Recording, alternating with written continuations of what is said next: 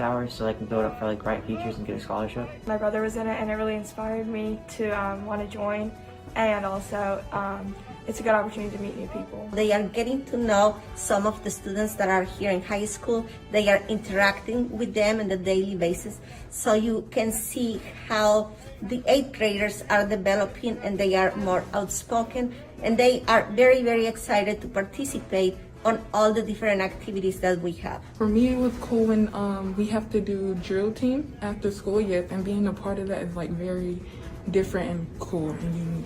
Seats, adjust, relax.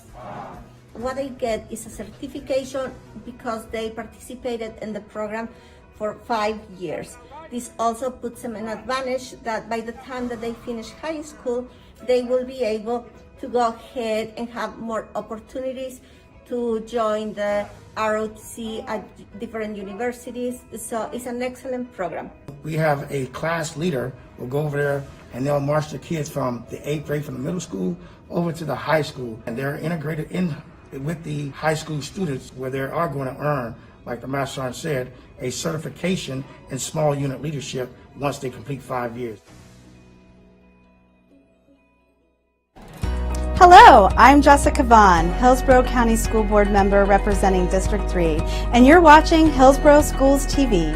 Together, we're preparing students for life.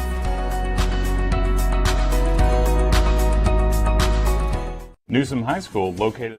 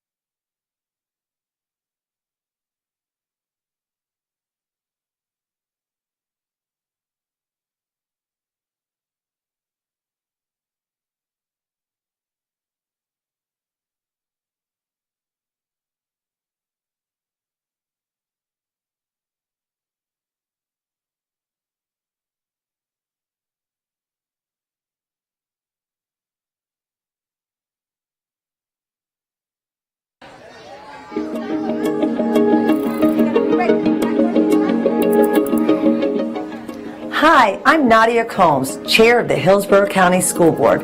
I want to welcome you to Hillsborough County Public Schools. We serve more than 200,000 students. That includes children in preschool through adults in our workforce program. I'm Henry Shake Washington, the Board Vice Chair. Our district is the 7th largest in America, and our team is made up of more than 24,000 people working at nearly 250 sites across the county. Our district is diverse and dedicated. Our board meetings are held in our board auditorium on select Tuesdays at 4 p.m. The best way to serve our students and our community is to involve you, the public, in what we do. You are welcome to email or meet with any of our board members and follow our district on social media. Board meetings are covered live by Hillsborough Schools TV on Spectrum Cable Channel 635 and Frontier Cable Channel 32. Meetings are also streamed live on our website at hillsboroughschools.org. Closed captioning is provided on all broadcasts, and past meetings are available in our online archive. We are interested in what the public has to say. We'll include time for audience comments before we address our business items. Our agenda and any supporting materials can be viewed online in advance. They are posted 7 days before each meeting on our website at hillsboroughschools.org. Our vision is preparing students for life, and that means all students, every day. Todos los estudiantes, todos los días. Thank you for your interest in education.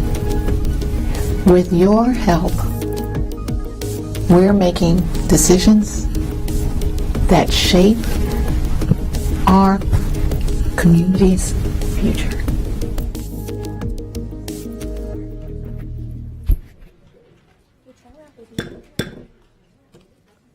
The board meeting of April 18, 2023 is called to order. Member Washington will now lead us a moment of silence followed by the Pledge of Allegiance. Thank you, Madam Chair. Please join me in a moment of silence.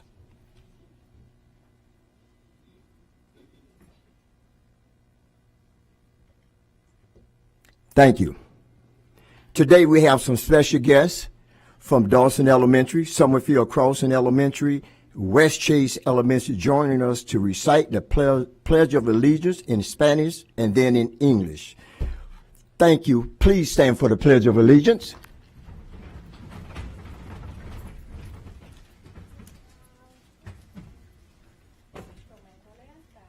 Prometo lealtad a la bandera de los Estados Unidos de América y República que representa una nación bajo Dios, indivisible, con libertad y justicia para todos. I pledge allegiance to the God of the United States of America and to the republic of which it stands, one nation, under God, indivisible, with liberty and justice for all. Great job. You may be seated. I got a little excited and forgot to tell y'all to be seated.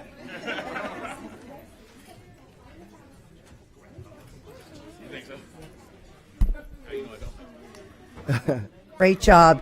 Great job. Member Washington, will you please acknowledge our student entertainment since we had two wonderful groups tonight? Okay. Thank you, Madam Chair. Okay, I would like to thank Springhead Elementary Instrument Change Band along with the band director, Charlie Curvin, and Principal Michelle McClellan, the Spanish immersion students from Dawson and Summerfield Crossing Elementary School. These wonderful students entertained us prior to the start of the school board meeting this afternoon. So would y'all please come up and introduce yourself. Hi, my name's Abigail Godwin, and I'm in 5th grade. Hi, my name is Jocelyn Jens, and I'm in 5th grade. I am Billy Castillo, and I'm in 5th grade. Hi, my name is Jasmine Locke, and I'm in 5th grade. Hi, my name is Addison Wise, and I'm in 5th grade. My name is Ella Jameson, and I'm in 5th grade. My name is Kenza Benchik and I'm in 5th grade.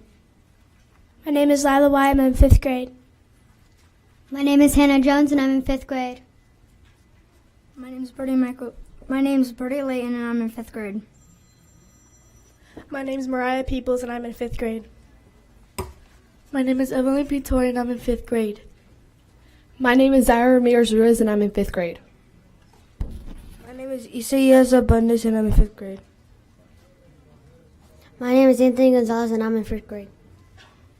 My name is Ramona Perez and I'm in 5th grade. My name is Logan Hansen and I'm in 5th grade. My name is Peyton Harper and I'm in 5th grade. I'm Sophia Gonzalez. I'm in 5th grade. My name is Liam Chapman and I am in 5th grade. Hi, I'm Jackson Brewer and I'm in 5th grade.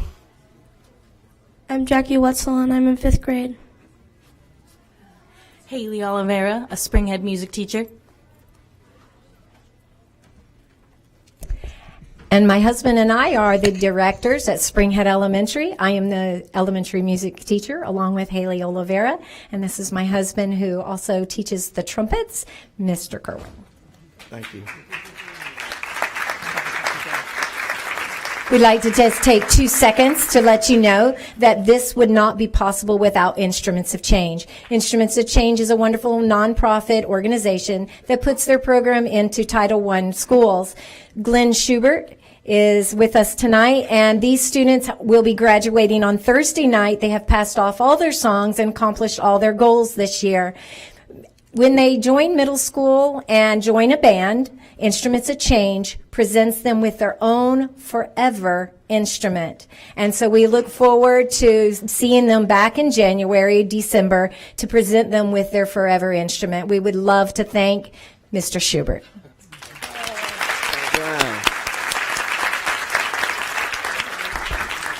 I'm Glenn Schubert. That's it. And I'm the proud principal at Springhead Elementary, Michelle McClellan. And do we have any parents want to take pictures? Please come up, if you would like to.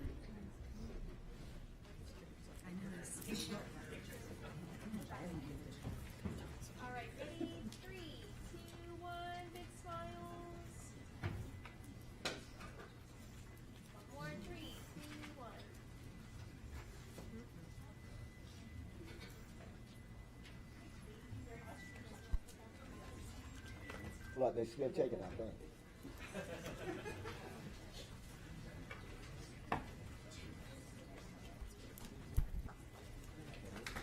Okay, thank you. Thank you all for coming. You did a great job.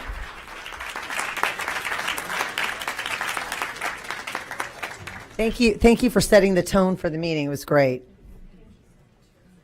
Great job. Wonderful. Thank you. Thank you.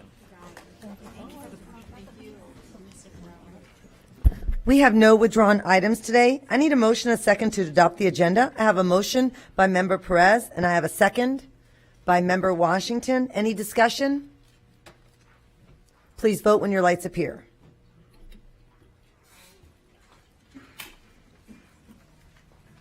And it passes unanimously. Let the record reflect that all board members are present today. Board members, I'd like to go over the format of today's meeting. As a reminder, we're a nonpartisan board who believe that all children can be empowered to learn to succeed, and our decisions will be made with that understanding. To pave the way for efficient and effective agenda statements and/or questions, board members will have 5 minutes to speak with 30 seconds for final thoughts.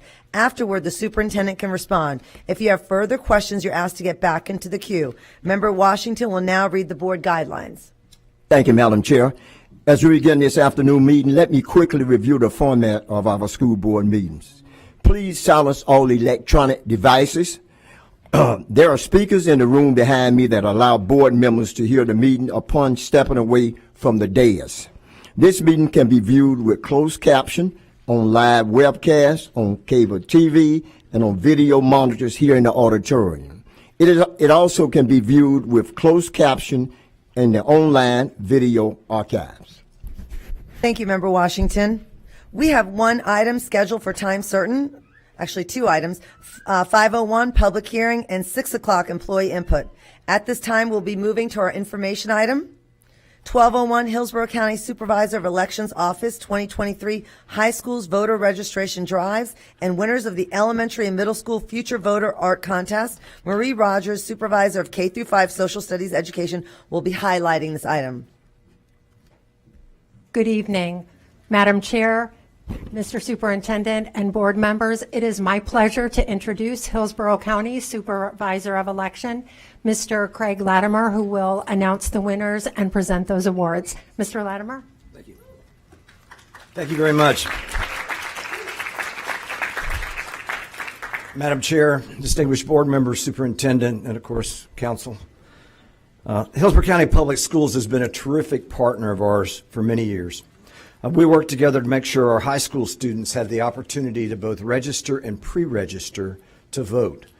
You can pre-register to vote in Florida, 16 and 17 years old. You can't vote till you're 18, though. Every semester, we're in the high schools at least twice, or every school year, we're in at least twice in the high schools. I think it's worth noting that this year we've already registered or pre-registered over 2,700 students. Since 2012, when I started a really partnership with the school district, we've now registered more than 29,000 students, future voters as we would call them, and that's going to be the theme for today too. We know that when people start voting at an early age, they continue voting, they get engaged civically in their community. It's all good things. It's a good idea to start talking about voting even sooner though, so we did something a little different this year. We added an art contest to the elementary and middle school. Previously, it's been pretty much aimed at the high schools. And we had some overwhelming responses I'll talk about. But before we announce our winners, I want to acknowledge Kelly Brennan, Laura Hobby, and Marie Rogers with the school district for the assistance that they gave us with the social studies and art teachers who've helped us promote this voter registration and art contest. I also want to thank our sponsors and our community partners that are here today, and we'll be awarding prizes to our winning artists in just a few minutes. They're the Glazers Children's Museum, the Florida Aquarium, and Zoo Tampa. I also have numerous people from my office here to help out with this today. And these are the people that are in the schools actually registering the students and just doing a great job out there. Winners of our voter registration contest. And we'll call your name if you'd please come up. I'd appreciate it. Third place, Spoto High School, and accepting the award is Teresa Diacunto, Social Studies Department Head.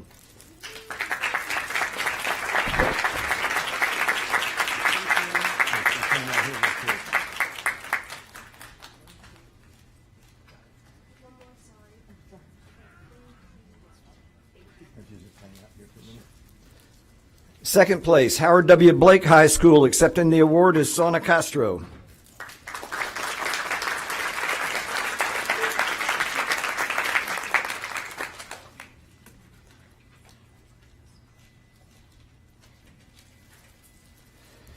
And first place, Plant City High School, accepting the award is Vincent Diacunto, which I remarked there's going to be some good conversation at the dinner table tonight between first and third.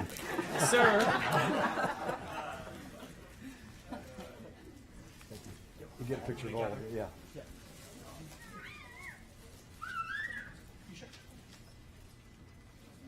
Ready? 1, 2, and 3. Got it. Thank you very much. Okay, so I told you we put the challenge out to elementary and middle school to design a future voter sticker. This is something that we give out in the community. You know, parents are bringing their children to vote or they're registering to vote. They've got their children with them, and we like to give those stickers out. Again, create that community engagement. We were stunned, quite frankly. We had over 140 entries. 140 entries into this contest. And we're going to be using this artwork in our voter education outreach efforts, and we'll be handing out the two winning stickers, the one from elementary and the one from middle school, will be handed out at our community events. A lot of people wonder how in the world did we go through 140 of these entries and pick the winners. We did something really unique. We voted on them. So I'd like to call up Kate White, Vice President of Marketing for Glazers Children's Museum, to say what she's going to be awarding tonight. Thank you. We are so honored to be included in this program. This is such an exciting opportunity for us to recognize these young future civic leaders. The Glazer Children's Museum is very proud of these kids, the creativity that they have shared, the symbolism they've included in their artwork, the clear thought that they've put into how they can represent our entire community and their future civic responsibilities. So we are presenting today memberships to the museum. For the first place prize, we've got premium membership. The second place prize is a family membership, and then the third place prize is a 4-pack of tickets to the Glazer Children's Museum. These kids can come back and play with us all year, and even come and see a dinosaur in a few months when we open that exhibit to continue their learning and their passion for the world around them. Thank you. Thank you. Tony Rakitas, Senior Vice President, Community Engagement and Social Responsibility with the Florida Aquarium.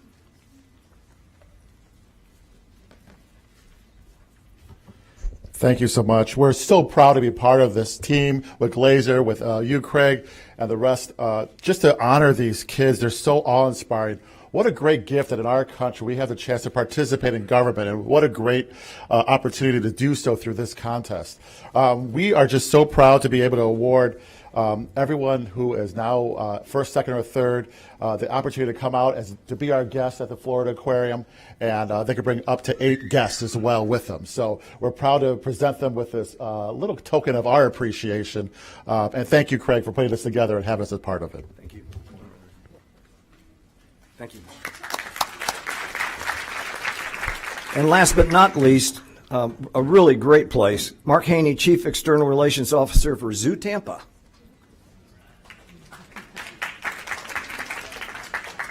Thank you for giving us the opportunity to participate in this. It's been a lot of fun, and you know, we say at the zoo, we're not just about animals, we're about people.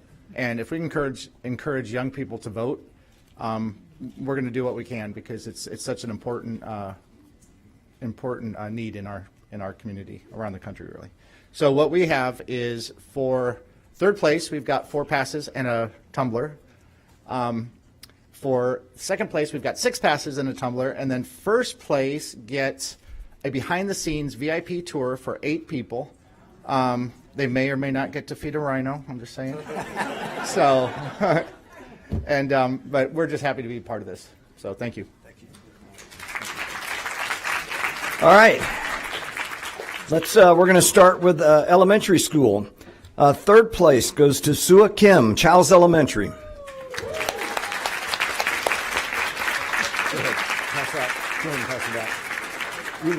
Third place. That'd be third place. Here, honey, stay up here. Stay here. Stay here. You got to stay here. You want to give?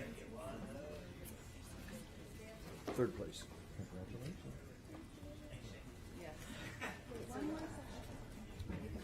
Yeah, there you go. Second place, Mabel Marie Rendelman, Stowers Elementary.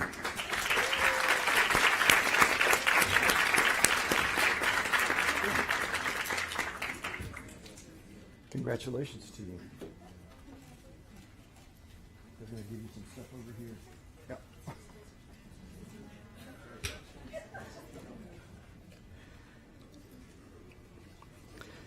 In first place, I'm going to apologize in advance, Yatsnu Tatikanda, Lowry Elementary.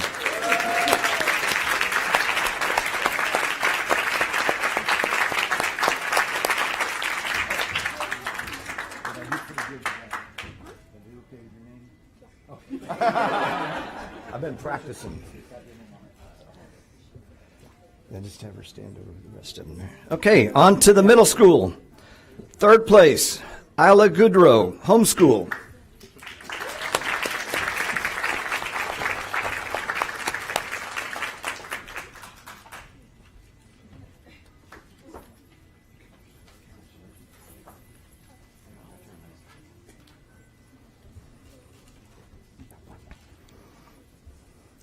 You can stand right there with them. Second place, from Turner Barrels K through 8 school, Lucy Linton.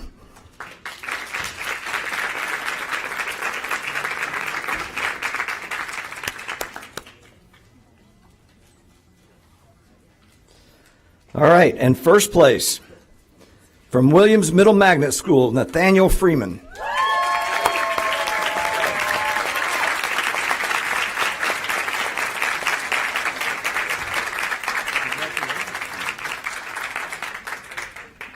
So we want to show you what these talented students have done.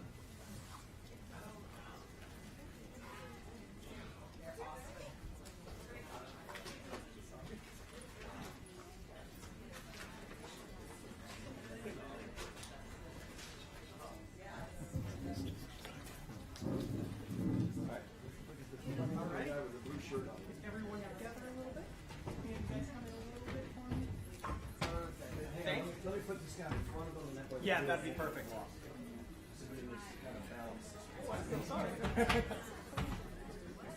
Ready?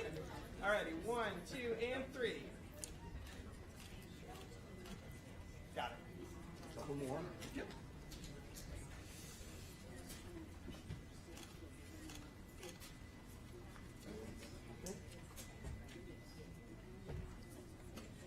Thank you. Congratulations to all of our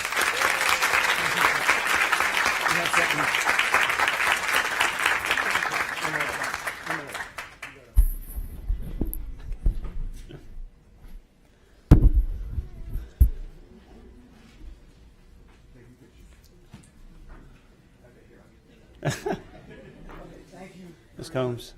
Enjoy all of the places, Glazer's Children's Museum, Aquarium, and of course, Zoo Tampa. Thank you. Thank you. And I know some members wanted to make a comment. Member Gray pulled this item. Member Gray? Well, let the excitement, I think they're with removing themselves, but certainly not the democratic process. So I'm going to speak just real short. Honorable Craig Latimer, thank you for the outstanding outreach that you're doing through your office, and you integrated our elementary, middle, and high schools in such an engaging way, in a meaningful way. Civic responsibility, it's so more and more important as we get into more contentious subjects, and learning how to serve and give back to the community is the ideal that we teach and want to teach. And I thank our social studies department, certainly the Glazer Museum, Zoo Tampa, and Florida, excuse me, and the Florida Aquarium. But all in all, bringing together community partners, business partners, and bringing our school kids for this endeavor has really, it makes a huge impact. So I thank you. We all thank you. Thank you very much. I appreciate it. And Superintendent Davis, thank you for you and your staff for helping us engage with these departments and get this done. So thank you, sir. Also, if you all will go to my Twitter page, you'll see the video that we did about Taylor Swift, and we're going to be having a voting contest before long. So thank you all very much. Don't talk about Taylor Swift here, right? Okay. Member Hahn? Thank you. I just want to thank Mr. Latimer as well as our community partners at the Florida Aquarium and the Glazer Children's Museum and Zoo Tampa. We're just so fortunate to live in a community where our community partners just openly wrap their arms around our schools and our students, and this is just another example of that. And I also just want to end by, one, thanking them again, thanking all the students who participated, the families and the teachers who supported them in their participation of this, and whoever won the backstage tour of the zoo. I know, right? You are going to love it, so I'm saying. Thank you. Thank you, Member Hahn. Member Perez? Thank you, Craig Latimer, Zoo Tampa, Glazer Museum, and the Aquarium. First of all, I'm just impressed at the fact that these students were able to do these drawings with the knowledge that they have for voting. Being able to get them early and educate them on the voting process is incredible. Thank you so much for what you do for our students. Thank you, Member Perez. Member Rendon? Yeah, of course, I want to thank all of our community partners, the supervisor elections. But it's so vitally important that every one of our citizens understand their right to vote and their right to be heard and their right to have a part of the process. And so teaching our children from such a young age as elementary and middle school about what that process stands for and how important that is, and for them to be a part of it, is just heartwarming and heartfelt to me, to know that we have students out there that are learning such a process and such an integral part of being part of this country. And each and every one of those students got to have that very special gift to learn so early on. So thank you for all of our community partners for assisting us in being able to bring that to each of our students. Thank you again. Thank you, Member Rendon. Okay. Superintendent Davis? Yes, ma'am. I just want to echo the board, and we appreciate Craig for his continued leadership in every one of our high schools. Our team will continue to grow that number as 2,700 students that we have registered this calendar year. We'll continue to expose that as much and often as we can. And we really think that transition into the elementary and the middle school this year will allow our students to actively compete in a contest all centered around the importance of voting. Really will get our students exposed to this at an earlier age. So we appreciate that partnership, and we look forward to continue to grow this initiative. So thank you. Thank you, Superintendent Davis. We will now move to public comment. If the first 1 through 7 speakers can please line up. But the board welcomes comments from citizens and values your input to the board. In order to provide the most comprehensive response to your comments, our staff will follow up with you and will keep our board informed about the responses. Our school board respects the public's right to speak to the board, and we appreciate you taking the time to be here.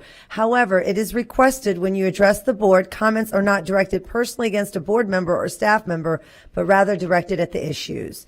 Any behavior intended to interrupt the orderly conduct of this meeting will not be allowed. Our civility policies in place.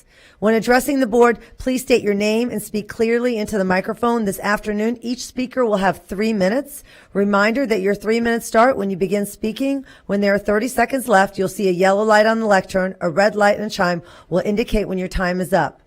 The first speaker will please come up. Thank you.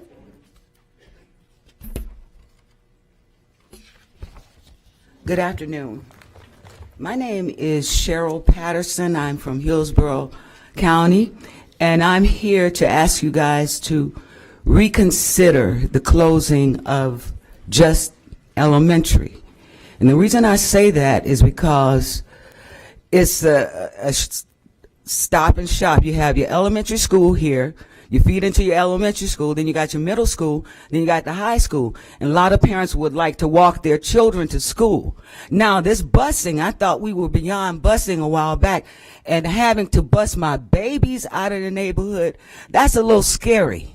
And I say that because I grew up in that era. And I remember leaving one school, going to another school, the scariness, the bullying, the things that I had to do to try to fit in.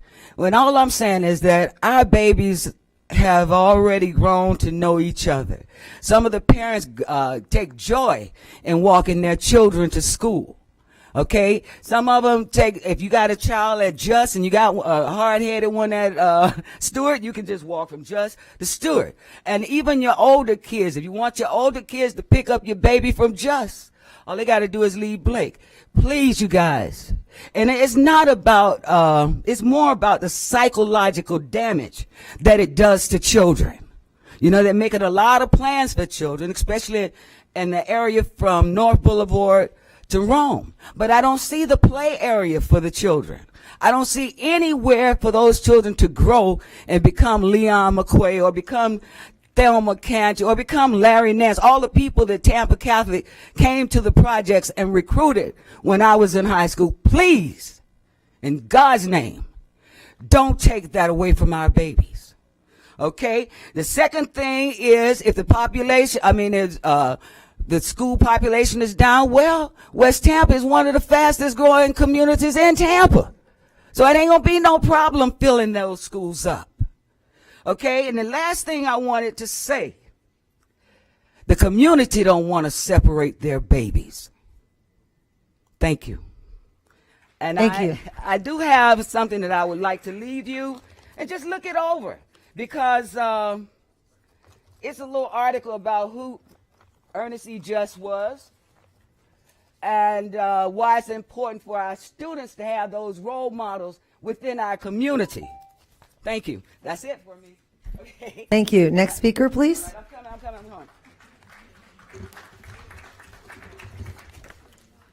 Thank you. Which way do I go?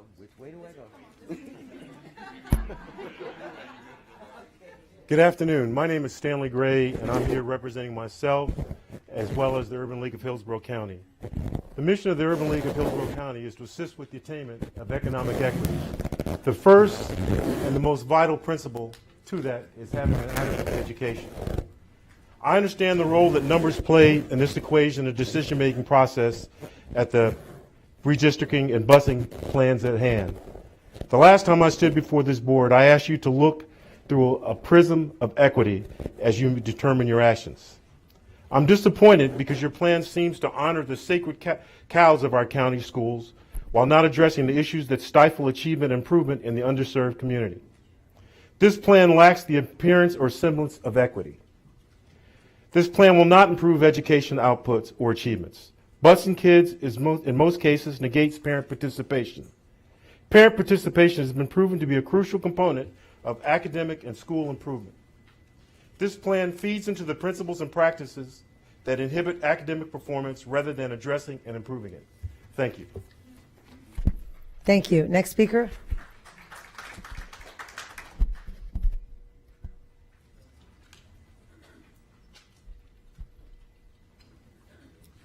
Good evening, board members, superintendent, and administration. My name is Fred Hearns, and 15 years ago, I was the founder of the Just Gentlemen's Club at Ernest C. Just Elementary School, sponsored by the Pi Iota chapter of the Omega Psi Phi Fraternity Incorporated. Several of my fraternity brothers are here with me this evening. I'm sure there are many others watching on television. And we support Just Elementary School remaining a place where we can teach young souls from West Tampa and perhaps from other parts of the city, and that it continue as a school. I know the plan is to repurpose that building to make it an administrative site. We recommend that it remain a school. I'd like to go on record saying that is my personal recommendation also. Before you make the decision, I want you to know a little bit more about who Ernest Everett Just was. He was born in Charleston, South Carolina in poverty.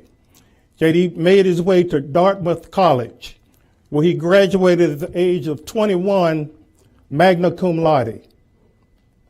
He went from there to teach at Howard University in Washington, D.C., and he remained on the faculty there for several years, really up until his death in 1941. He was a microbiologist supreme. Had he been white, he would have been teaching at all of the major universities. They would have been seeking him throughout the United States.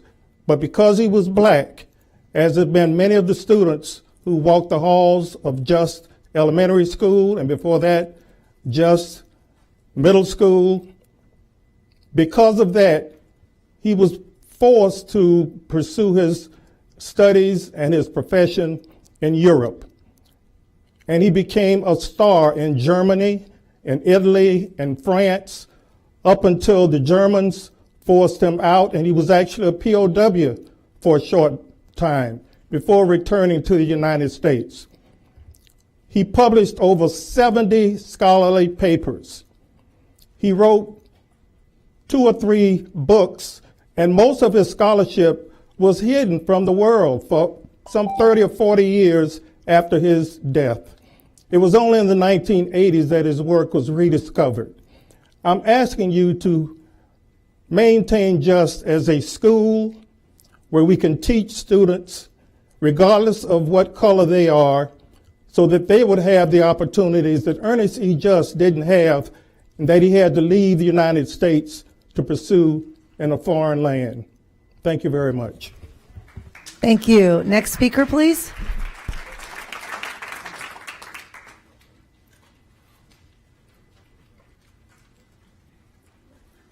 Good afternoon. afternoon. I'd like to thank the chairman and superintendent for allowing me to be here. My name is Keith Smiley.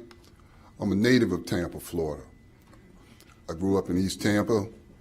I attended Orange Grove Elementary, Booker T. Washington, and then we were bused out to Madison Junior High School and then out to Robinson High School, where I graduated. I graduated from the University of South Florida after that. Served in the United States Army. Served with my beloved fraternity brothers in Omega Psi Phi. I was bossless of the chapter when we restarted our mentor program at Ernest D. Just and at G.V. Stewart Middle. It's important that the board understands the busing and moving children from one neighborhood to another. I should have gone to Middleton High School. When you move children, you lose a sense of community and you lose a sense of togetherness. So when the kids grow up together, they know each other. Then as you know each other and you know your teachers and you become a part of the community, you decrease violence and crime because you don't want to rob your brother or your sister. Think this thing all the way through. Keep Ernest D. Just Elementary in West Tampa. Thank you. Next speaker. And if the next 5 speakers will please line up.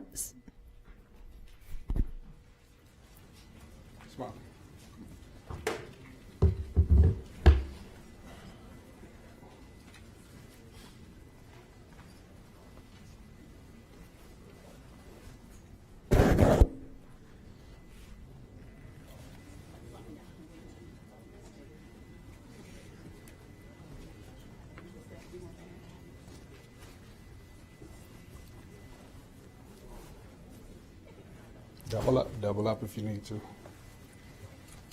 Double up if you need to, so they can get in.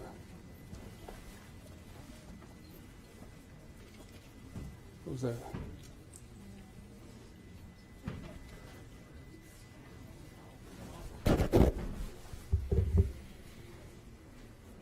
Good afternoon.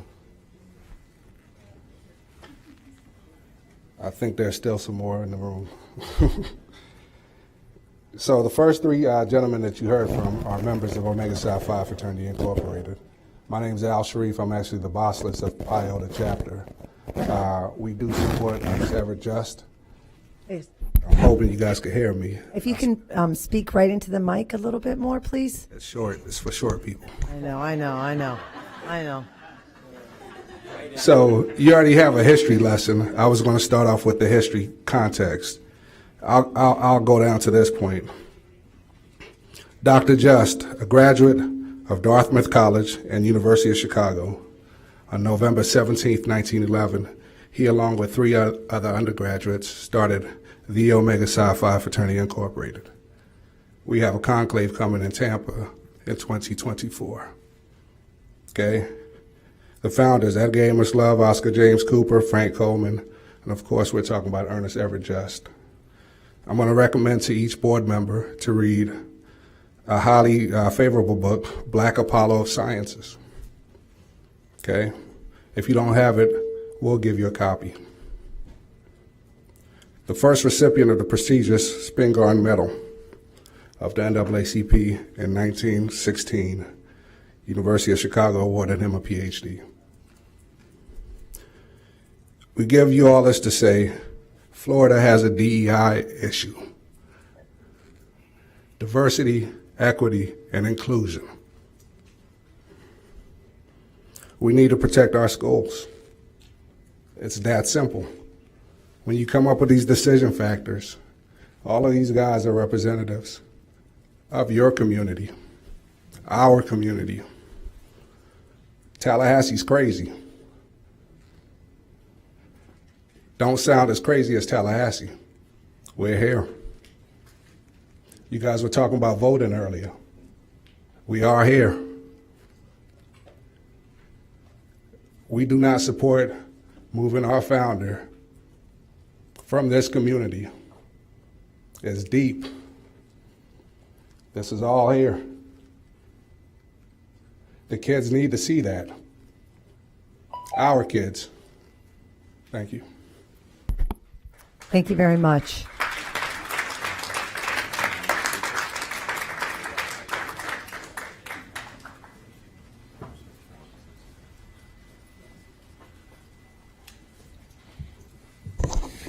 My name is Marlo Blair. I'm also a member of Omega Psi Phi Fraternity Incorporated. My mother and my grandmother were school teachers here in Hillsborough County. I went to the school that my mother taught at, which was Henderson Elementary School. Henderson was closed and was made a office for the school board. At this time, there does not exist a Henderson, and most of you don't remember that. What we don't want is someone to forget our founder. Thank you. Thank you. Next speaker, please.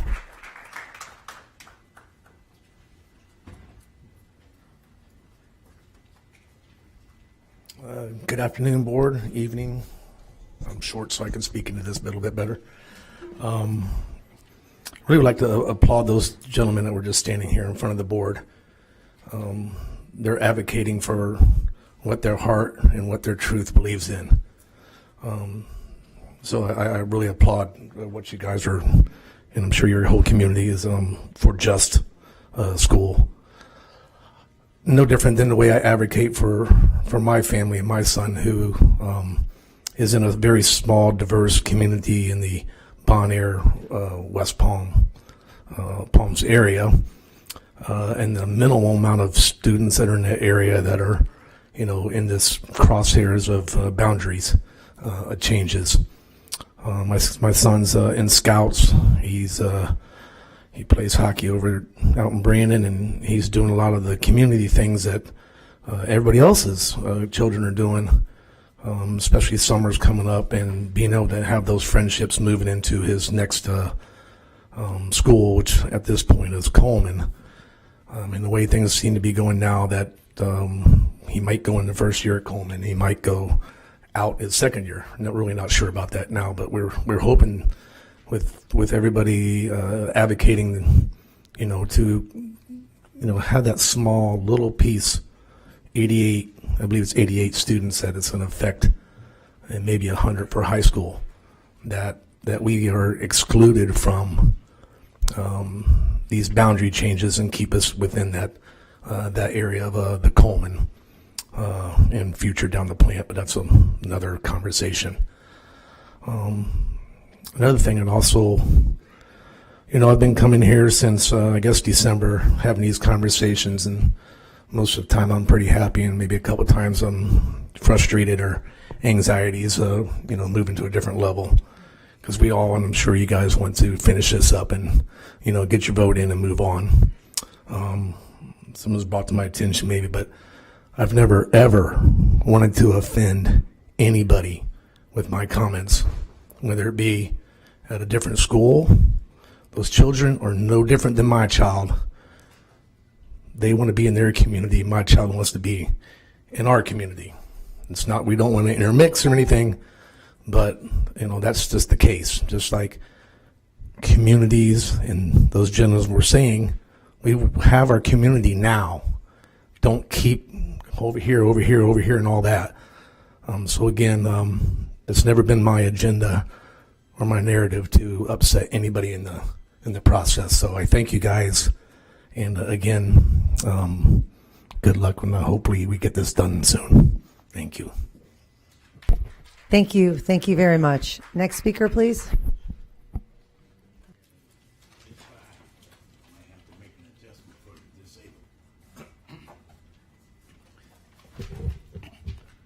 Good afternoon, board members. I have prepared remarks. My name is Robert Pete Edwards.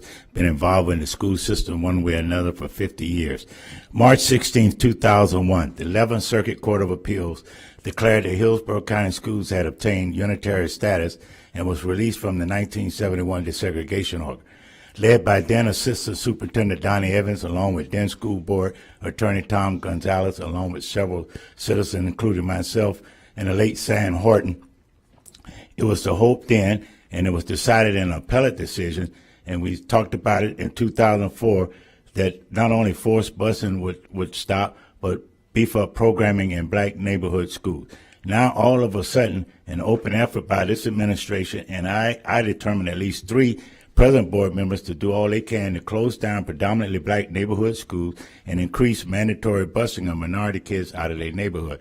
Many people are concerned about not only the rush to close just, but also the administration continued stonewalling on providing truthful, and I mean truthful information on the future of Stewart, Kimball, Blake, Booker T. Washington, and the current site location for a supposedly future Meacham Elementary School.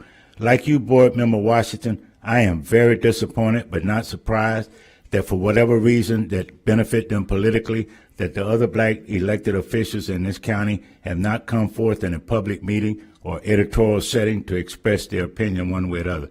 They have abandoned you, but more importantly, they've abandoned our children and guardians and parents. As I conclude my comments today, I appeal to those who are connected with Moms of Liberty in a conservative legal group or foundation to take up the call for an immediate court intervention in this matter and all related matters with regards to certain school property, closing of schools.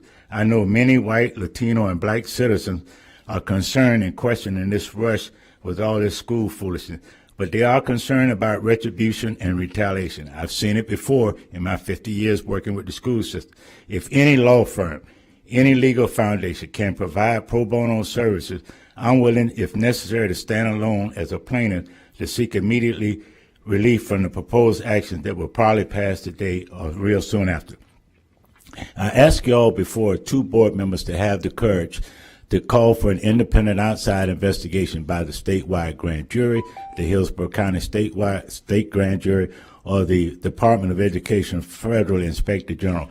Like before, when the information was leaked that under the previous administration of Jeff Eakins and all, there was a drive to sell all the schools off the river, they're going to leak it again. And I don't want to see any board member tied up knowing all the time that what the real plan is behind these schools. Thank you very much. Thank you. Next speaker, please.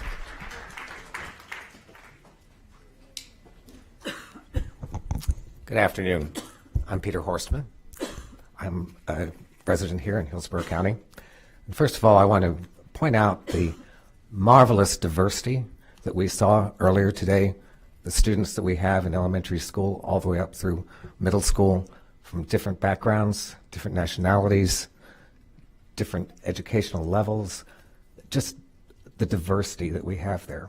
So it makes me very disappointed to find that I need to be here today to discuss the fact that you are considering changing our current book review policy. I implore you to remember that you were elected to this school board to make sure that our students receive the best education that is available. This means having access to all educational materials that describe the world around them, challenging their minds to decide what this world is all about and how they will become part of it, and contribute to it when they are adults. Frankly, I do not believe that any book should be banned. It should be available whether you agree or disagree with its contents, so those contents can be discussed openly. Do not succumb to the pressure that is being placed on you by the governor, the legislature, and the ideologists who want to limit what our children learn to narrow and self-serving material. Our current book review policies work very well. It is bad enough that we are already in situations where one person gets to decide what is good for everybody else. Don't make it easier instead of harder for that to be done. Thank you. Thank you. Next speaker, please.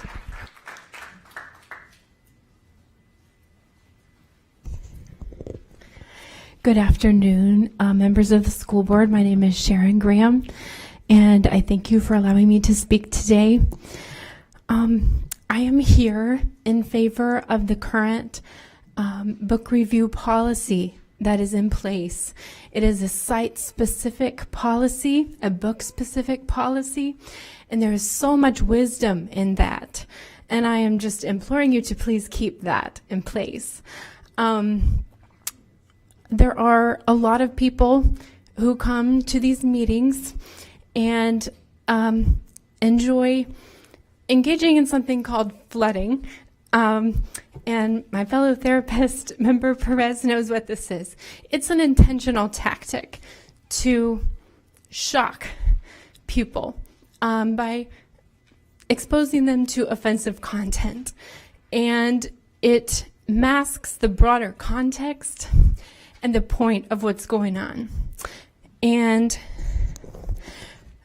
that, again, goes back to the wisdom of the process that's in place. We have committees who review these books and make determinations for their community. outside of the public stressors that exist within these rooms. And so, once again, I would like to reiterate that parents can always opt their children out of any specific text that they do not want their child to read. And that is important.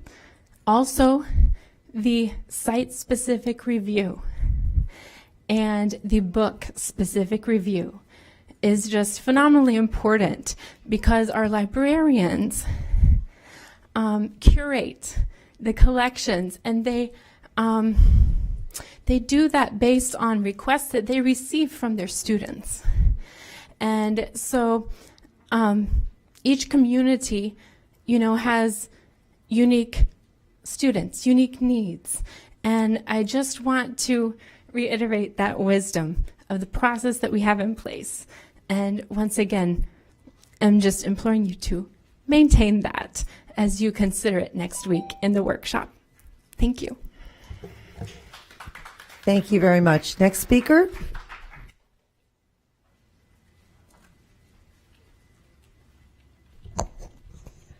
Good afternoon. Thank you, Board, for the opportunity to speak.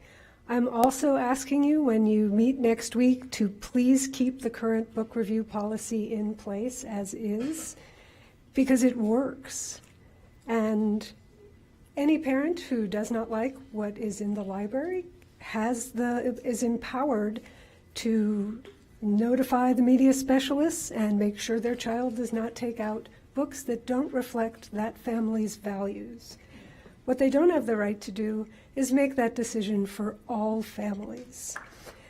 As you well know, there are over 200,000 children in the school system. They come from all kinds of diverse families.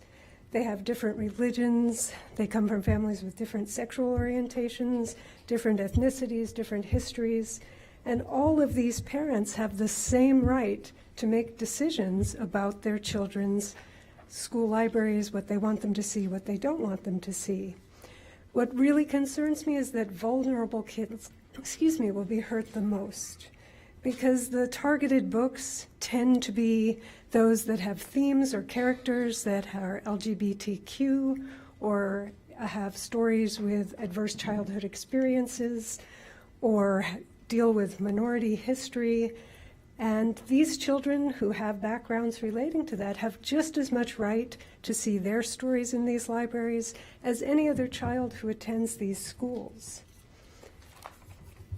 Current policy centers the needs of the students and empowers their parents. It considers the needs of each school, which is a distinct community, and it empowers the school to serve their students best. Do not make district-wide bans where well-funded, loud pearl clutchers get to decide based on quotes that are not telling you anything but use shocking language, but do not really show whether a book has value to a student in a given community or not. Let's respect individual parents' rights. As Board Member Rendon said earlier, everyone should have a voice. Please don't take that away with district-wide bans. The current policy works. It respects everyone. Please keep it in place. Thank you. Thank you. Next speaker.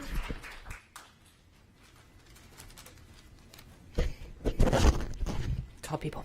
Hi, good afternoon, school board. It's nice to see you today. My name is Jen Hart. I live in Hillsborough County and I teach in Hillsborough County. So obviously it has come to our attention that next Tuesday there's a school board workshop type meeting thingy for y'all to discuss the current book review process in place for media materials in our school libraries.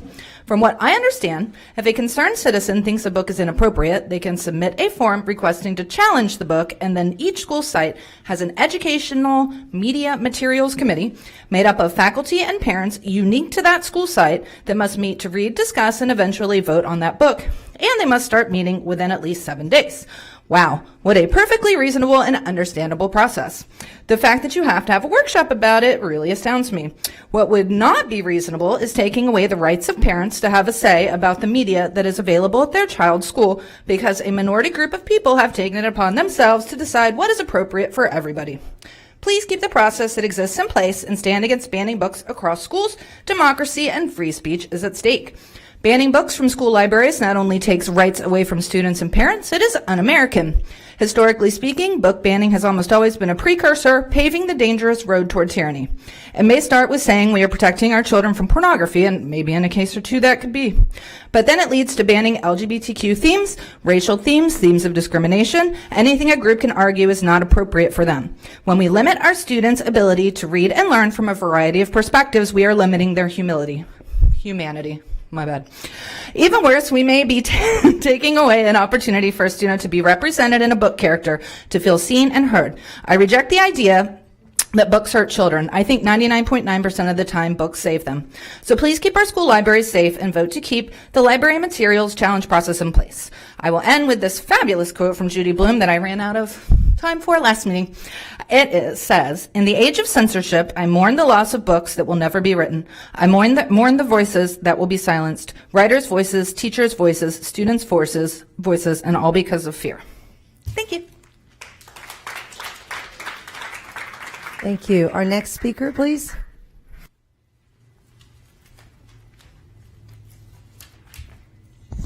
Thank you. I'm happy to be able to address you today. My name is Tricia Long. I'm the mother of 2 current Hillsborough County Public School students, and I, too, am here to discuss the county's book review policy. The current review policy, in my opinion, is respectful of our communities, our parents, and our children. When I read about the review process that was followed for This Book is Gay, I was impressed by the thoroughness of the committee's reviews and the thoughtfulness of their consideration as it was reflected in the review materials. As other speakers have stated, the committees include parents, teachers, administrators, and librarians from the schools where the books are.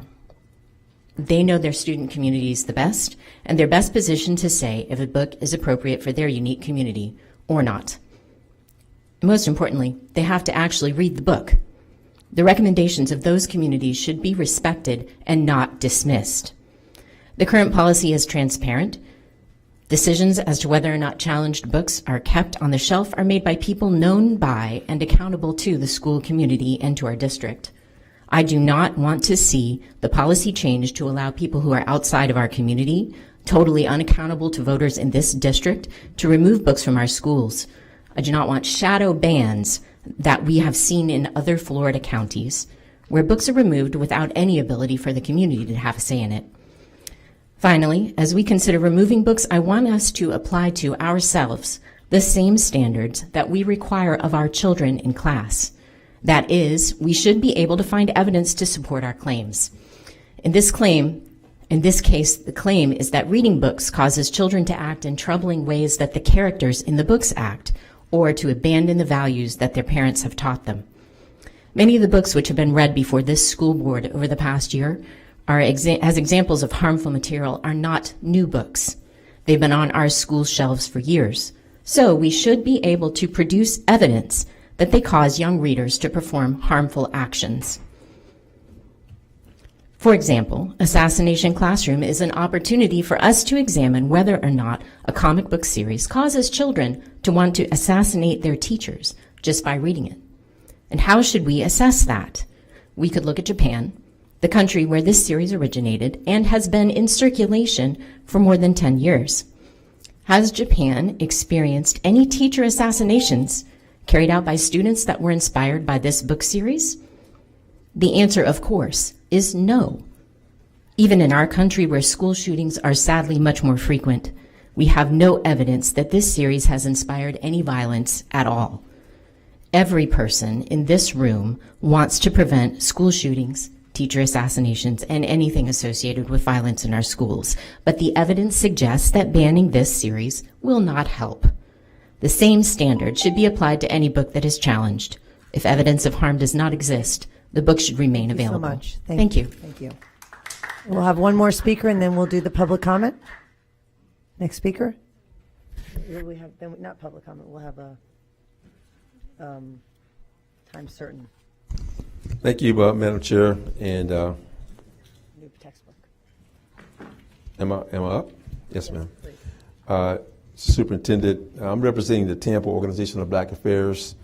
We've been organized since 1979, so we're in our 44th year of having some kind of relationship with the school district. We generally operate on data and facts. We generally don't come to a school board meeting until we talk to everyone that's in charge. You have 2 employees, so we don't talk to the attorney necessarily, but we definitely contact the superintendent, and we try to reach each one of you to get our data and facts together before we come up and speak before this body. We also, in this case, were asked by members of the board to talk and get our own information from the school. We talked with the school and the principal, in this case, the Just principal, who is a phenomenal principal, by the way. We looked at her background, the kind of things she's achieved in turning around schools, so that was really good. We're here because we did all of our homework. We understand that there's some challenges financially with the school district, and there's some schools that are not doing as well as they should, with the education, so they're being graded poorly. We concluded that with all that said, a solution to educating students better, in this case particular, just doesn't mean relocating the students from the school to someplace else to get a better education. We also don't support the school district selling or closing schools in the urban core where there's growth and development, like in West Tampa, the West Shore Yacht Club area, any other place in the county where there's growth with families coming in those communities. We don't support the school district selling property to get money that's going to go in the capital budget, not in the operating budget that's going to help pay teacher salaries and things that you're talking about that are challenges for the district. So we hope that you would agree with us that there's another way. You only have 2 employees. You have this attorney, Mr. Porter, you have a superintendent, and you are the policy and the governance board for this organization. So we have to rely on the superintendent to come to you with ideas. And I asked him this question. I said, what if the board doesn't support you with your options? What are you going to do? And I'm quoting Mr. Davis saying, I always have another plan. So we want to know what the other plan is if you don't get the support today from this board, what the other plan is going to be, because there has to be another plan other than relocating the students. We don't support that. We don't support any school in the urban core being sold, certainly for the sake of the financial woes of the district. There are other ways. We all inherited the legislature that we have because the voters voted them in. I didn't vote them in. Somebody else did. I didn't vote for this governor. Somebody else did. So you have what you have, but don't hurt the students and the families trying to do something like what's being proposed by the superintendent at this point in time. So with that, I say make a different choice, find another option, but there is no option to relocate the students and sell the schools. Thank you very much. Thank you. Thank you.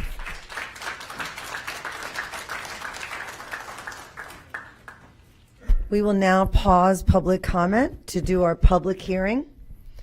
FO1, public hearing for recommended instructional materials for middle school social studies academic services. I'll now open the public hearing for the instructional materials adoption process. This is a requirement pursuant to state law and board policy. This is an opportunity for any member of the public to speak about the instructional materials that are recommended for adoption by the board and to provide input to the board. The matters were advertised and have been available for public review. I will now ask Terry Connor, Deputy Superintendent for Instruction, to present this item. After his presentation, any member of the public may speak to provide input to the board on the proposed instructional materials. Good afternoon, School Board Chair, Board Members, Superintendent, and staff. At this time, the Board is conducting a public hearing on instructional materials being recommended for adoption. The list of materials is attached to the agenda item and includes materials for the middle school social studies. These materials have been reviewed by a district adoption committee and a district-wide teacher vote was conducted. As required by state statute, a 20-day public review of recommended materials and a public hearing is required before the board can vote for the adoption. The public review requires that the district provide digital access to the recommended materials via the district website. The public review was conducted beginning March 29th, 2023 and ending on April 18th, 2023. The public hearing this evening is to provide the opportunity for community members to share comments about these materials with the board. The board does not need to take action at this time, but will be asked to vote at the next regularly scheduled board meeting on May 9th, 2023. At this time, you may call for public comments. Thank you, Mr. Connor. I will now call for public comments. Is there anyone here?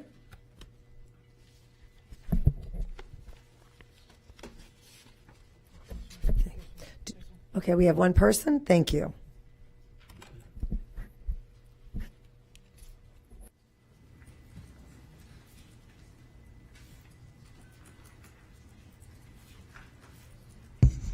Good afternoon. Debbie Hunt, Hillsborough County.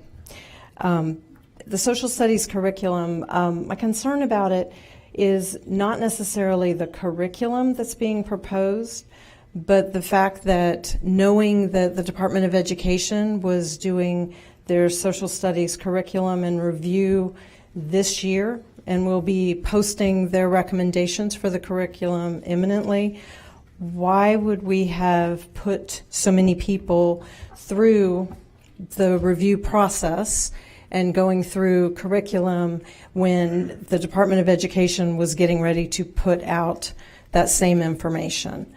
There were many opportunities to provide input on the curriculum. I was on one of the review teams, spent about 40 hours reviewing one of the economic curriculums, and there were many concerns with it. This particular curriculum was reviewed by another group, the one that you're speaking of, that is a part of the public hearing.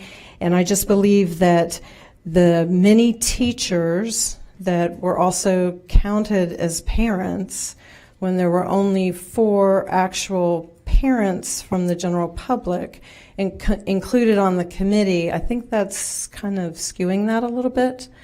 And from having had 30 years in public service for a large organization here in the state, if there was information that was put out by those who oversaw the organization and we ignored it, it was considered circumvention of that process. So I just have concerns with why that time was spent by the committee, knowing that there was also reviews going on statewide for the same type of curriculum. Thank you. Any other speakers today? Okay. I will now close the public hearing, and we will resume public comment. Next speaker, please.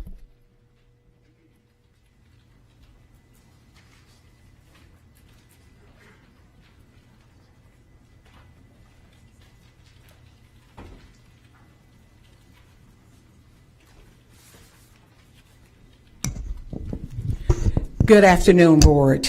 My name is Bishop Michelle B. Patty. I am a former student of Ernest E. Just over 55 plus years ago. I stand here because this past Saturday, I had the honor to sit at the Dorothy C. York Innovational Academy.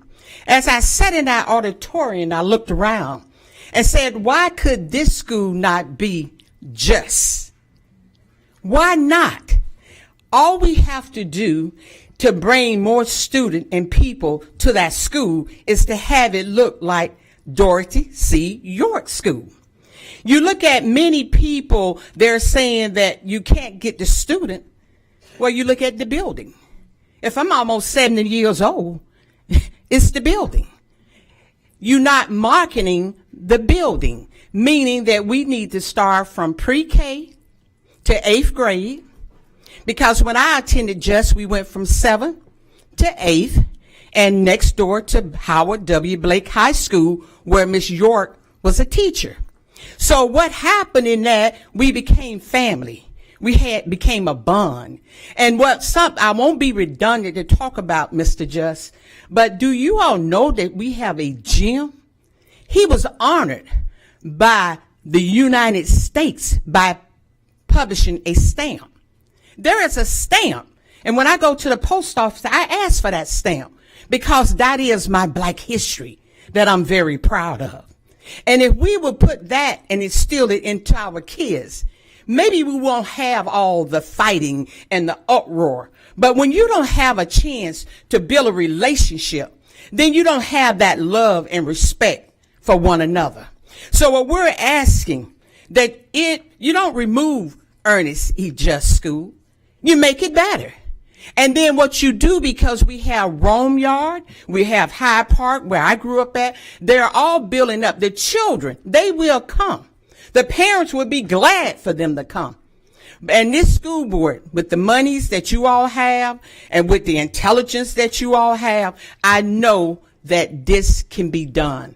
I know that there's an onslaught to erase African American history, but here in Hillsborough County, the answer should be no. We will not tolerate it. We will not stand for it. We are inclusive of all people, and especially a great man who gave so much to the world. Thank you so much. Thank you. Next speaker, please.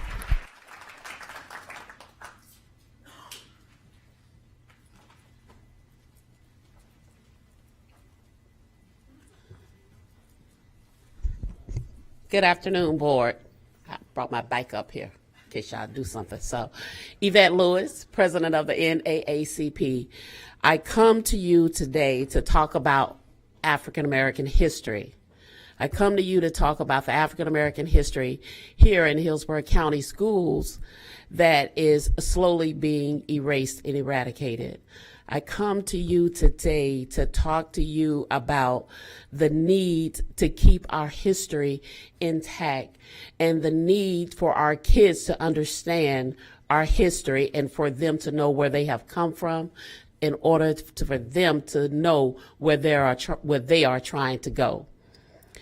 I don't understand why in the year 2003 that I am here standing before you begging and pleading that you hold on to our history and not erase it.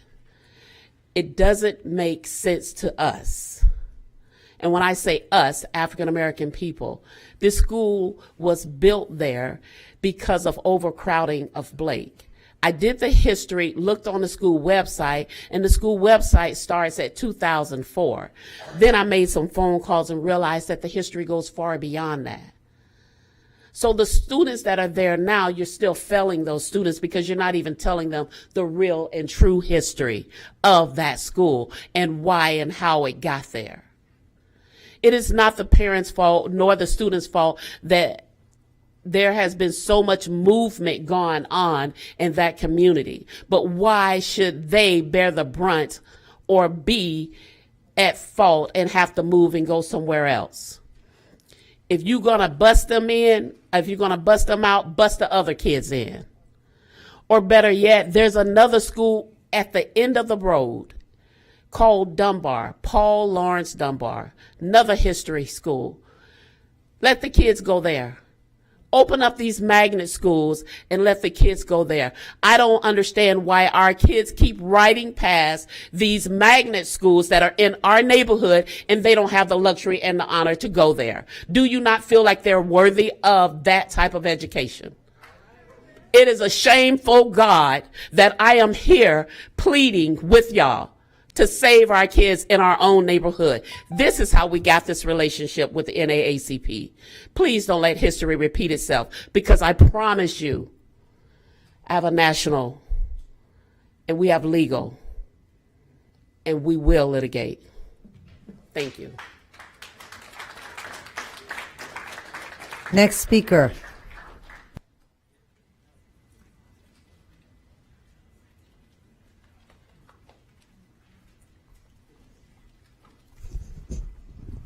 Hello, Superintendent Davis and members of the board. My name is Alexis Fruge, and I'm the PTA president at Carrollwood Elementary School.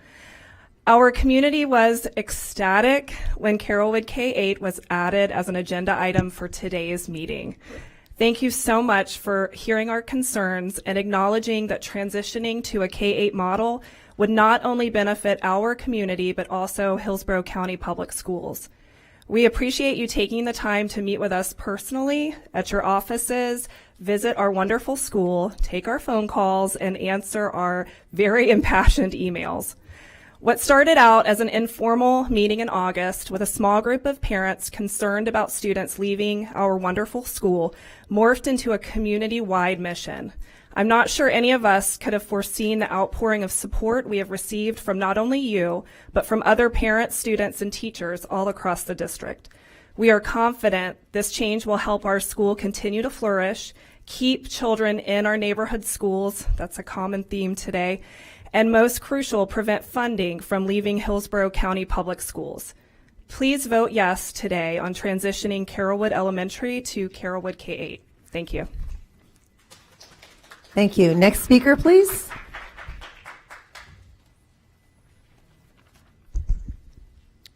Good evening, school board members and Superintendent Davis. My name is John Barolo, and my two sons attended Carrollwood Elementary School for 6 years, kindergarten through 5th grade. And I'm grateful for all the work that the team has put in over the last year plus working to make Carrollwood Elementary a K-8. I spent 3 years as the Dad's Club president, 4 years on the PTA, including 2 as vice president. You could say that I cared and still care a lot about the school, even though my kids don't go there anymore. Like Alexis said, and all the many people before us, the importance of the community and the school in that community. My son, who was a 5th grader at Carrollwood last year, was incredibly sad to leave friends that he had spent years with there. I remember a day over last summer, he gathered for a little graduation party after 5th grade with them, and there were 7 students, and we realized that all 7 were going to different schools. Now, this wasn't because they were exploring aeronautical programs or special mathematics programs at magnet schools. It was because they simply were not going to go to their attendance area school. And matter of fact, none of the entire 5th grade from Carrollwood Elementary, as far as I know, went to their attendance area school. One child of that group of 7 went to a local Catholic school, which is any family's choice to do, right? But the other 6 all went to different either public or charter schools. My 2 school children now, their 2 boys are in 6th and 7th grade at Rempello. We love that school, and I'm lucky that I work near downtown, and so they have the opportunity to go there. I can easily transport them on my way to and from work.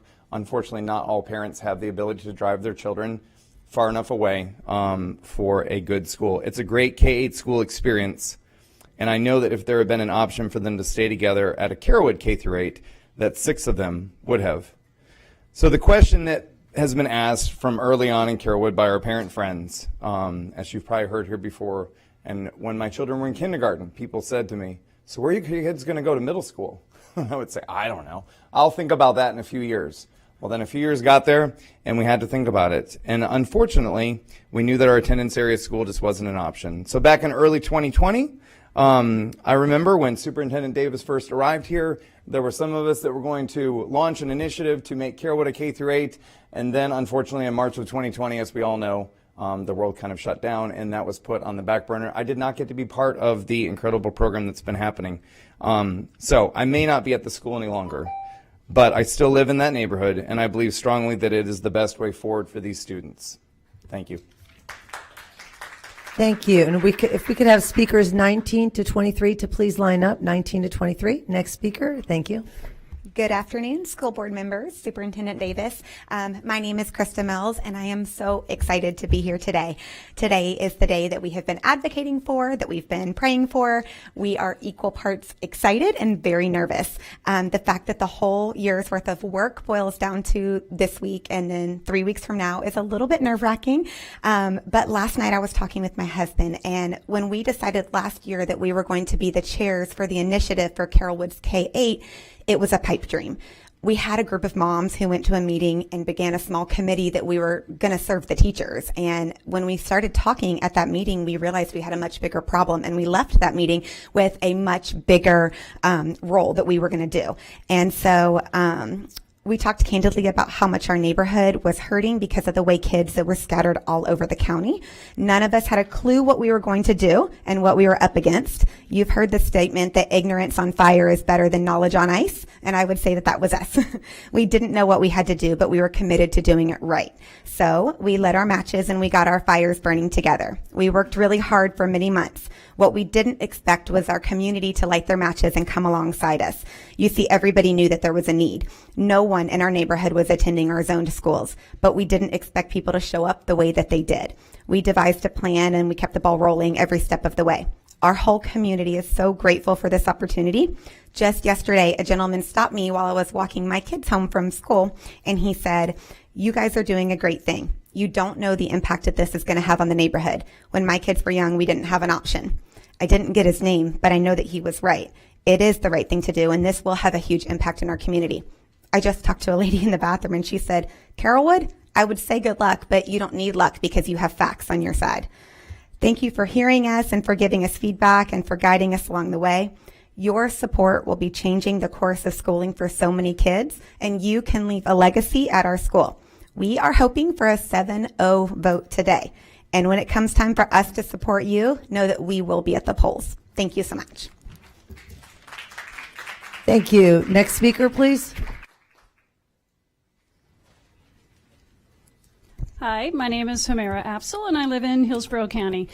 I was here a couple of weeks ago, and I spent my time emphasizing the importance of following policy and procedure. 4 of you chose not to follow policy and voted to ban a book countywide, even though written policy, written procedure is to do it school by school, even though legal counsel reminded you multiple times that this is not following your own policy and procedure. Now we're back today, and I find out that you were looking at going and changing that policy. The policy that is in place works perfectly fine. And in fact, the theme today was that people want to keep schools and decisions about what happens in their schools local, not countywide, local. And that's been the theme of everybody who's been here, speakers 1 through 17 who preceded me. The book review policy works when it's followed, and there's no need to change it. If it's not broke, if it ain't broke, don't fix it. It's not broken. So please keep the current book review policy in place. Book challenges should start with a parent at an individual school building. People shouldn't be able to circumvent that process by being the loudest voices in the room, flooding the school board with indignant public comments, inflammatory citations taken out of context. These people are taking away parents' rights, trying to make the decision on who can read what for all schools and all parents countywide, regardless of the diversity and the different contexts in our different schools. We have media specialists. They're highly trained, and they are great at what they do. That's why you hired them. They choose titles that respond to the needs of the community. They know the students in their schools. They understand the needs of the students in those schools. Parents who live 45 minutes away most likely do not understand. It's the local media specialists that understand. So the books are chosen because the people who work with the students at that school every day see a need for it. So please do not make sweeping district-wide bans because one book may not fit in every place. Vulnerable students are going to be the ones who suffer the most from changing this process. Many of the titles that are targeted shine a light on diverse childhood experiences. The experiences that are going to be left out are the experiences of minority children, refugee children, low-income children, LGBTQ plus children. You get the picture. All students have the right to see themselves and their stories reflected in their school media center. So please do not start a pattern of preemption. Let individual schools Thank you very decide. much. Thank you. Next speaker, please.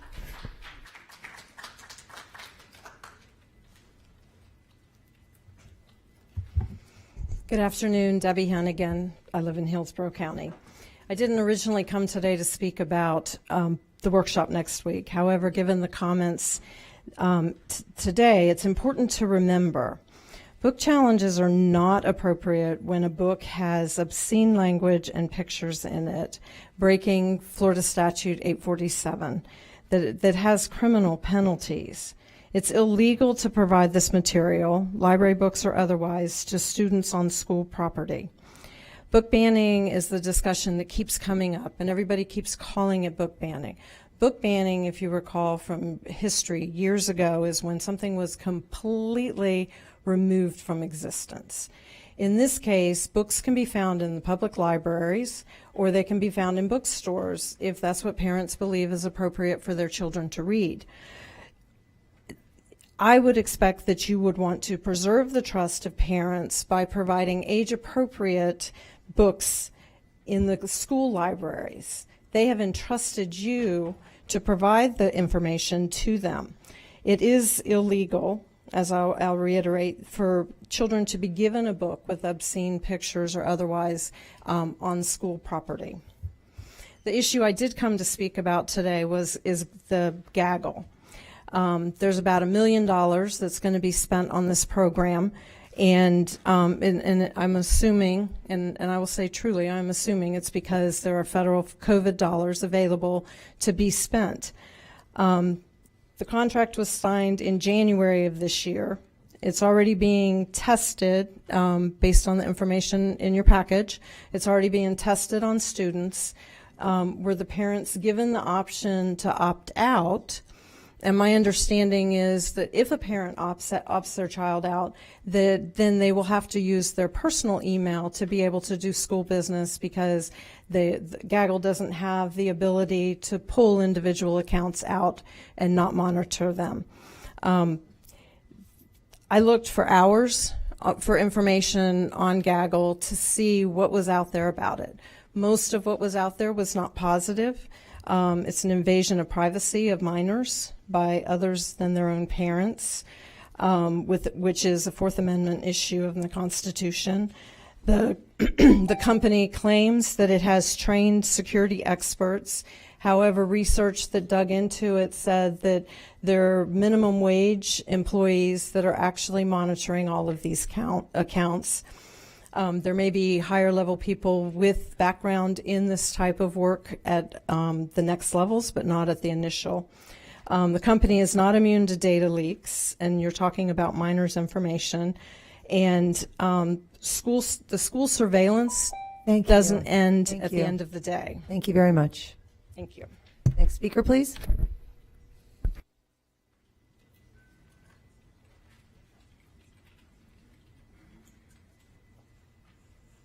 Hello, good seeing all of you again. I'm Virginia Davis, and I'm mostly here on 4 or 5 items. Do keep to your current policy. It's working. The local school should be the one that considers it on their review committee, and they're pretty good, these committees. I also wanted to mention that I used the Anne Frank diary when I was a reading resource teacher, and I also taught Romeo and Juliet, Shakespeare you've heard of. And my 5th graders competed for the Juliet role, and this was at Robles Elementary. I too have taught over at Just on Saturday mornings when Just was a new school. And I'm shocked that y'all are considering closing a pretty new school. I really enjoyed doing Saturday classes there. Next, with the Kansas City shooting, I'm from Kansas City, very friendly people, but that man was horrible with his gun, and I suggest schools stop doing door-to-door sales. I don't know if a lot of kids are doing that for the principal's fundraising, but I know I had one show up at my house, safe neighborhood, and of course I didn't think of even shooting the kid. She looked awful tall, but I didn't recognize her. She was a grandmother's child. I knew a grandmother on the next block. She sent, I guess, her granddaughter to my house to sell candy for her school. So please stop all the door-to-door fundraising. It's way too dangerous since what happened in Kansas City. No, I'm not 84 and I don't shoot people at my door. But I am scared about opening my door to all these solicitors that come there. I congratulate you on the teacher pay. I don't know the details, but I'm proud you got a deal going.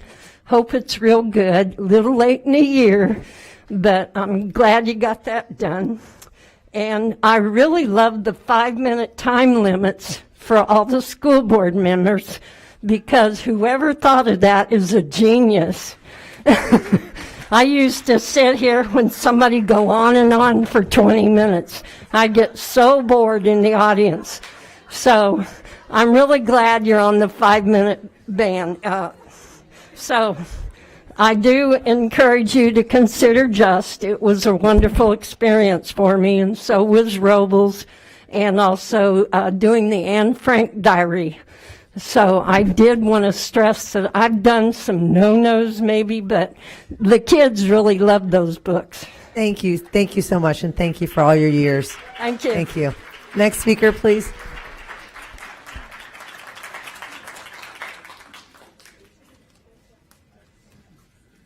How can I follow that?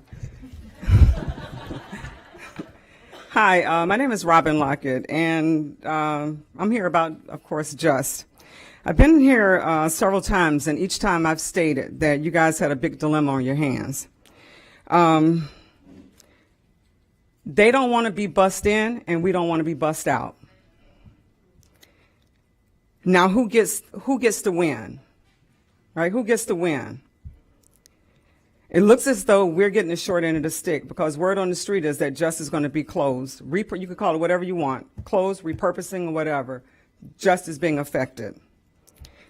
Why can't JUST become a K-8 school like Carrollwood K-8? They're joyous. We want to be joyous too. They're happy. We want to be happy.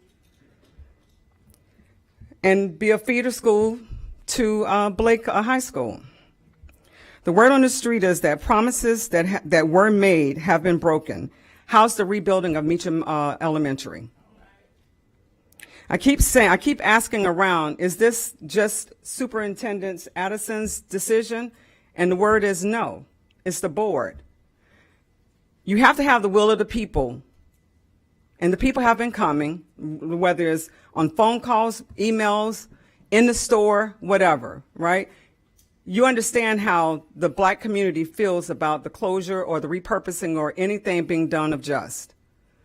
So if you have the will of the people, electives, you would vote no today on the closure of JUST. It unnerves me each time when I hear people begging. That puts something in my spirit when I hear begging. And I don't want to beg. I don't want to beg. We shouldn't be begging for anything. You should have the pulse of the community because you come in the community. You get our votes. So you should understand about the community when you're making decisions for us. I don't have any kids in school, but I still care about the community. And I felt it was my duty to come because I've been prior and you guys have seen me before. So, not please. The expectation is that you will not close, you will vote no in regards to closing JUST. Thank you. Thank you. Next speaker, please.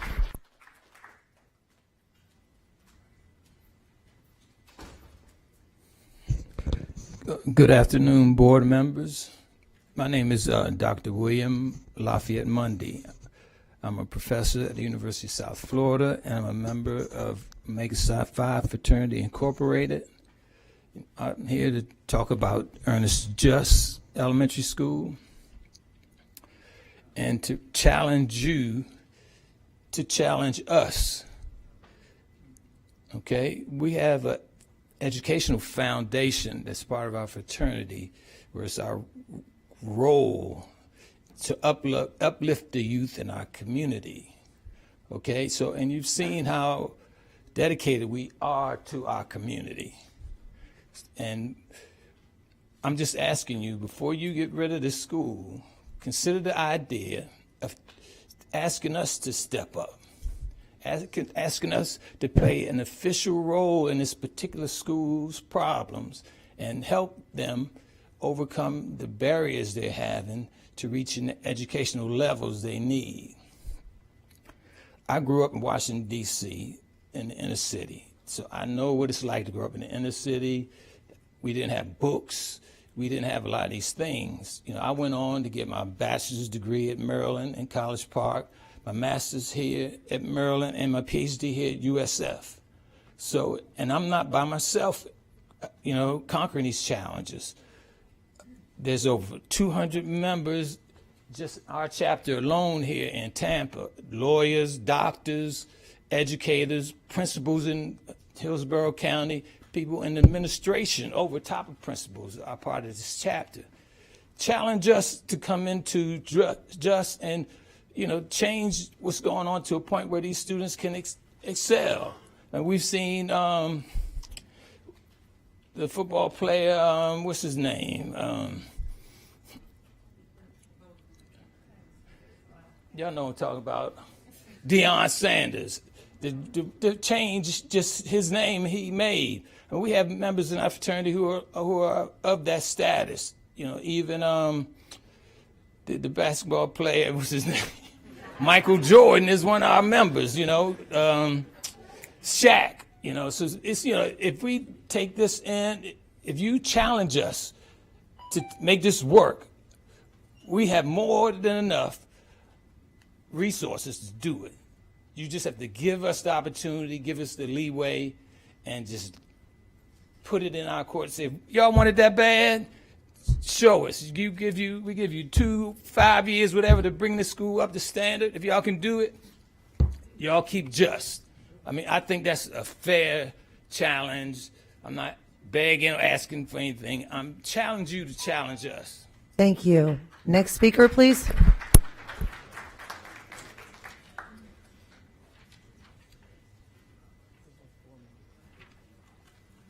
Hello, board. Greetings. My name is Dorian Harris. I'm a member of the Tampa Organization of Black Affairs.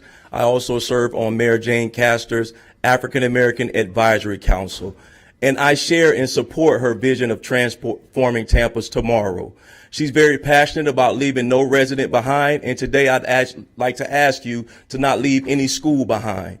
I'm a native of Tampa. I grew up here, and I'm very passionate about children and their education. My father taught me that from a very young age. He was a former president of Alpha Phi Alpha. His name is Howard Harris, and he's the president of the Dr. Martin Luther King Parade Foundation here in Tampa.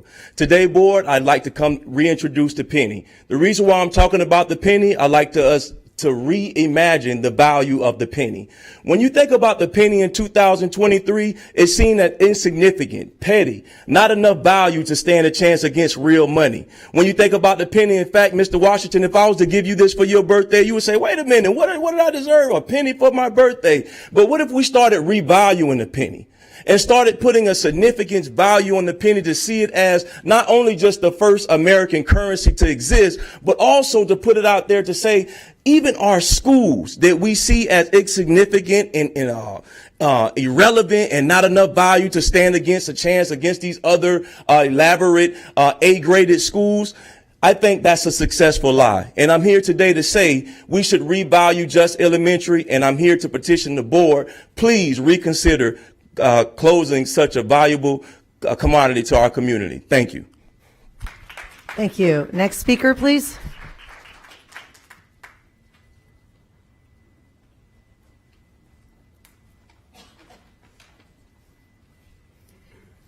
Good evening, board. Connie Burton. History proves that old segregationists, although they thought they was doing right, history has proven them wrong. And so what we see now is the attack to eliminate culture, history of African people. We hear terms such as where woke goes to die. We also hear terms where people saying we're doing it for the best interests of brown and black children. We also hear terms such as because it's the right thing financially to do. All sounding like segregationists. We're here to say, like Sister Robin said, we're beyond begging. In 1954, just 69 short years, the Supreme Court Justice Earl Warren wrote that children should not feel inferiority toward others. We have given the school system so many chances to move with deliberate speed in the education of our children. We've gotten broken promise and broken children. We watched the closing of Middleton, broken community, rebuilt later, damage done. Meacham destroyed, Blake closed, comeback, damage already done. Communities raised with the hopes of a better community, but many in that community can't even come back. Y'all know what the deal is. But what we are hoping now, that you see value in children that have had to leverage all of the plans of, I consider them to be hate, when we don't see value in all children. Children have been given individual education plans and EHD, all the alphabets. And within reach of magnet schools, they cannot even attend. The move of young segregationists of this era, call it what you want. Because right there, Dunbar, right there, Orange Grove, right there, Lockhart, our children cannot even attend these magnet schools. So how then do they supposed to feel a sense of pride? Not on our backs, not anymore. You have a responsibility to do the right thing. You've talked about this building here that you want to sell it, sell this. Do not move just. Our community is not going to go away. You have lit a fire on our community, and we are honestly saying financially, our children and our community will not burden the financial burden of this school board. Thank you. Thank you. Next speaker, please.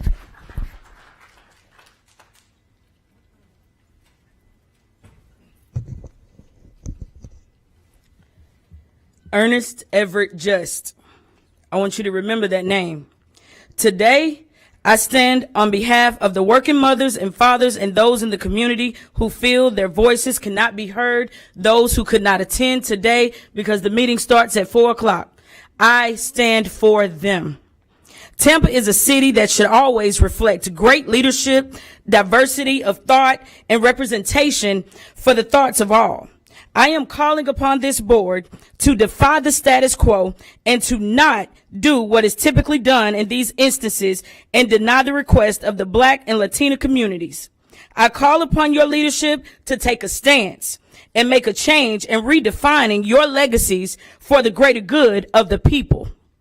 Just Elementary should remain open, and we can no longer and will no longer allow Black and Latina children to be utilized as pawns to pay the price for inadequacies to be utilized as the go-to options for successful school board solutions. We can no longer disrupt and place the oppression and burden on the students and parents who are already underserved and overlooked for the sake of undiscovered and hidden plans that will eventually redevelop this prime real estate. Each board member was elected, and each of you took an oath, and one was appointed, not for their constituent parents, but for the children in every district, not just your district alone. We have seen what power this board has by the decisions that you've made in other communities. And today I stand here with boldness and courage and say to you, do not repurpose a historical school and make excuses, but stand firm and honor what the community wants. I leave you with this quote: ethics, equity, and the principles of justice do not change with the calendar year. D.H. Lawrence. So I implore each of you to go back to the drawing board and check your principles. Vote no on closing or repurposing Just Elementary. I yield the rest of my time. Thank you. Thank you. And our final speaker for tonight?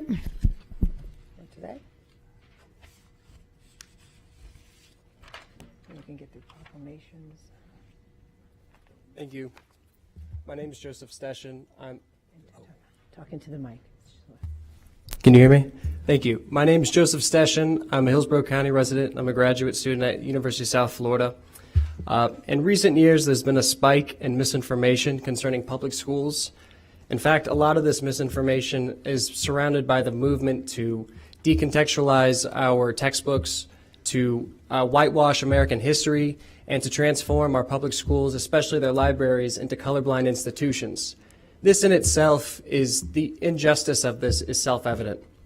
By consequence of this misinformation, parents have become increasingly misinformed about the curriculum standards and teaching practices of our public schools, regardless of the source, whether it be from internet conspiracy theories or disinformation from state executive officials. False information about our public schools is unfair and unjust to both our teachers and parents. Therefore, I have come to the county school board with a proposal of a request that I'm confident will help us overcome a lot of this issue. The request that I ask the school board is to implement measures that require school board officials to integrate instructional sessions for parents concerning the resources and tools available to them as part of the recurring parent-teacher conferences, resources, as an example of Clever.com and Canvas, as well as other platforms that I believe you guys are voting on in the near future, if not already have. These sessions are to focus on informing parents of three things. First, what online resources are available to parents, like Canvas? Two, why are these resources important and useful for parents? Transparency. And three, how can parents successfully use these resources? Many parents may actually be aware of these already, but don't know how to use them. And if you don't know how to use a tool, how can you use it? This proposal that I ask, it is cost effective because it will not affect any of the school budget of any of the districts, nor will it require the employment of any new employees or the reassignment of any given staff members.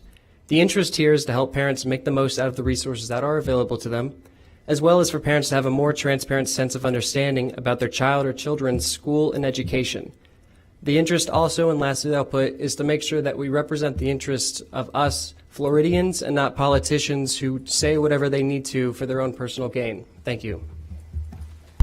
Thank you. And that concludes our board comments, or our public comments for today. We will now move on to the recognitions and proclamations. And we have three today. A01, adoption of proclamation, National School Library Month, April 2023. I will be highlighting this item. In all Hillsborough County Public School Library Media Centers, students have access to print books, audiobooks, ebooks, online databases, robots, maker spaces, quiet reading nooks, active collaborative learning spaces, and full-time certified school media specialists. School library media programs contribute to the individual growth and development of all students while fostering both excellence and equity in education. During National School Library Month, we celebrate all the ways school library media programs ensure students and staff are effective users of ideas, information, and technology. I need a motion and a second to approve National School Library Month of April 2023. I have a motion by Member Perez. I have a second by Member Vaughn. Okay, and any discussion? Okay, I wanted to quickly say thank you so much to Libby Cope from Lato High School for an amazing media specialist banquet yesterday. I know several of our members went, Member Rendon, Member Vaughn, Member Gray, Member Washington and I, we attended, and we wanted to congratulate all the specialists. There were reading teachers there. They were secretaries, of course, our media specialists, many of our administrators, and I wanted to highlight the Administrator Advocate of the Year was Principal Michelle Toscani from Bellamy Elementary School.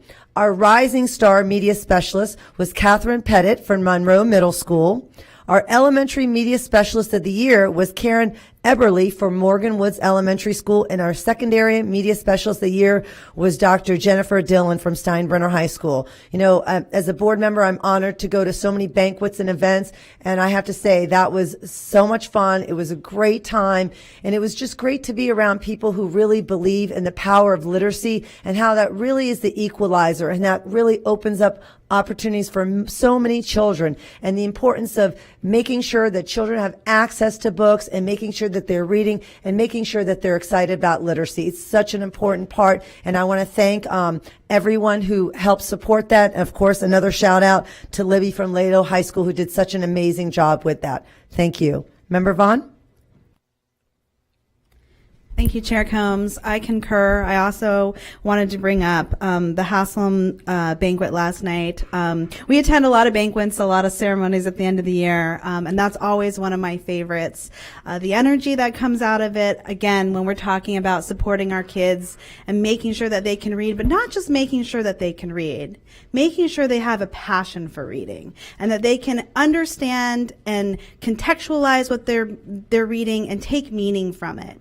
And our media specialists have all been trained for that. You know, when you go to an event and they're giving away amazing books and all the raffles are around literacy, it just really reminds us how important it is, again, to have relevant material in front of our students. You know, when I go back and I speak to so many members in our community, our administrators, and I say, what can we do for our students, not just to get them to read, but instill that passion? It always comes down to culturally relative material or making sure that we have some things that our students can relate to or something that captures their interest. So I just want to thank all of our media specialists. You know, some of them came up to me privately and said that they've been very hurt by some of the public testimony that we've had recently regarding our books. You know, to be likened to, you know, people who are trying to hurt our children is such a disservice to people in our community who have gone to school and who prioritize making sure that our students have access to literature. It's really heartbreaking to see some of the narrative that have come out of our school board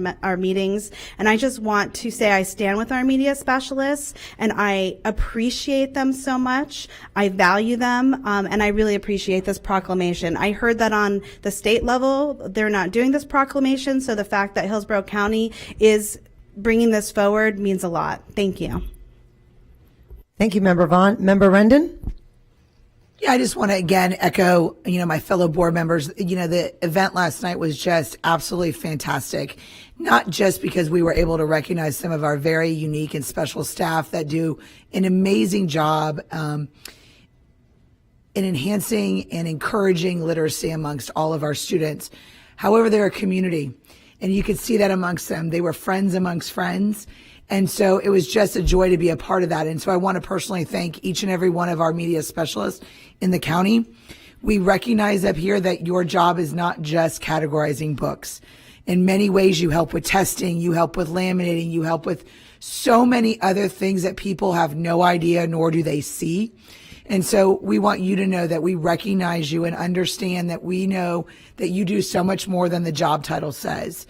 And your encouragement of literacy is such a great equalizer in our community. Anyone who can read can do anything. Anyone who can read can be anything. And so thank you for all that you guys do amongst all of our schools in our counties. Thank you, Member Rendon. Member Gray? Thank you, Madam Chair, and big thank you to Libby Cope for her leadership. The library is the most and the largest learning center in the school, and every one of the board members have said it eloquently. They mean so much to the disciplines of reading, literacy, communication, which is all the components.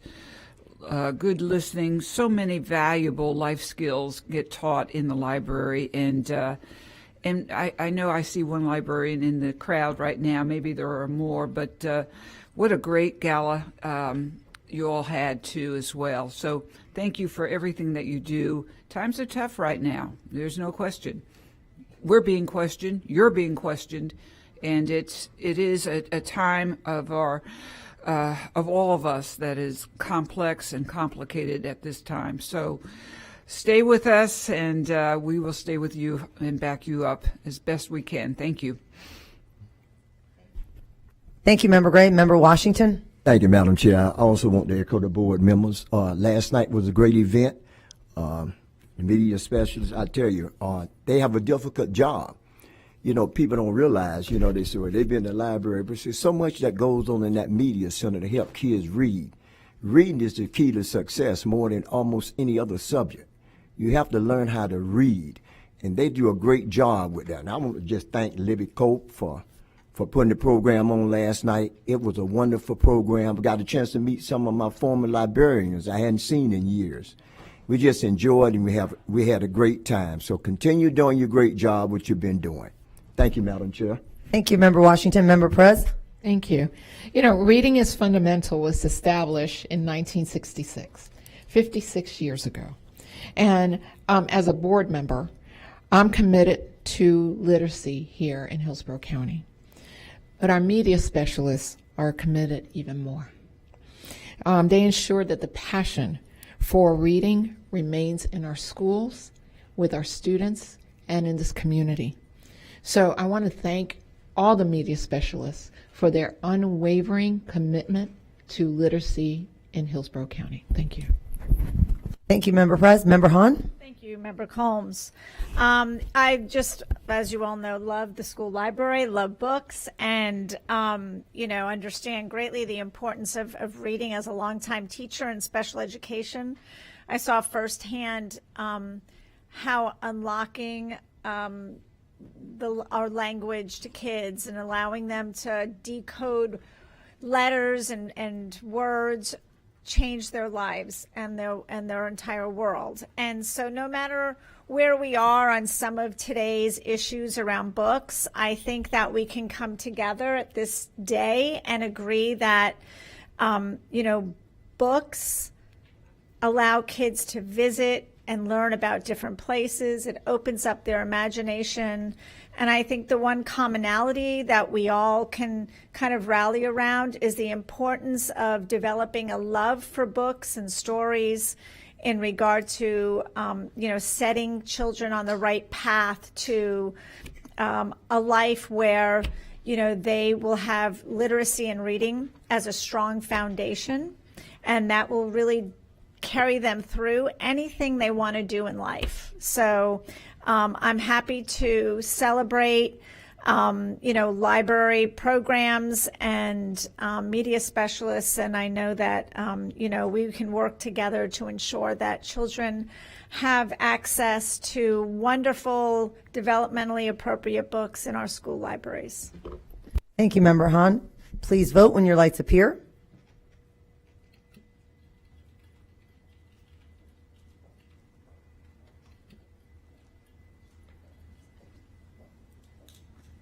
And it passes unanimously.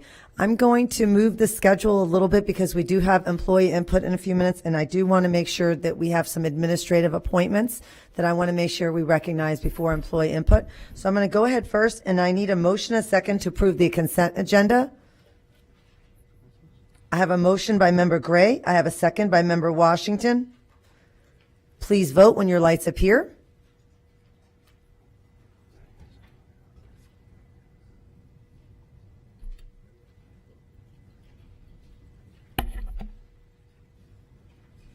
And it passes unanimously. We will move. I will now call on Superintendent Davis to highlight our administrative appointments. Yes, Mr. Chair. Thank you so very much, and we appreciate the flexibility. Tonight, I want to have an opportunity to highlight some of our leaders within our organization, those who will be transitioned from one school to the next, and also new leaders within our community. The first one I want to be able to highlight is the new principal at Belmont Elementary School. This is Miss Candace Dodd. She is the current principal at Edison Elementary School, which she started in 2019. She has been instrumental in our district. Candace, you got to walk down like everybody else. She was a professional development lead. She was a math coach. She was a teacher. She's done really cool things in our district.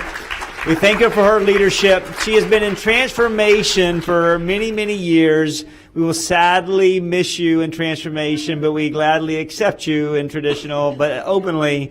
What we have an opportunity to do is to go to a school that will have open arms for you to continue to build on the foundation that Principal Black has created, and we look forward for you to doing some really good things for children. And thank you for your commitment and your willingness to go to one of the largest schools in the district and truly make a genuine difference. So congratulations and thank you. All right. Thank you. Got to walk that walk, Candace. Also, we have an opportunity, the opportunity to name a new principal at Buckhorn Elementary School.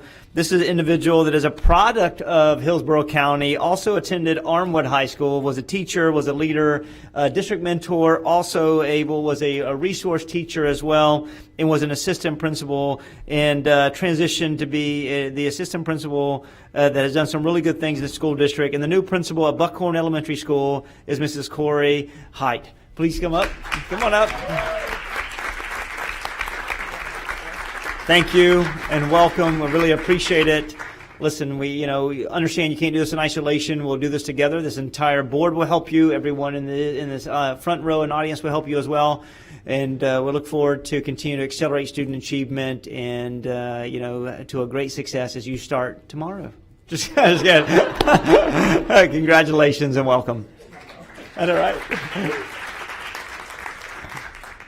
Our next leader is a leader that began her work in 2005 and has had over 20 years of teaching in education. Was 11 years, I believe, at Valrico, 3 years as a leader at Lincoln, transitioned, I think, 1 year at Dover, also was an assistant principal at Mango at 2019 as an assistant principal, transitioned to 2022 and became the principal at Dover Elementary School, now gets a chance to go back to Mango Elementary School. And this is Mrs. Kimberly Park. Congratulations, you're new principal at Mango. Thank you. We look forward to your hard work and your dedication. And then we had an opportunity to promote the current principal at Williams to a supervisor in acceleration. Mrs. Shelley, thank you so very much for what you do, but also being able to find a leader that can transition to Williams Magnet to be able to build on the foundation that Shelley has really implemented within that school. This individual started a career in Orange County as a first grade teacher, third grade teacher, behavior specialist, transitioned to some turnaround work, worked in Pinellas from 2005, 2008, transitioned to Hillsborough County in 2014, was an AP at Mann, then transitioned to go be the principal at Burnett, came back to be the principal at Mann in 2019, now has an opportunity to go to Williams, expand that Magnet initiative, build on the foundations, and do some really good things. The new principal, Williams Middle, is Dante Jones. Congratulations. And that is it, and we appreciate your flexibility this evening, Chair.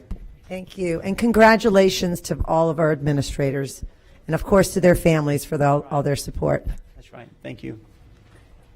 We will now move to employee input. We would like to now take employee input. Even though we hear public comment at the beginning of the meeting, it is sometimes difficult for employees of our district to attend meetings at 4 p.m.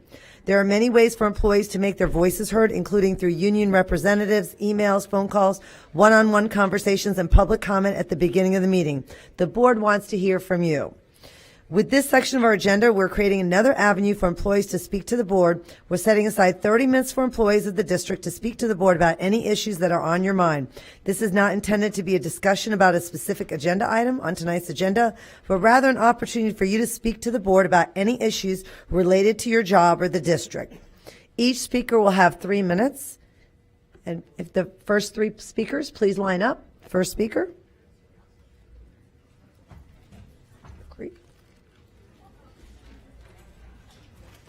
Sorry, I was dilly-dallying in the back. Hey, good evening, everyone. Rob Crete, president of CTA. Hey, the district is its people. Those are the words of the magistrate, and I think that we all agree. The magistrate acknowledged ACTA's willingness to be a partner with the district in the ruling. We, in turn, appreciate the board's willingness to take this vote on which was ratified by our members and the employees of this district tonight. This is just a small step in stabilizing our district that desperately needs more teachers and support professionals. And as the DOE consistently asked Mr. Davis to explain the holdup of this agreement, we maintain that the decision by the magistrate highlights the need for a union to fight for the strong public schools that our students, teachers, support professionals, and the school board deserves. So I thank all of you for that. So I also thank everyone for their patience throughout this glacial process, one that took longer that we all agree should have, and truly hope that we could agree sooner learning that lesson. And I sure hope that I have all your collaboration and cooperation with that. So we're looking forward to that. So we thank you, school board members, for the vote that you're about to take today. And Madam Chair, I don't know if there's a way to move that up in the agenda as well, as we have members that are both here and at home tonight on that. And look forward to working together to ensure that Hillsborough is the best place to learn and teach. Thank you, Mr. Porter, for that luck. Thank you. Thank you. Next speaker. I go.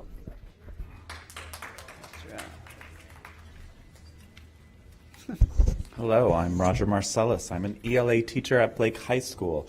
Currently, the district's IT department has blocked Wikipedia, Citizendium, and other repositories of knowledge, which are being labeled as blogs. As an ELA teacher, I strongly urge you not to block access to these databases. These resources provide valuable information and can be incredibly useful tools for students to learn and conduct research. Wikipedia allows students to obtain general knowledge about a topic quickly. It is true that there are some inaccuracies and biases that can be found on Wikipedia, but it is important to teach our students how to critically evaluate sources and verify information. Banning these resources altogether does not provide students with the opportunity to practice these skills, which are essential for their academic and personal growth.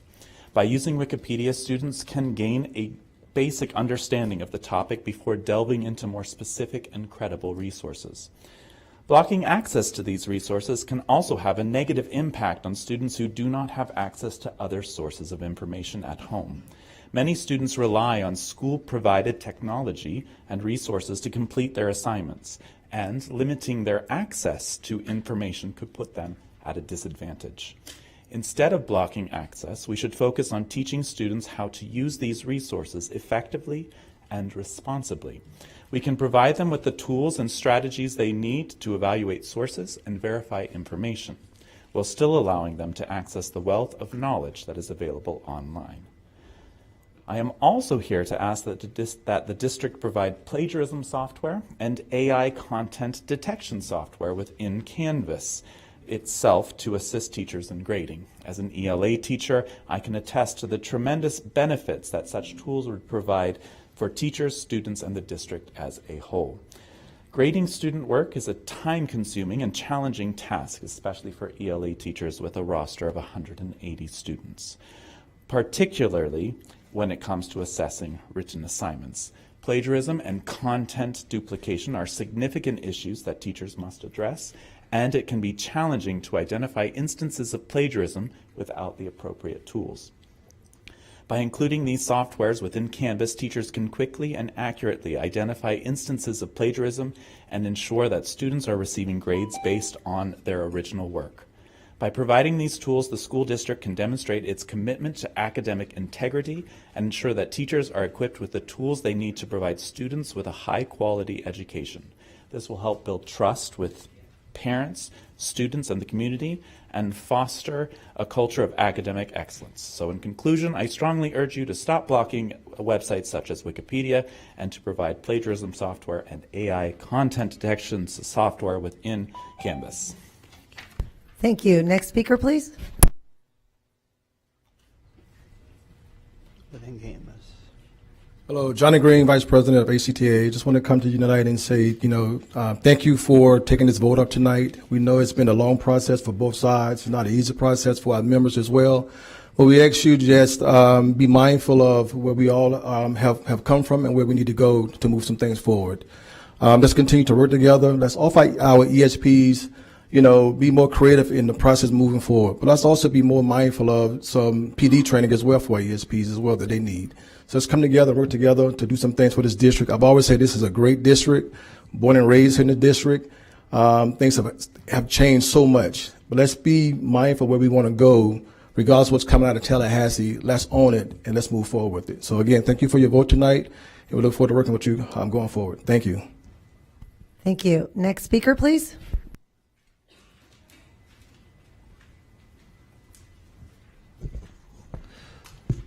Good evening, everyone. I'm going to try to do the best I can with the microphone here. David Wagner from Alonzo High School. And in anticipation of the vote that you're going to take this evening, I just wanted to come up and say if you do vote to accept the special magistrate's recommendations, thank you in advance. Hopefully, thank you in advance. The last time that I was up here and that I spoke to you all, I pretty well excoriated the entire board for your handling of a number of issues at that point, including teacher salaries not competitive with other large Florida districts, in particular Broward, where I taught before, the 2 steps that were owed to both veteran teachers and that had been advertised for new hires, including myself, without communication of the fact that we would be placed at that point earlier in the year 2 steps lower on the salary scale than advertised. Advanced degree pay supplements for teachers as well, which are taken for granted in other districts around the state and around the country, which were not at that point offered in Hillsborough County. And the effect that all of those things had in creating and perpetuating the staffing shortages that have so profoundly and detrimentally affected Hillsborough County students, educators, and schools this year. All of that said, If you vote to accept the special magistrate's recommendations this evening, you will have taken a significant step in the right direction on all of those issues, which will have a profound effect on our students, our staff, our schools, and our communities, both this year and moving into the future. So in fairness, I will probably be back in front of you soon to speak about areas where there's still room for improvement, after the areas recommended by the special magistrate, including the amount of the advanced degree supplement, which still lags behind the supplements recommended, which still lags behind the amounts offered elsewhere in the state, including health insurance for staff, including truly competitive pay, given that Tampa is both the fastest growing city in the continental United States and also the city with the highest rate of inflation over the last year. That sat at 11% about a month ago, and it probably hasn't gotten any better. But for today, in advance of the vote that you're about to take, if you vote to accept the special magistrate's recommendations, thank you, and thank you for your work on this the last few months. Thank you. Next speaker, please.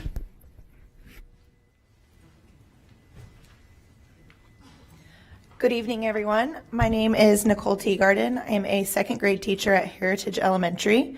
I'm here today to express my gratitude to my union and the board members who supported our efforts in winning impasse over the previously agreed upon salary step increases.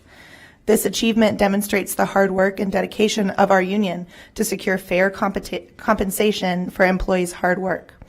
However, I want to bring to your attention the fact that there are currently over 1,500 instructional vacancies in this county, which signals a severe need for further improvements in wages and working conditions for all. The shortage of instructional staff has far-reaching consequences for our students, particularly those from disadvantaged backgrounds.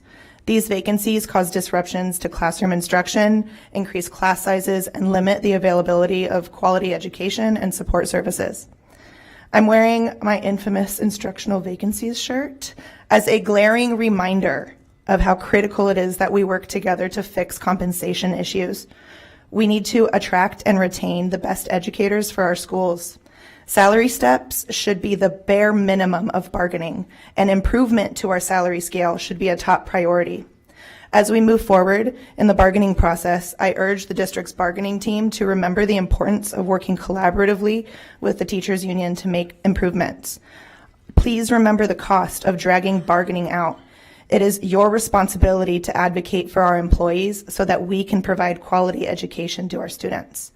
The district has dropped the ball the past few years, and the cost has been classrooms without teachers and students with massive gaps in their learning. While the win for HCTA is certainly cause for celebration, it is important that we do not lose sight of the challenges that still lie ahead. Please remember that teachers, paras, and staff on school campuses are the heart of our schools, and we deserve better. The magistrate clearly recognized this in his ruling, and I look forward to a more amicable bargaining process this next year. Thank you. Thank you. Next speaker, please. So I have laryngitis. I know some of you are very happy about that. I'm sure my students are cheering right about now. Thank God for Nicole, because she said everything I wanted to say. We do appreciate that you'll be voting tonight, and as Rob asked, I'd appreciate if it got moved up so I can go home and go to sleep. But I think that it's important from this point forward to realize that the bargaining team is there to bargain and work with us, not against us. And when I say us, I mean the employees, the people in front of your children, the people who are, in a sense, keeping this district alive. So I want to thank you in advance for your vote. I hope you can move it up. And thank you, Nicole, for saying everything I wanted to say. Okay, bye. And our final speaker for tonight. Good evening. Kim Henriquez from Lowry Elementary, kindergarten teacher. I haven't seen you guys in a while. I've been busy. But first, I just want to say thank you to the district for listening to the magistrate's recommendations and following them without having to go through any further stuff.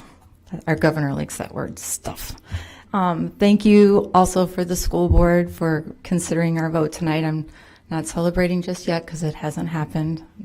Do you need me to sing? The fat lady, get it? I can sing if you want. Never mind. I'm appreciative for the raise because it'll help pay for the $10 parking that I pay for every time I come here. I think I'm parking in the wrong spot. And also to pay for some Krispy Kreme celebration donuts for my forever fiance. Every time I come down here, he looks forward to that. So, all right, random ramblings from the kindergarten teacher. Sorry, I've been with 5 and 6 year olds all day. But I did have my evaluation this afternoon.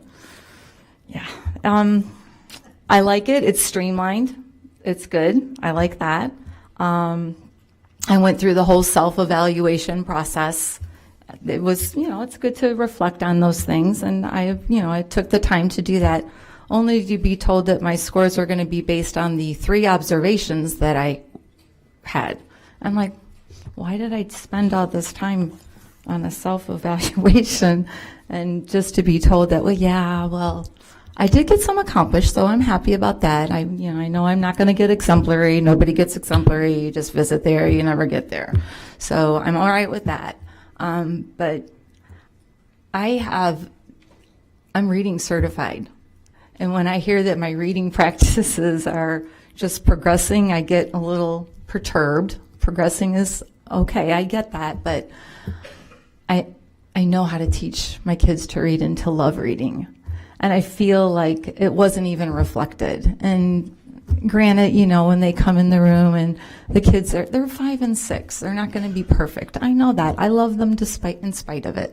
And they're learning how to do things. And so, if I don't clip them down or whatever it is that they're expecting to see for classroom management, I've got a great classroom environment, but then I get told, well, you're not being hard enough. So, but don't get me wrong, I love my principal, I love my school. That's why I'm there. I'm passionate about what I do. I'm passionate about the way I teach. So thanks for streamlining it. Thank you. And that concludes our employee input. What we'll do is we'll finish the proclamations, then we'll do 704, 403, and 404, and then continue in that order, board members. So we'll go ahead and continue for the next proclamation, which will be Adoption Proclamation, El Dia de los Niños Day, celebrating Young Americans Day, April 30th, 2023. Member Perez will be highlighting this proclamation. In Spanish and English. El Día de los Niños fue reconocido por la primera vez en 1924 para fomentar el crecimiento de los niños como lectores, desarrollar el amor de la lectura en el idioma de su hogar, promoviene su bienestar y reconocerlos como miembros importantes de la sociedad. Esta celebración anual se enfoca en la importancia de la lectura escrita para los niños de todos los orígenes lingüísticos y culturales. Nuestro distrito se une a esta iniciativa internacional donde se reconoce el valor de la lectura a través de varias actividades que incluirán entre estos naciones de cuentos por lectores invitados. El Día de los Niños was first recognized to promote child welfare in 1924 and celebrated through literacy in the child's home language. El Día de los Niños Day honors home languages and cultures and promotes bilingual and multilingual literacy and global understanding through reading. Our district is recognizing this day by joining the international celebration through guest readings and support for home language literacy. Thank you, Member Perez. I need a motion and a second to approve El Dia de los Niños Day, celebrating Young Americans Day, April 30th, 2023. I have a motion by Member Vaughn. I have a second by Member Washington. Any discussion? Okay. Member Gray?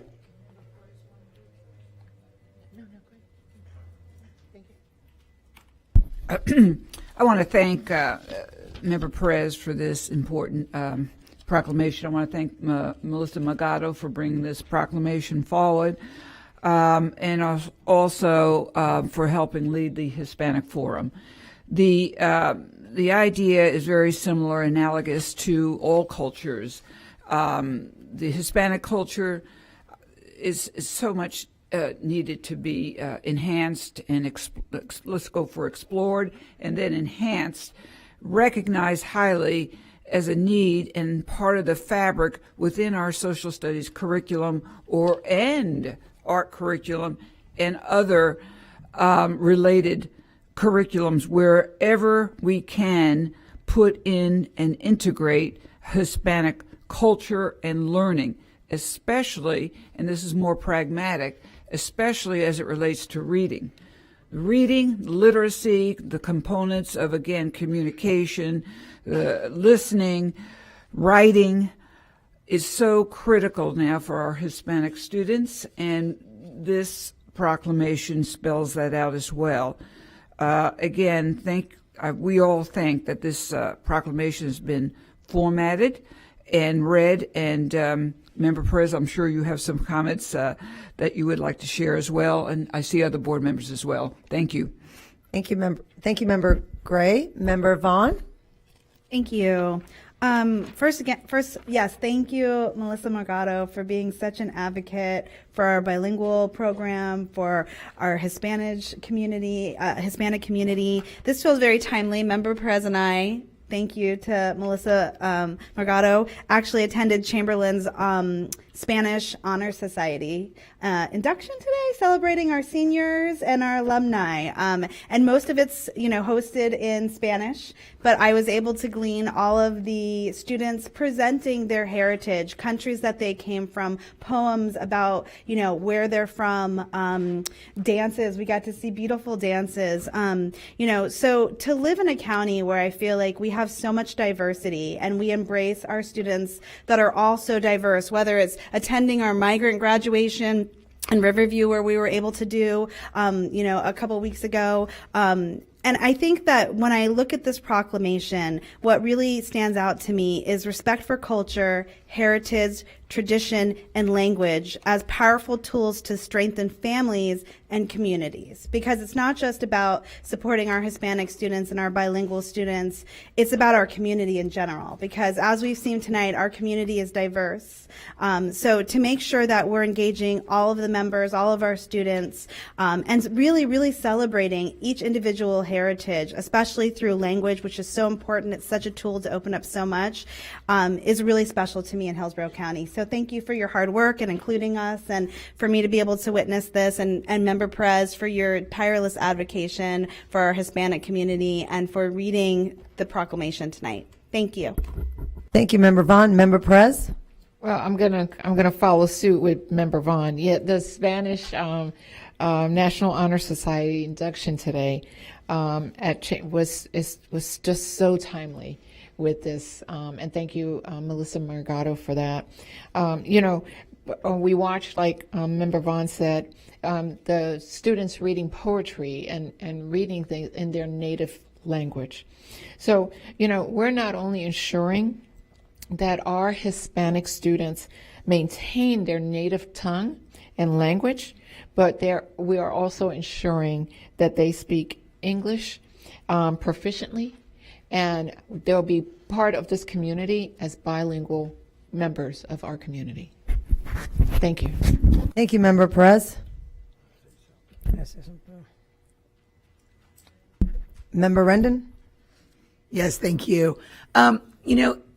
We have such a diverse culture and community here in Hillsborough County, and we are so fortunate to have so many different backgrounds that we can all honor and celebrate. And this particular one is very special with the Area 4 that I represent. We have so many individuals from the Hispanic community that we just want to make sure that we honor that culture and honor that heritage. We're excited. We've got so many things that go on throughout the year in many of our schools, and to be able to highlight that and bring such attention to it is just an honor for us to do. So thank you for all of you do in so many of our schools to bring highlight to that, bring education to the students that are not familiar with those various cultures, and to praise and encourage those that are from the various cultures, and being who they are so that they have honor and pride in everything they do. Thank you. Thank you, Member Rendon. Member Washington? Thank you, Madam Chair. And I would be remiss if I didn't say something about Mrs. Magado, because she does a great job day in and day out. And also, Mrs. Perez, thank you for that proclamation. It was wonderful. And I just found out that her husband went to Jefferson High School, so we got to hang out a little bit, talk about sports back then. Yes. So, but anyway, thank you for all that you do, because you've really been a warrior for Hispanics, and I appreciate that so much. Thank you. Thank you, Member Washington. And in District 1, where Town and Country is, or really throughout this district, almost 40% of our students are Hispanic. I don't think people realize the large number of Hispanic students that we have. And in District 1, we have so many dual language programs that are just thriving. Our ELL students are thriving. There's so many people in our district that I want to thank. But I especially want to thank Member Gray for starting the Hispanic Task Force here in Hillsborough County. And we meet regularly, and we have made so many strides, because one of the things that I realized when I first came on the board, I realized we have a large Hispanic population, but I'm not seeing as many teachers, administrators, principals, upper staff that are from that Hispanic population. And I thank you, Superintendent. We still have a way to go. We are making some strides, but we need to continue working to making sure that students, when they see people, they're seeing people who are in high leadership skills, that are in high places, to make sure that they are also the voice of students, because students need, often I will go to a school and you find students who have just recently come from Cuba or maybe have traveled 4 or 5 months here, and being able to go into a dual language program, or being able to connect with a teacher at the school, or being able for that family to come to that school is really, really important. And we need to continue to put that at the forefront and continue doing proclamations, but also continue to do the work and looking at that staff and looking at those numbers and seeing that our work is really coming true. So thank you, board, and we need to continue working on that. Thank you so much. Members, please vote when your lights appear.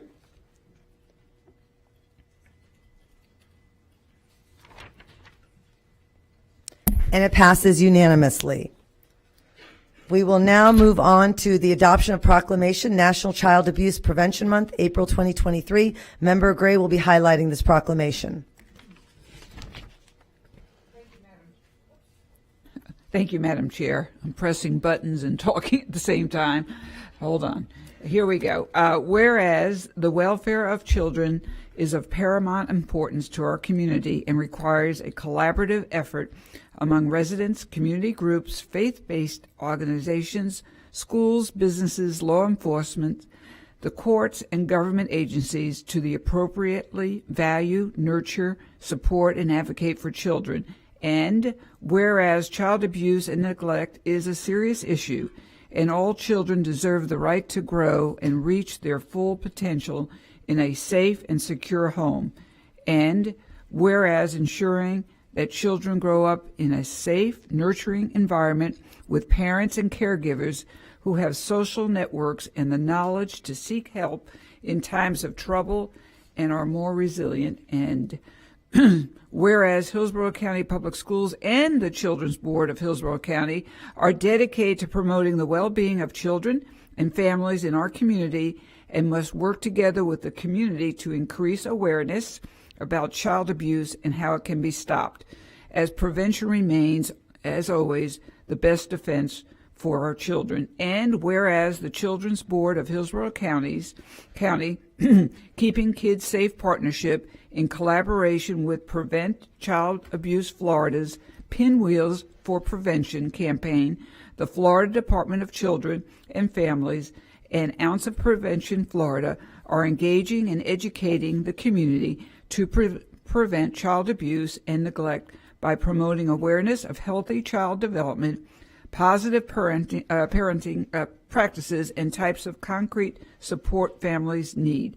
Whereas we urge all members of our community to work together to prevent child abuse and neglect by supporting families, promoting positive parenting practices, and reporting suspected abuse or neglect, we encourage individuals and organizations to participate in events and activities throughout the month to raise awareness about the importance of preventing child abuse and neglect, and to show our commitment to all children in Tampa Bay. Now, therefore, be it resolved that the School Board of Hillsborough County, and this will come up for a vote. Thank you, Member Gray. I need a motion and a second to approve National Child Abuse Prevention Month. I have a motion by Member Rendon. I have a second by Member Washington. Any discussion? Member Rendon? You know, first and foremost, I want to thank every single teacher, administrator, social worker, every single person who works in Hillsborough County Schools. You are the line of defense for the children that we serve. Those of you who don't know, during COVID, the number of abuse calls decreased by over 25%. And every single school year, the month of September and October, you find, actually August and September, you find the most abuse calls all year long. And that's because you, the teachers, the administrators, are protecting our kids. As a mandatory reporter, what I have seen over the years is gut-wrenching. So I want to thank you for every moment that you are with our children, for every eyeball you put on them, and every phone call you make, whether you know or you don't know, but you don't take the chance. Because not everything looks the same, and you make the decision to call. So thank you. Thank you, Member Rendon. Member Gray? Thank you, Member Rendon. Exactly so. If we look at the statistics, which are very frightening, we're looking at the Hillsborough County, the highest in the state of Florida of child abuse that have been reported and recorded, the highest. And secondly, 4 children per day are removed from their house due to child abuse. 4 children per day. Third, as it relates to education directly, over or less than 50% come to our schools ready to learn with 0 reading background. So when we look at the Children's Board, and thank you, Ms. Paris, and the wonderful board, and doing what we can to bridge the gap, Superintendent Davis, wonderful board members, Ms. Rendon, we have a lot of work to do in capturing, and yes, we do thank the social workers who have that gut-wrenching job because they see what goes on. But at any rate, thank you for allowing me to read this proclamation. Thank you, Member Gray. Please vote when your lights appear.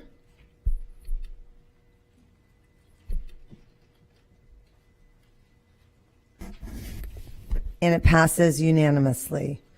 Our final proclamation for today is adoption of proclamation, the month of the military child, April 2023, strategic planning and partnership. Member Hahn will be highlighting this proclamation. Thank you, Member Combs. One of my favorite proclamations of the year. The month of the military child. More than 4,600 children of our men and women in uniforms are students in Hillsborough County Public Schools, where they bring a spirit of leadership, caring, and achievement to our campuses. Children of service members are a source of pride and honor to us all, and it is vital to recognize their contributions, celebrate their strength, and let our men and women in uniform know that while they are serving our nation, we are serving their children. Hillsborough County Public Schools is proud of our partnership with MacDill Air Force Base, known as the MacDill Council for Educational Excellence, which creates a collaboration between military leaders, educators, and our community. Everyone is encouraged to wear purple tomorrow, April 19th, as a visible sign to thank military children for their strength and sacrifices. Thank you, Member Hahn. I need a motion and a second to approve the month of the military child. I have a motion by Member Washington. I have a second by Member Vaughn. Any discussion? Oh, sorry, I don't know why my buttons aren't working. Member Hahn? Thank you, Member Combs.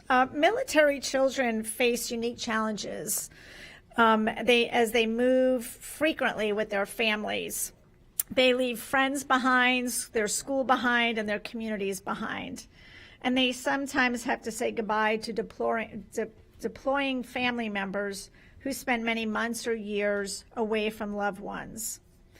This month and every month, I share my gratitude for these children. And as a board member, will continue to support our military children and families. As a member of a military family myself, my husband, his father, his brother all went to the Naval Academy and served in the military. And my niece and nephews moved all around this country growing up. And I've seen firsthand the sacrifices my own family members have had to make and how long they've been separated from their parent while they're serving our country. So I hope that you'll join me this month in celebrating our military children and families. And tomorrow, I hope that in some way you'll find an opportunity to put a little bit of purple to your clothing or what you're wearing to celebrate the month of the military child. Thank you. Thank you, Member Hahn. Member Rendon? You know, I want to acknowledge all of our Purple Heart schools in our district, taking the extra time to make sure that our military families feel connected, that they feel heard, that their accommodations are met. It takes an extra effort by our faculty and by our administration. And so I want to give a shout out to all of our Purple Heart schools. I also want to give a shout out to all military advocates who acknowledge exactly what's going on with the students within our district and the needs that they have, unique as they are as they move around many times within a couple years, sometimes even within the same year. And so thank you for all of our military advocates around the state and locally here in Hillsborough County that take that extra time to make sure that the military families understand their rights as they move from district to district and what they need to have happen. And again, I want to thank the military families.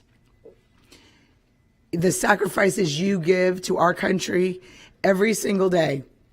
This is just a token of what we can do to say thank you. Thank you, Member Rendon. Please vote. Does anyone want to say anything else? Please vote when your lights appear. Yeah. And it passes unanimously. Oh. And the following items will now be heard: C103, C104, C402, C403, C404, C501, C601, C704, C705, C706, C710, C711, C712, and C1001. Okay. And I'll be moving a couple around. 501, naming of the music suite at Springhead Elementary. Superintendent Davis will highlight this item. Through the chair, thank you so very much, and perfectly done. Tonight's about where a community has come together and recognized an educator that has given 35 years to Springhead Elementary School. Through the principal, Mrs. McClellan, and at the same token, all of our staff, they've come together to be able to acknowledge and be able to best represent an individual that is known for her elaborate Broadway-like Gray Lowell productions and all of her festival of dances and her outreach to the community, and very connected to the Plant City, whether it's the Veterans Program, Empty Bowls, or it's the Strawberry Festival, always comes to create the best in her school. Not only does she teach music at Springhead Elementary School, but she goes over and beyond for extracurricular activities through chorus and through band. And at the same token, as she spoke tonight, her partnership that she has for Instruments of Change, which provides students of instruments in need. And as they graduate out of Springhead Elementary School, those instruments are given to the students that transition with them for the rest of their life as they continue to interact with music. Tonight, it is our pleasure to recognize the name of my recommendation to the Music Suite at Springhead Elementary as Mrs. Charla Kerwin Music Suite.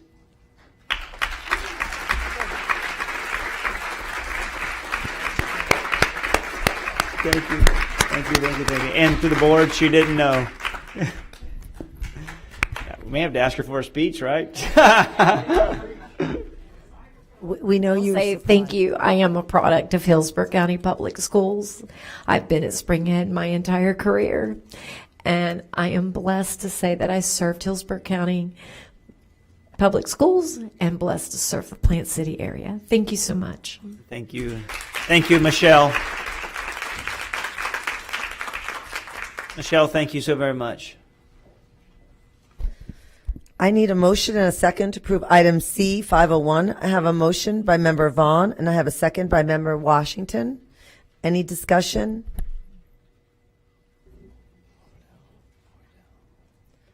Member Perez? Yes. I wanna thank them for, first of all, for her incredible service and dedication to this district. And also for the dedication you have for our students. That Music for Change, the Instruments for Change, not only help develop our children, but it changes them. You know, the conversations I've had regarding your program, it's incredible. Thank you so much for what you do. Thank you. And I think she was surprised tonight because her staff surprised her. But congratulations. And you know you always have a home in Hillsborough County. And thank you for your constant commitment to education, to music and students, and to your school. And you will always be honored. Thank you. Please vote when your lights appear.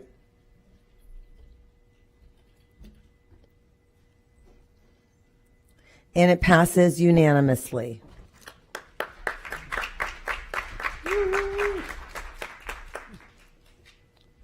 Okay, we will move to 403. Economic salary proposal negotiated with Hillsborough Classroom Teacher Association, HCTA, for instructional and educational support professional ESP employees for 2022-2023 school year. Superintendent Davis will highlight this item. Yes, Mayor, to the Chair. This is a negotiated salary agreement with CTA. And I know that we went through a long process to be able to make certain we arrive at a space where, we had to go to impasse. Impasse had provided a ruling. In that ruling, it did identify that for the individuals, they received two level steps for reoccurring movement on their respective pay schedules. At the same token, that they're eligible to receive a one-time additional payment for those who are at the top of the salary schedule. For receive a $2,200 additional payment, and ESPs will have $1,100 additional payment, and then also eligible employees at the top of the respective salary schedule will be awarded a one-time movement and receive a one-time additional payment as well. Those instructional employees receive $1,100 in their payment and $550 for an employee's status, and also a one-time payment of $300 will be paid to instructional employees on a E00 through E05 on a pay scale who would not receive or recognize any of the salary increase moved to the due to the movement of the salary schedule due to the fact that it's compressed. And then also being able to look at increasing the instructional and athletic supplements for a range of around 12% of an increase as well. And then the magistrate went on additionally and added additional supplements related to advanced degrees within the organization. At this time, I will turn over to Dr. Whalen to be able to add any other information related to this particular item to the board as we continue to move forward in discussion. Thank you, Superintendent Davis. I did want to point out on the agenda item that you will notice that there were 10 items that were agreed to at the bargaining table. So we did go through the bargaining process and work collaboratively with CTA and continuing to go to the table. So I just want to point that out. That's why the agenda item is highlighted in such a way. The remaining 3 items are what we were waiting for the special magistrate to give us a recommendation on. And you'll find those items on 11, 12, and 13. I also wanted to mention the revision was that the salary, the estimated impact is on the 22-23 school year line instead of the 2023 to 2024 school year line because we have not yet implemented that total cost.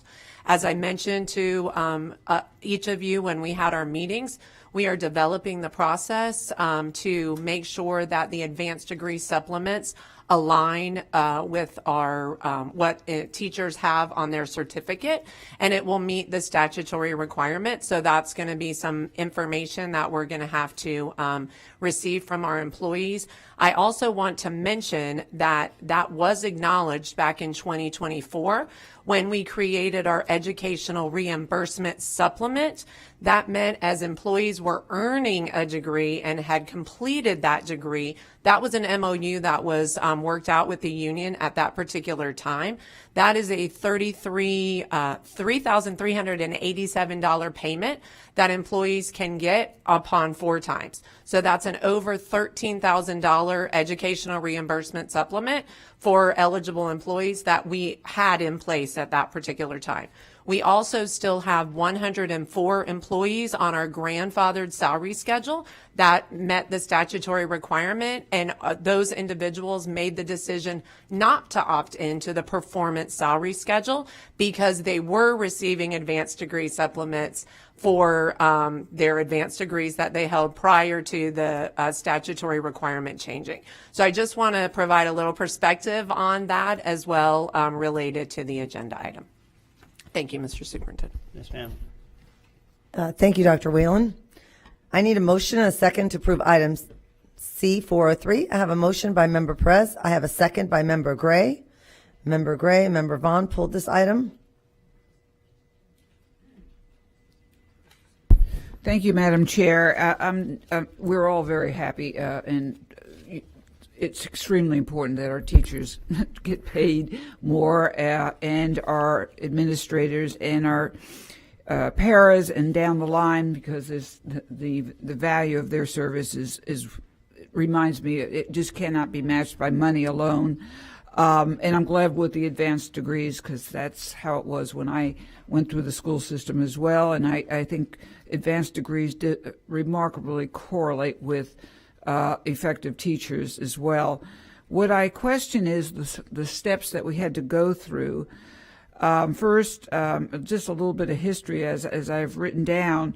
First, we go out for a millage in August 2022. It doesn't quite make it. But that indicates that we did need money for the teacher salaries. That was one of the great, let's just say, incentives, at least for me, to back the millage. And I'll speak for myself, because not all the board members might agree. Second, because that failed, we went into a fiscal savings plan. Thank you, Roman Year Johnson, CFO, who's done a remarkable job in saving monies. And of course, the Tampa Bay Times cited that to be more fiscally responsible. Then we talked about a step and a bonus to match the concern with our financial situation. Then we went from that to a second step to make things where they should be. Because most of us grew up with the steps, and it is important for teachers to budget, to know where they're going each year, and so many other reasons, not to mention the housing costs and everything else are outrageous. So now we have this, the judge's decision, this magistrate. I have a question from the superintendent and perhaps the CFO, where it has, and it doesn't have a page number, number 5, availability of funds. And it says, while the district primary focused on subsection 5, which is the availability of funds, outlining in great detail the financial condition of the district, the union presented its argument relying upon most of the statutory factors. The union presented a comparison of the compensation of a variety of other comparable school districts for employees performing the same or similar work. Now, I would like to know who is authoring the decision fiscally. I mean, are we being fiscally responsible? Can we sustain that? It's okay that Mr. Crete and everyone hears this, because they want our district to sustain itself, and we want our teachers to have the greatest amount of pay. But I'm asking you, the magistrate seems to say yes. Can we sustain this raise? Yes, ma'am, through the chair, I can answer that. So the magistrate, through the chair, the magistrate didn't address any of the financial components of this district that were presented, and any of the findings that you identified in the impasse didn't talk about where we were financially, didn't talk about a recovery plan, where we were in the past, the present, and where we have to go.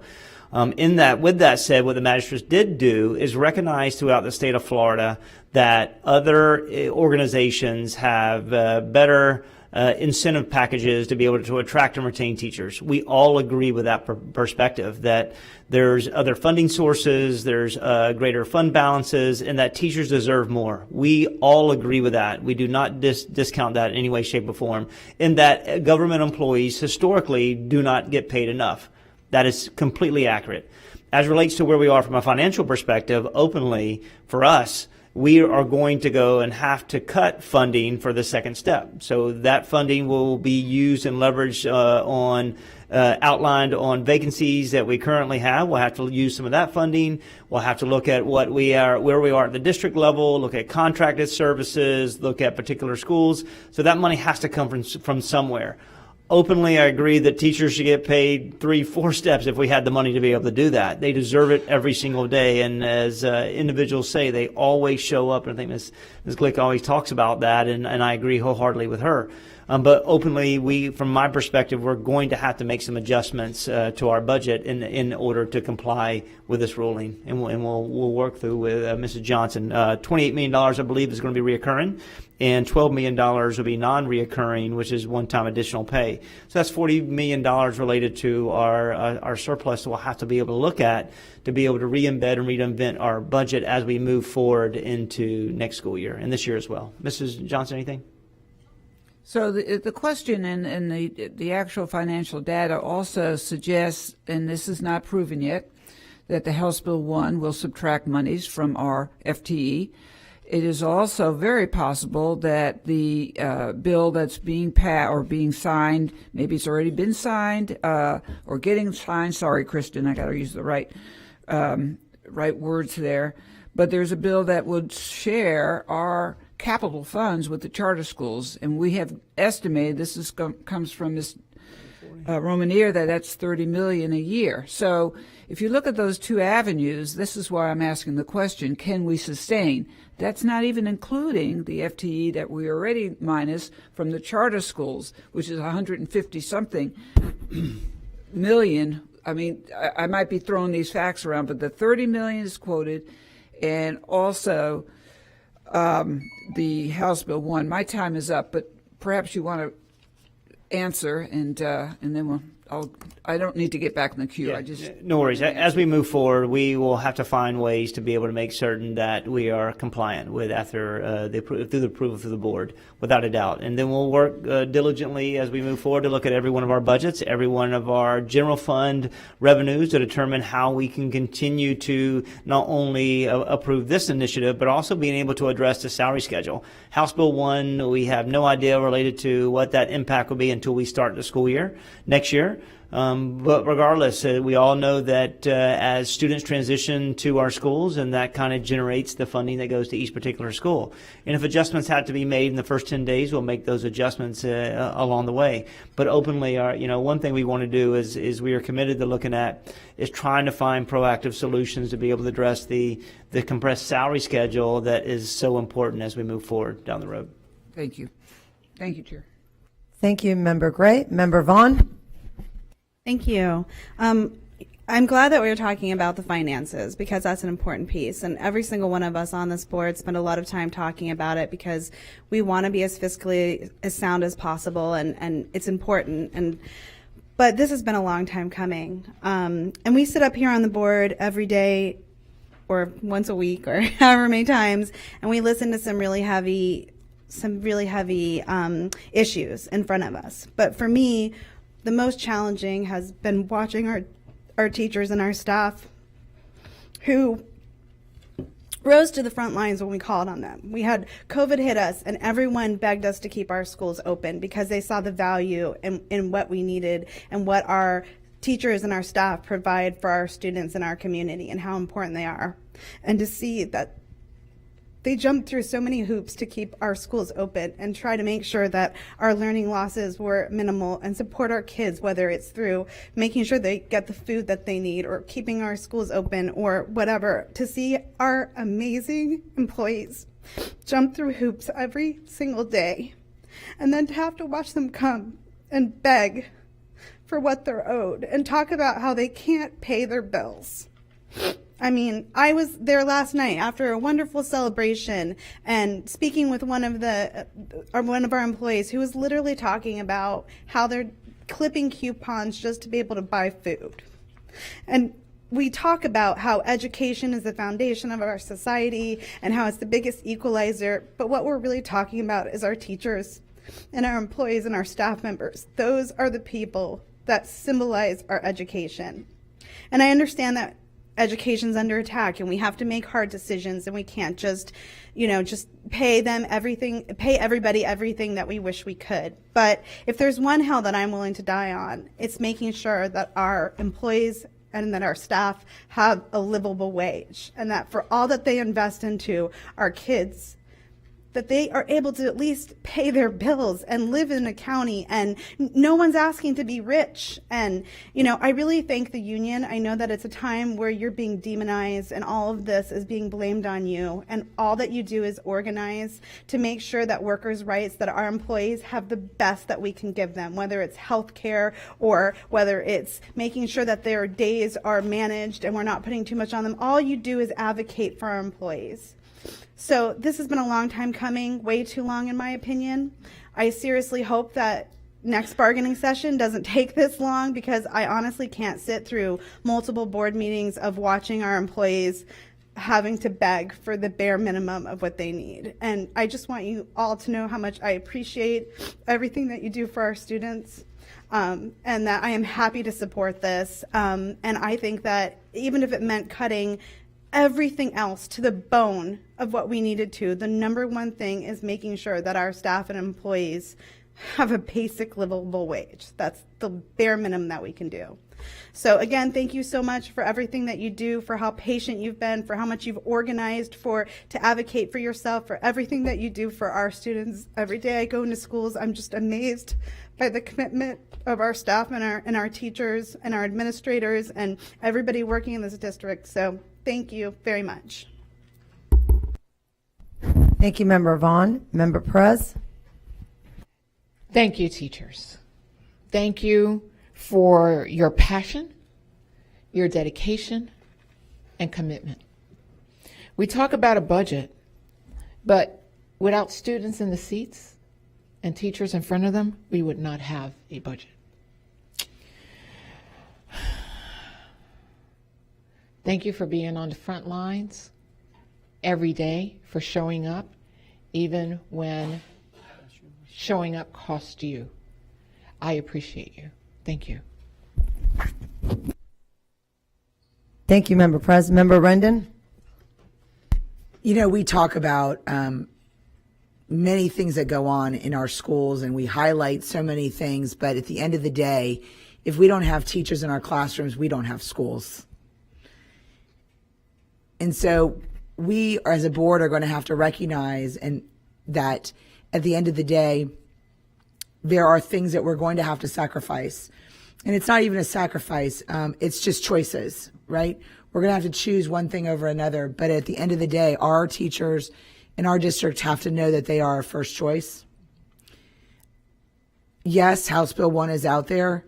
I don't fear House Bill 1. I know it's going to impact us, but I know they're going to come back because of our teachers, because of our principals, because of what you do every single day. You do it better than anyone else could. So we just want to make sure that you know that we appreciate what you do. We recognize you as a priority in this district. Doesn't mean that we are not fiscally being responsible. We want to make sure that we are constantly on the pulse.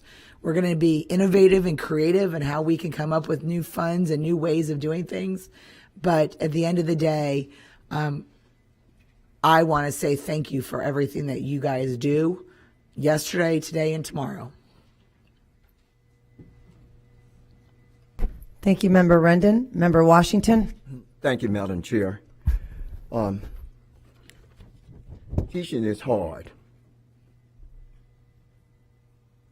That's one of the most difficult jobs in the world, being a teacher. And Hillsborough County teachers work hard. Even during COVID, we still moved the needle in education. Academically, we moved it. Because you're hardworking and you believe in the students. And that's most important. I taught for 14 years. In all those 14 years, I had to have 2 or 3 jobs.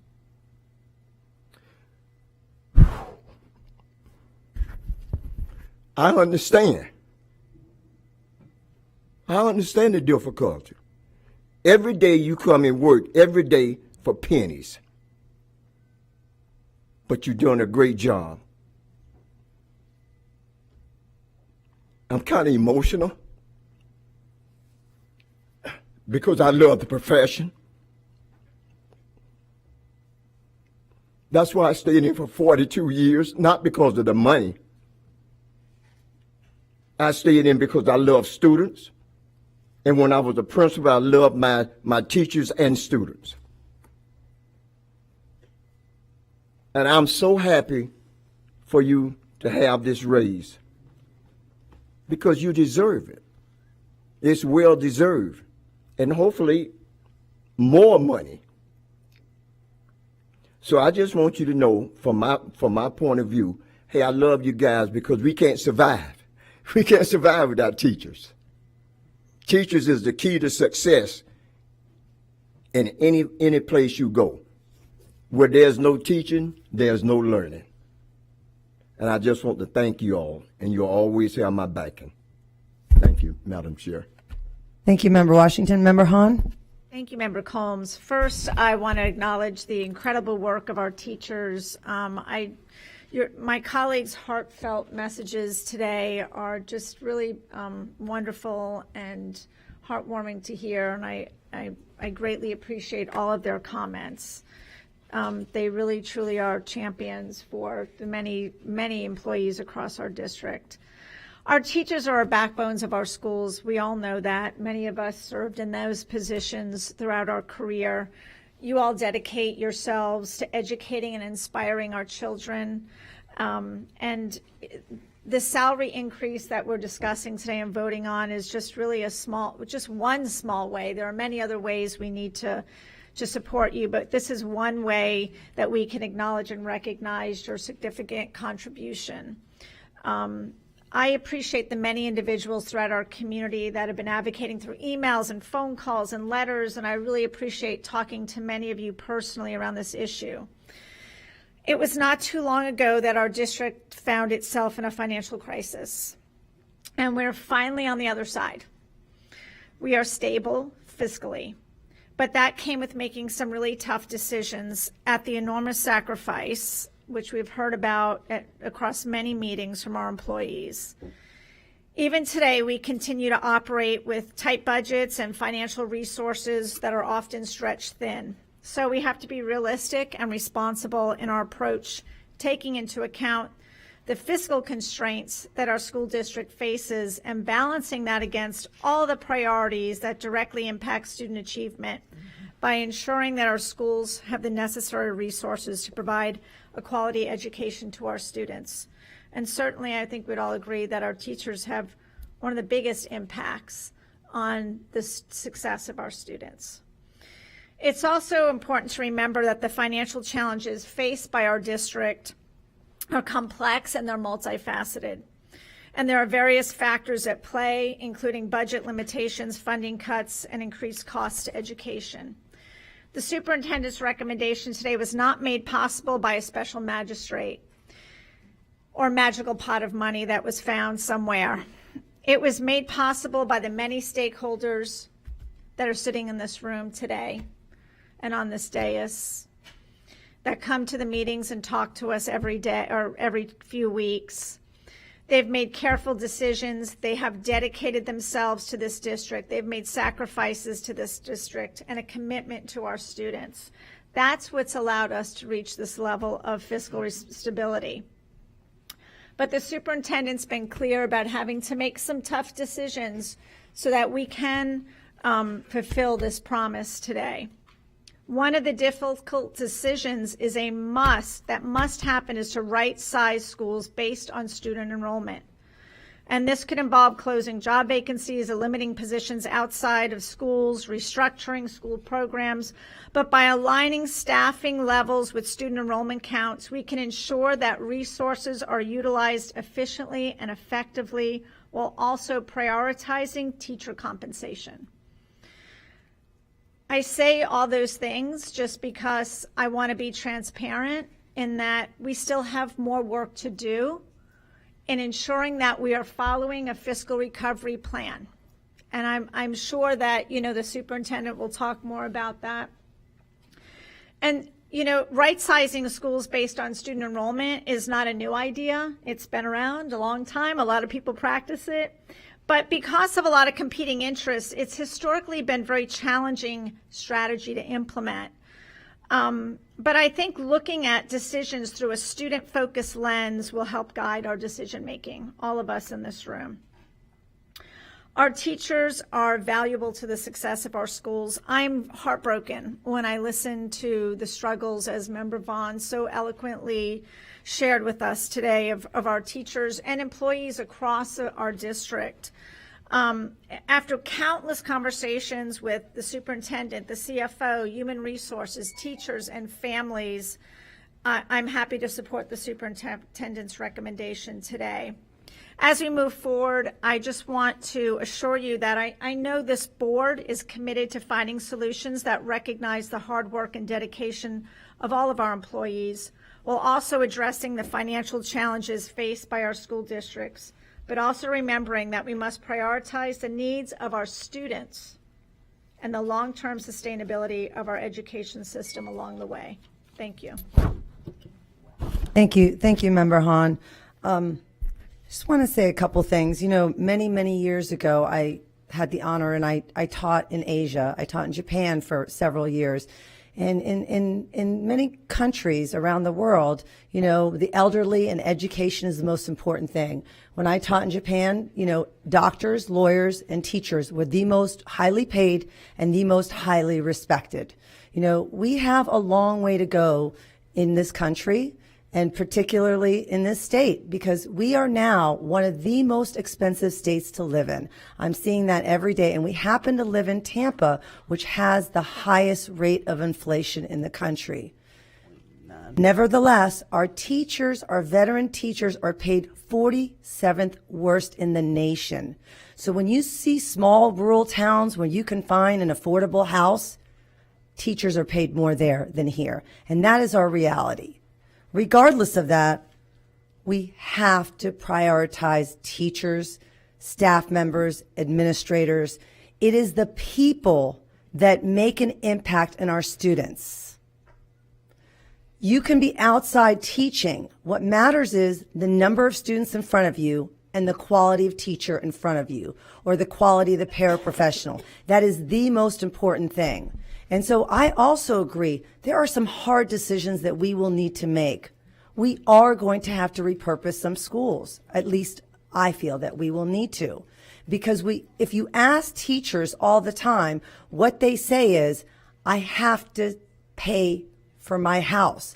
I have to pay for food. I cannot live when I'm not making a salary. What job the first 6 years you don't get a salary, and year 7 you get $100? I don't know of another single job like that. That is the reality. And it is so important that if our country is not prioritizing education, or if our state is not prioritizing educators, we need to, as a district, and we need to make hard decisions to do that.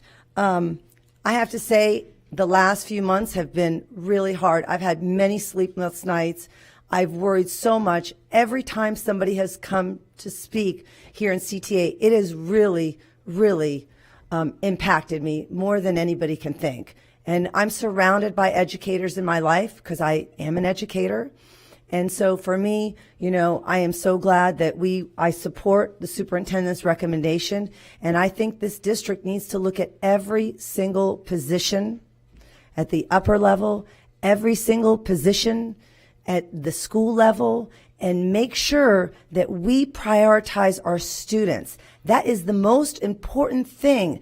This building, this dais, that is not important. What's more important is making sure that our students have people in their schools that are paid, that can live. Teachers didn't come in, they didn't go into education to become wealthy, but they also didn't know they were going to live in a state where they can't even afford to live in. So, you know, I appreciate, you know, this recommendation. We need to keep looking hard at every single dollar and making sure that the money is going to people and not things. Thank you. Member Gray? Yeah, I just had one big thing to say, one small big thing.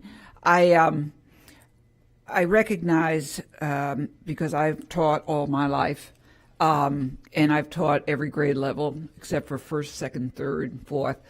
And I always hoped that teachers wouldn't have to have what I had to work 2 jobs before I got married. And now many of you are working 3 jobs. I always hoped it would be better by now, but it didn't. It got worse.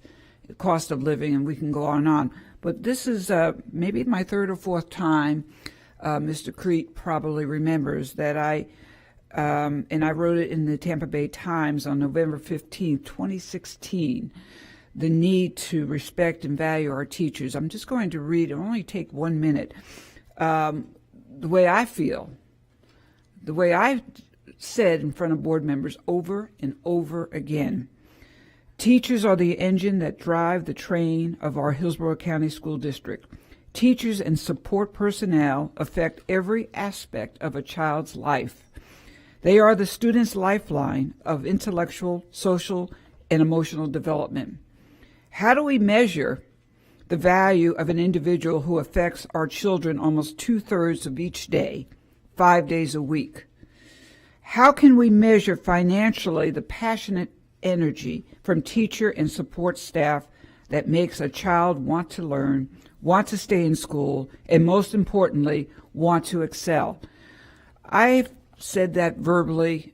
Board members are saying it as well. We stand by our teachers, and we always will, because without you guys, we don't stand a chance to be successful, because our kids will not be successful, and therefore we should not even be here. So at any rate, thank you for allowing me to share that. I had the bad cop speech, so I wanted to do maybe the good cop, but it really does come from many years of teaching and understanding what a teacher does day to day. Thank you. Thank you, board members. Please vote when your lights appear.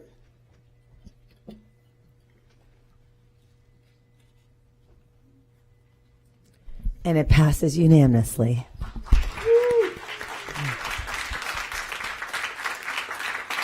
I think we can all stand up for that. That's right.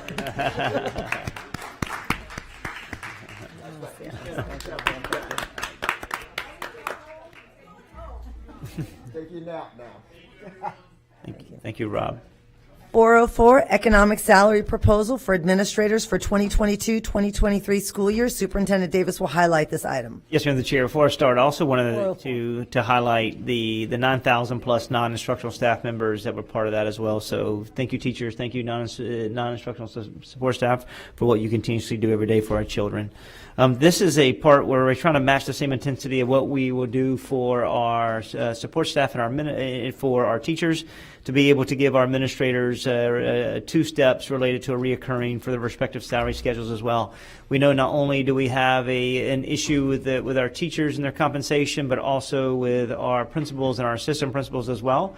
We have surrounding counties that are continuing to poach our best leaders and our best teachers as well to go into leadership positions due to the fact that they have more aggressive incentive packages. So bringing to the board a respective of 2-step level increases, along with being able to address eligible administrators who are at the top of their salary salary schedule for a one-time $2,200 non-reoccurring payment, and those who are eligible to receive one movement at the top of their salary schedule with a reoccurring one-time $1,100 non-reoccurring payment as well.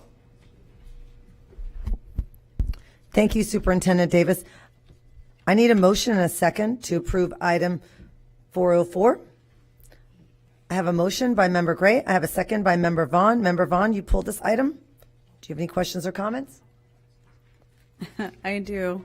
I would just, first of all, I appreciate that, we're passing this on to our administrators. I've had a lot of administrators asking me about what this looks like for them. So I would just love to, I'm sure we do anyway, but make sure that we're sending out a very clear email for our administrators so they really understand the impact of what this looks like. Because even as we kind of have gone through this process, there's been a lot of questions and uncertainty, and because they don't have necessarily the same contact and touch points with the union providing that information, there seems to be a lot of confusion. So if we can make sure, if this agenda item passes, that we send out an email that's very clear so that they understand what we're passing. Yes, Mr. Chair. Our plan is to send a communication to every group that was approved this evening to be able to send out, and at the same token be able to identify what payment schedule may look like as well. And in this administration, everyone received a raise except for me as superintendent. That is something we agreed upon that I would not accept or qualify for this year. Thank you, Member. Thank you. I'm sorry, I got so distracted with that. Member Vaughn, Member Washington.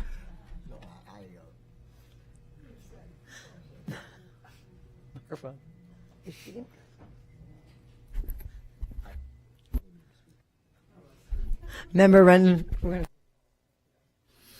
Okay, well, I'm going to speak. We highlight a lot of times what happens in every single classroom and the teachers and what goes on. But as we all know, when it comes to a team, the players are on the field, but it's those leaders, it's those coaches that get you through. They have the strategic plan.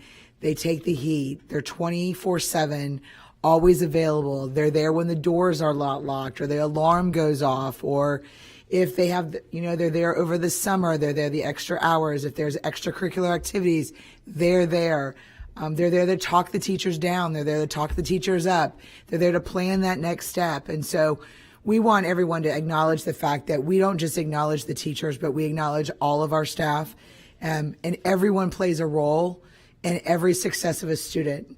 And so we need each of these roles to be successful as a district and as a board. So thank you to all of our administrators and everything you do behind the scenes on every single day. Thank you, Member Rendon. Member Gray. Thank you, Madam Chair. Thank you, Member Rendon. And I just wanted to say also the administrators, the leadership, the principals, they too were out there during COVID. They actually worked, almost many of them, as social workers in their off hours, calling up parents, trying to find the kids. I mean, there was 24/7 work done by our principals, and they are amazing individuals. So I'm so glad, Superintendent Davis, that we are able to also offer them. Ms. Johnson's not here, but real quick, Superintendent Davis, when was the last time we had given principals a raise? You know what? It's been a while. I don't have it, on me, but it's been a while. Last year we gave some additional payment, but it wasn't a salary adjustment in their schedule. But Marie Whalen may have that. She's looking through lots of papers. All I know is it's not as frequent as it needs to be. That's right. But we appreciate them. Yeah, we'll find that. I don't want you to have to go search, okay. But I do. It's an important point because truly they haven't had a raise in a long time. Ms. Burkett, you probably remember. In the 90s. I just asked one of the chiefs. She said in the 90s. She said in the 90s? If I could address it. Yes, ma'am. Okay. Sorry. Take it back. One-time payments, we did do those in 2021. Yeah. In the 1920 school year is when we had movement on the salary schedule for our administrators. 2019-2020 school year. Yes, ma'am. Okay. Well, it's been long enough, right? All right. So I'm glad the principals have gotten, and they deserve a lot more. Thank you. Member Washington? Thank you. Being a former administrator, administrators work hard. They really do. It's pertaining what school and where you're located. Some schools have more students than other schools, and administrators, especially, all administrators work hard. I found it very difficult in high school because I worked as a principal there for 9 years as a high school principal. And events at night, during the day, those evaluations, everything that came down, they called the principal. And the other administrators, discipline, the AP ones. The AP ones work really hard because they control the student population. And a lot of times when you control the student population, you have to be out there with those students. When that bell ring in the hallways, walk in the hallways, always supervision in the cafeteria, at games, so it's very difficult. And they deserve a pay raise. And principals, you really work hard. The one thing I always said right now, somebody said, well, Shake, man, you might want to, I said, no, I don't want to be a principal again. I don't want to do that. Because, life itself has changed a lot. The school system has changed a lot. There's a lot more responsibility for administrators than it was when I was an administrator. So things have changed, and you deserve a pay raise. Thank you, Superintendent. We appreciate that. Sure. Thank you. Thank you, Mr. Washington or Member Washington. I also want to say, we are losing administrators to surrounding districts because they are able to pay more than we're able to pay. And at the heart of the school, I will say, when I was a teacher, I never paid attention. I got to be honest. I never paid attention to my board. I didn't pay attention to the superintendent. Who I paid attention to was my principal every day, and I would follow a principal wherever they went. Cause for me, students were students, and maybe with some students, I had to be a little more strong with my classroom management, or maybe I needed to provide more resources. But at the end of the day, leadership is the most important position in this entire organization. Who the principal is and who the assistant principal is the most important. I know that there are principals that I would have driven an hour to follow them. So I want to thank all of our administrators for being so patient. We need to continue to do more. We need to continue to try to find more money because, as I said over and over, we need to continue paying people and prioritizing. And thank you, Superintendent Davis, because I think it's the administrators, they didn't have a chance to work from home, right? When COVID came, they had to go in every day. They've had to cover classes. They are really the academic leaders. They're the behavior leaders. And I've said this over and over. One of the things that I find that is very, very strong about your leadership is you finding the right person in the right school. And I have seen many of my schools, who are good schools become great schools because of the leadership. So I want to thank you for that. And I want to thank your staff and your cabinet for always making sure the right person is in the right school. Superintendent Davis? Yes, ma'am. Thank you, Chair Combs. You're only as good as your next hire, and it is about leadership. And for us, they've been remarkable, and we'll continue to make certain that we support them and build their capacity in any way, shape, or form, allow them to be problem solvers as we continue to improve this district. So thank you. Thank you, board members. Please vote when your lights appear. And it passes unanimously. We will have one more item that's out of order, and then after that, we will continue on the right order. 704, which is the revised interlocal agreement for school facilities planning, siting, and concurrency. Superintendent Davis will highlight this item. Yes, ma'am. This is a big win for this district. I know in 2016 there was an interlocal agreement with the Board of County Commissioners, and to be able to identify how we openly select sites, how do we look at facility planning, what do we do from a concurrency perspective. And there was definitely a need to be able to expedite our relationship and come together to really define our roles and our interaction. And I want to thank Greg. Greg's here tonight from the county. He's a deputy administrator with the BOCC. He's been a true champion of this work. He's worked collectively with Chris Farkas to make certain that in his team and to make it a reality. And the big highlights that we have tonight is that it really a defined creation of a staff working group. And that's between the Hillsborough County staff and the BOCC staff, really to come together and build task force around transportation, sidewalks, traffic counts, traffic signals, zoning, all of those elements to be able to declare what's the best to be able to create new schools and infrastructure within our school district.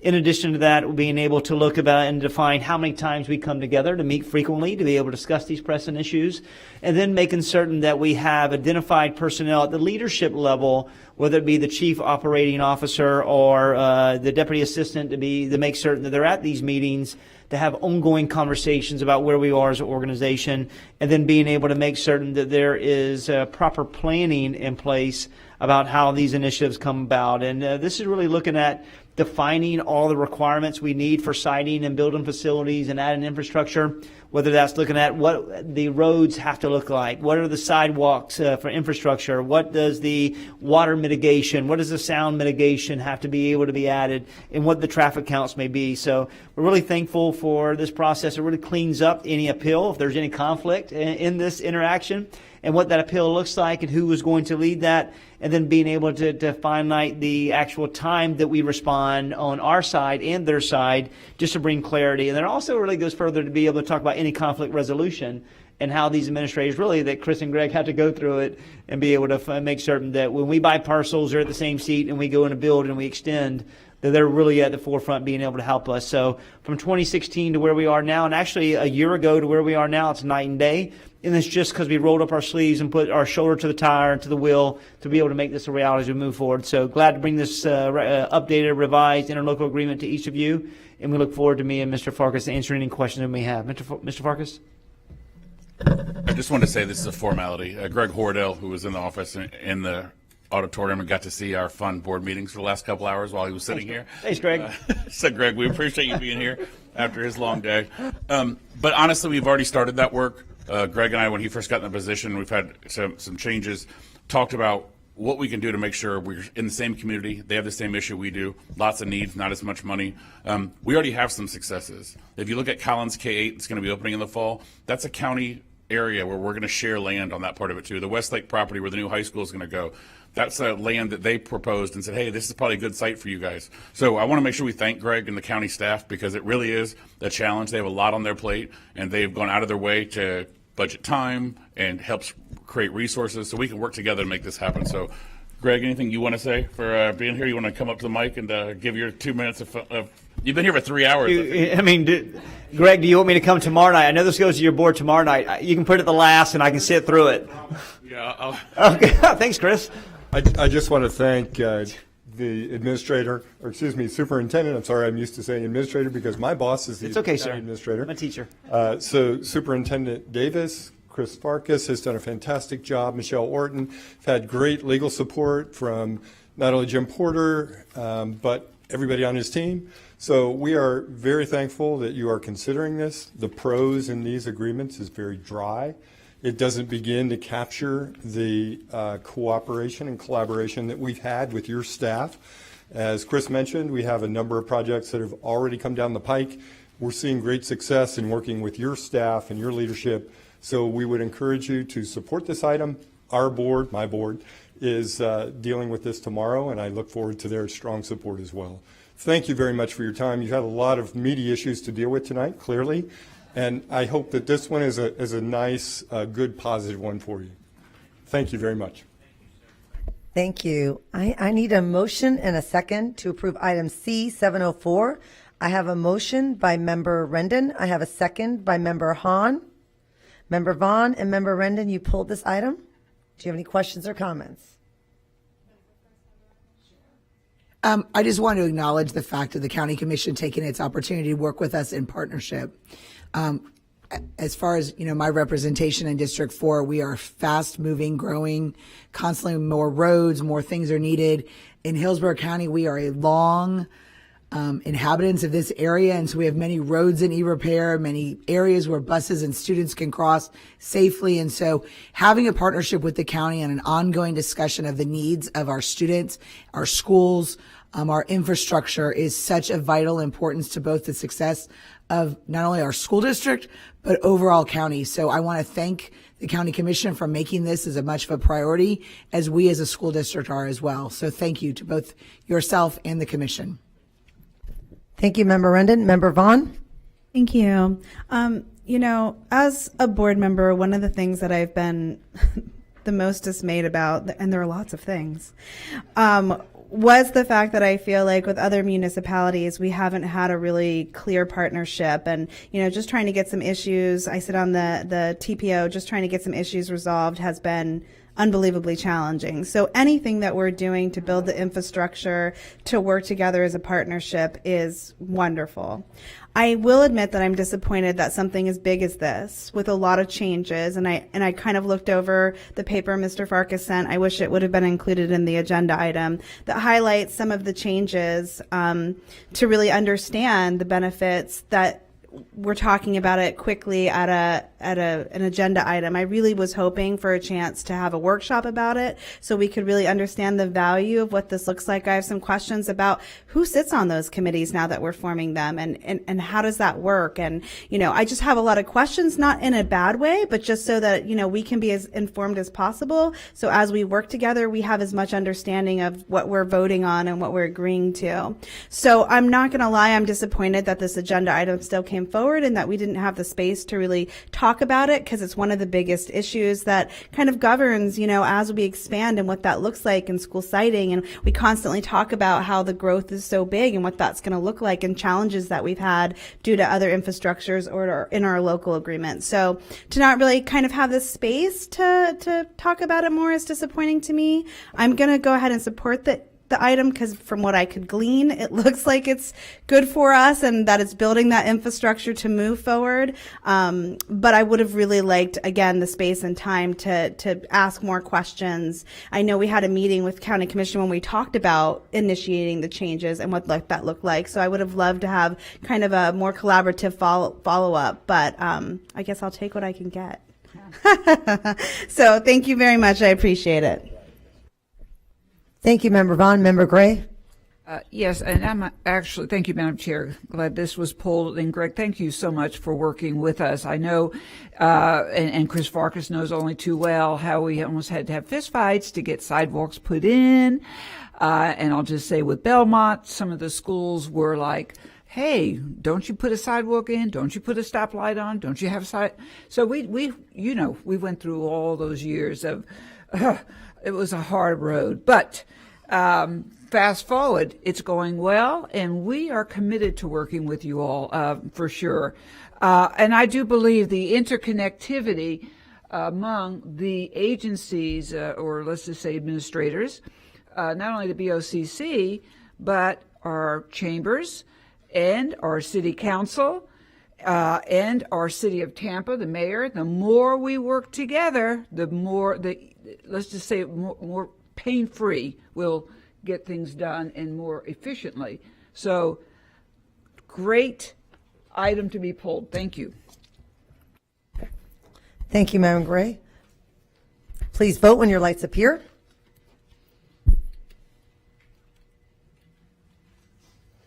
Passes unanimously. Thank you for your patience.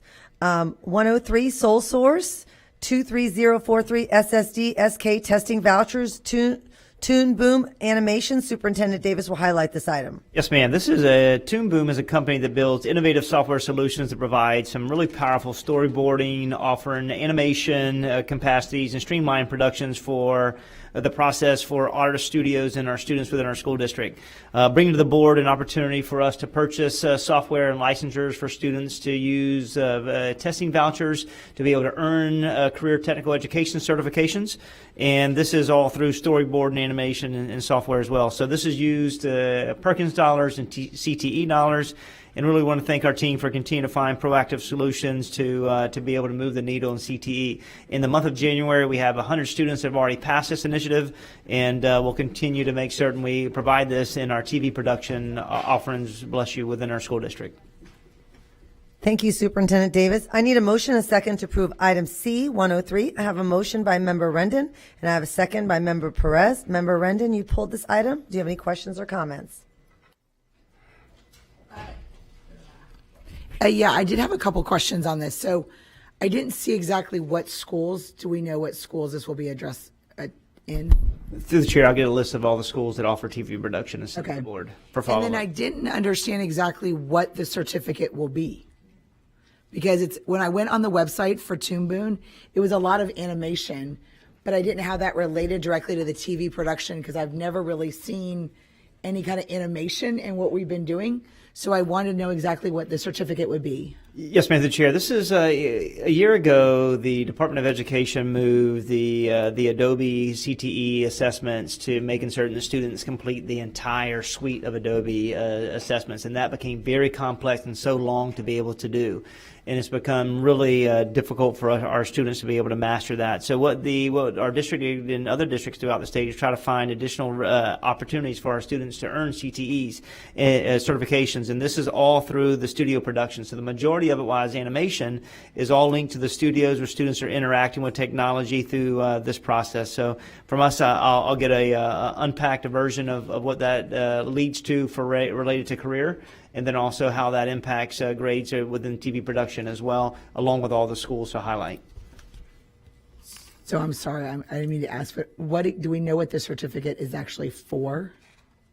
It is all through building storyboard animations and stories related to TV production and how they put animations and stories together. So, are there other certificates through TV production they could earn, or is this the only one? No, they have other ones. Adobe Suite is the biggest one, but it just takes so long to be able to do. They can't just take one silo of Adobe. Now they have to take the entire suite, which takes an extended period of time. And so this is just another avenue for our students to be able to take and to help them with their technical skills, and for them to start really using this in their TV production studios. And then do we know how many students this is going to actually impact? Yeah, it's up to 500 students. So anything that goes beyond 500 students, we'll have to bring back to the board because of the expenditure. But right now, it's up to 500, and we'll be able to assess students all the way to the end of the year. Also through the summer, they'll be able to take this initiative. Any license that we voucher we do not use as students, whether they pass or don't pass, and we have extended left over, that will rotate over to the following school year. Thank you. Yes, ma'am. I get that. Thank you, Member Rendon. Please vote when your lights appear.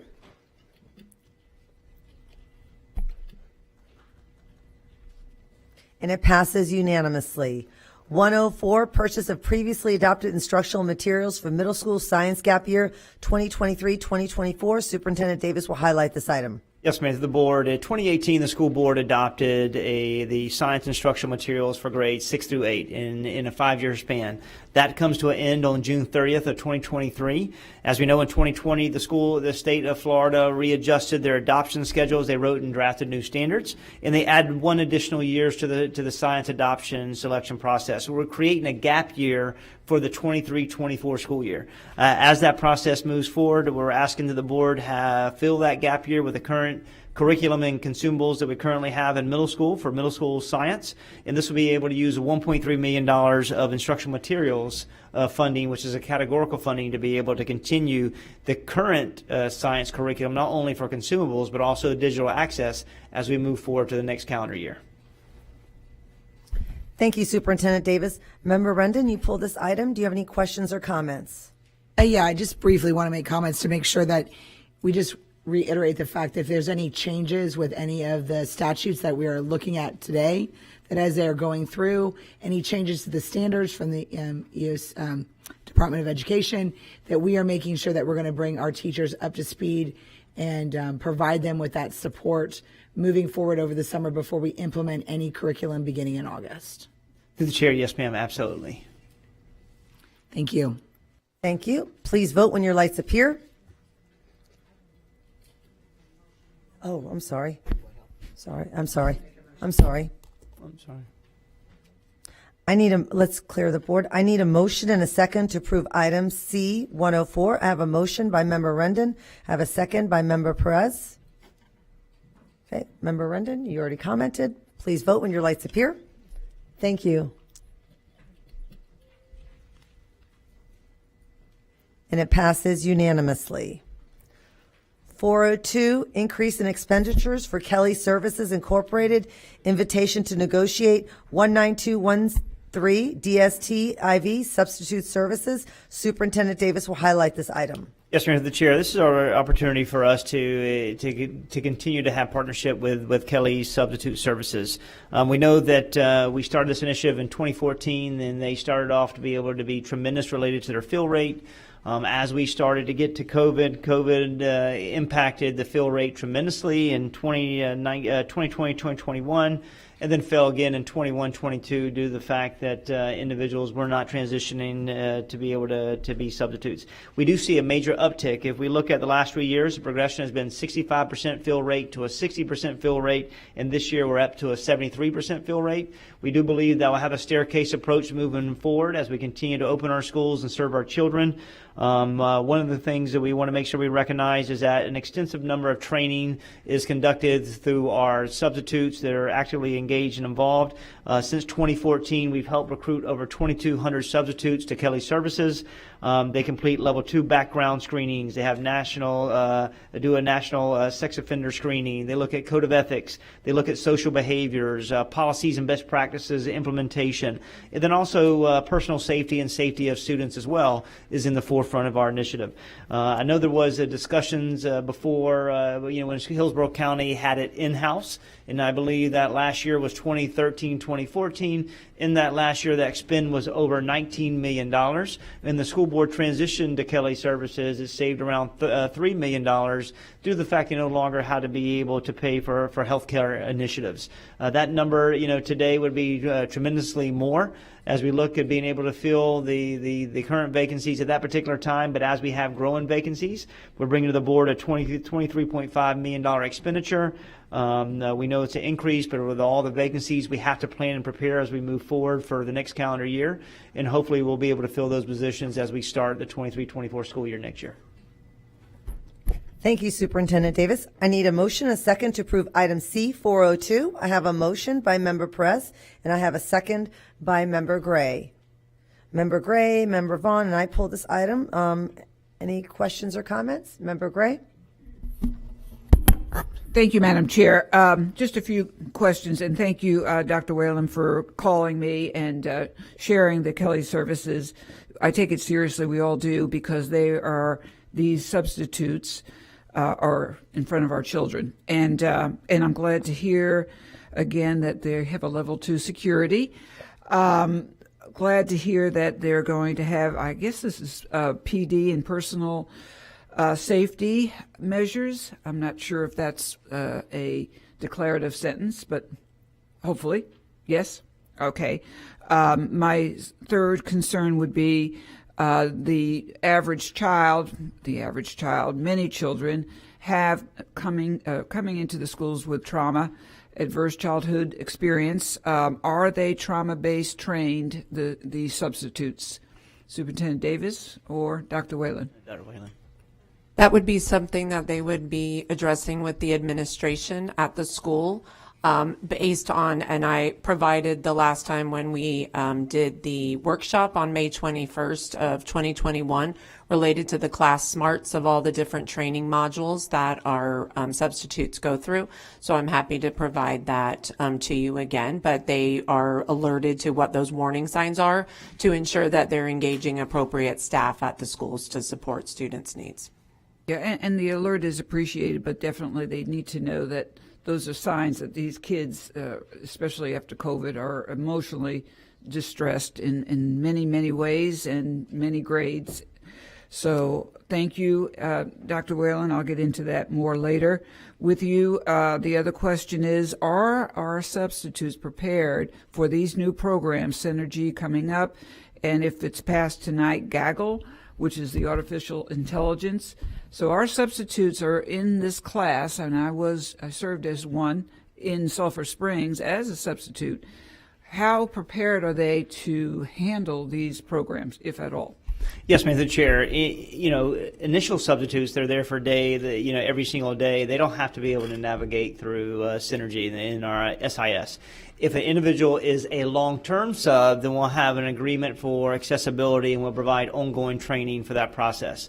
As relates to Gaggle this evening, if approved, that is going to be led through our security team, our leaderships at schools, our mental health if need be, and they'll be able to triage, be able to lead that initiative and lead that work at the school-based level. Okay. We're asking a lot from substitutes, aren't we? But they are in front of our children, and it's very critical that we spend time to make sure that they have professional development and are absolutely savvy as to what to expect from our students as best as possible. Thank you. Thank you, Member Gray. Member Rendon? Just briefly, I don't think this is not something I'm looking for an answer for now, but as we move forward with Kelly's services, if we could take note that if we could look over the course of the next 6 months and do an analysis of when we had in-house compared to Kelly's services to make sure we're keeping our finger on the pulse, to make sure we're still looking at the most cost-effective measures. I know if we bring it in-house, there's a lot of other things that contribute to that. It would also be, we could also look at any kind of fingerprinting and things in-house for our staff and our substitutes. But it could end up the same way where we're back with Kelly. I just want to make sure we're constantly keeping our finger on the pulse of potential areas of fiscal responsibility. So just something to look for as we move forward. Yes, ma'am. Thank you, Member Rendon. Member Vaughn? Thank you. I appreciate the thoughtful questions about this, and I do appreciate Kelly's fill rate and trying to support our substitutes. To support our teachers. As someone who has worked as a substitute teacher for both our county in-house and through Kelly Services, I've been pretty transparent about expressing some concerns I have about Kelly.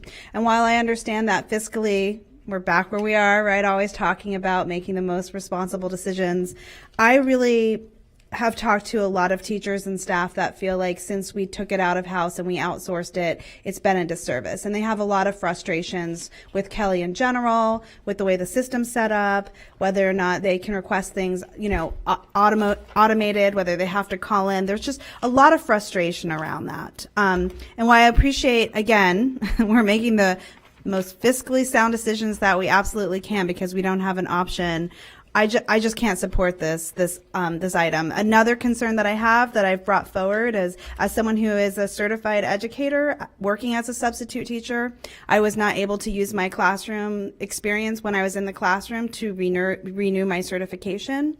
When it was done in-house, the district recognized me as an employee and I could use those hours to keep my certification. And now, even if I'm in the classroom as a substitute teacher using my certification, I have to go an alternative pathway and I have to either take 8 classes at HCC to continue my education, or I have to take certification tests. And it's a really big challenge to keep my certification, even if I'm in a classroom every day. And to me, that's not encouraging our certified teachers who want to keep their certification to stay within our school and to be substitute teachers. So while I appreciate it, and it's not an insult or a slight to Kelly, and I understand the reasons behind our decision, personally, I just can't support this item. Thank you. Thank you, Member Vaughn. Member Hahn? Not that my question is going to sway Member Vaughn, but you never know. I'm going to take a shot. What do you know? Is there anything we can do? That was an interesting point at the end that you brought up about the professional development. To open up our professional development courses to help substitutes gain some hours to recertify?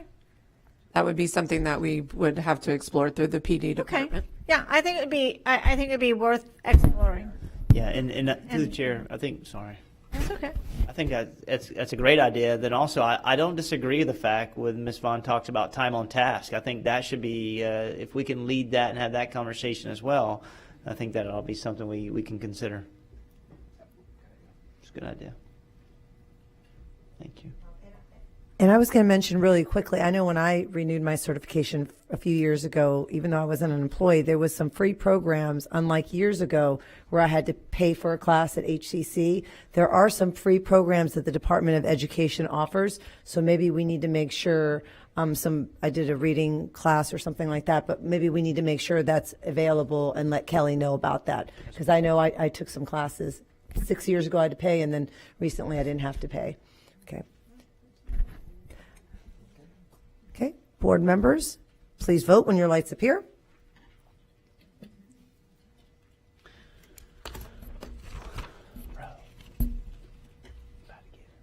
And it passes with 5 yeses and 2 noes from Member Vaughn and Member Perez.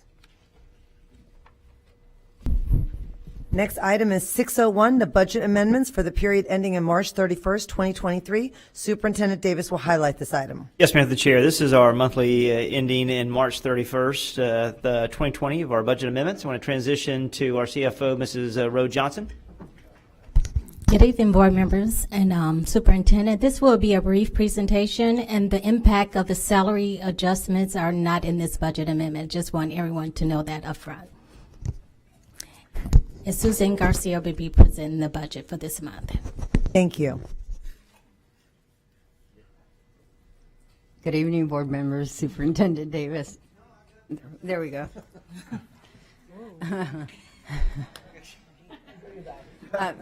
So the budget at the end of March 31st, the overall budget did not change as compared to February. Everything remained the same with the exception of a few functions, which were the revenue. There was movement there, but the overall budget didn't change. The ending fund balance is still projected at the end of March to be $210.3 million. This slide shows the actual expenditures compared to the budget at the end of March, and you can see that we have received 79% of our revenue, and we've expended 67% of our expenditures. The fund balance at the end of March was $405.3 million as compared to the $210.3 that we project. That $210.3 does not include the salary increases. It does not include the ESSER movements also either. This slide we show it every month.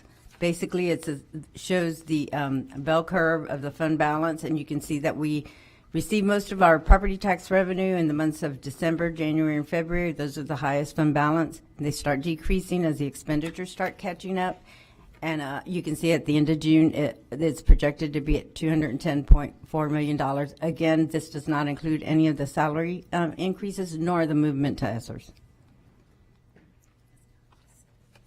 And this last slide just compares the two side by side. The month of March, the actual was $405.2 million in fund balance, which is actually 31% of our estimated revenue, and the projected at this time is still $210.3 million. Any questions? Thank you, Ms. Garcia. I need a motion and a second to approve item C601. I have a motion by Member Vaughn. I have a second by Member Washington. Member Gray, you pulled this item. Do you have any questions or comments? Thank you, Madam Chair. Thank you, Ms. Garcia, Ms. Romanier. Question number one, when we talk about the salary increase, I am thinking and hoping that we'll see that figure, the fund balance that is on our next month statement.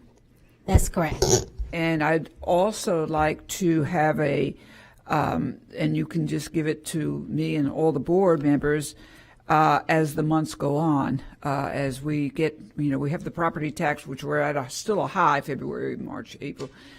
Can we not share the linear look of the fiscal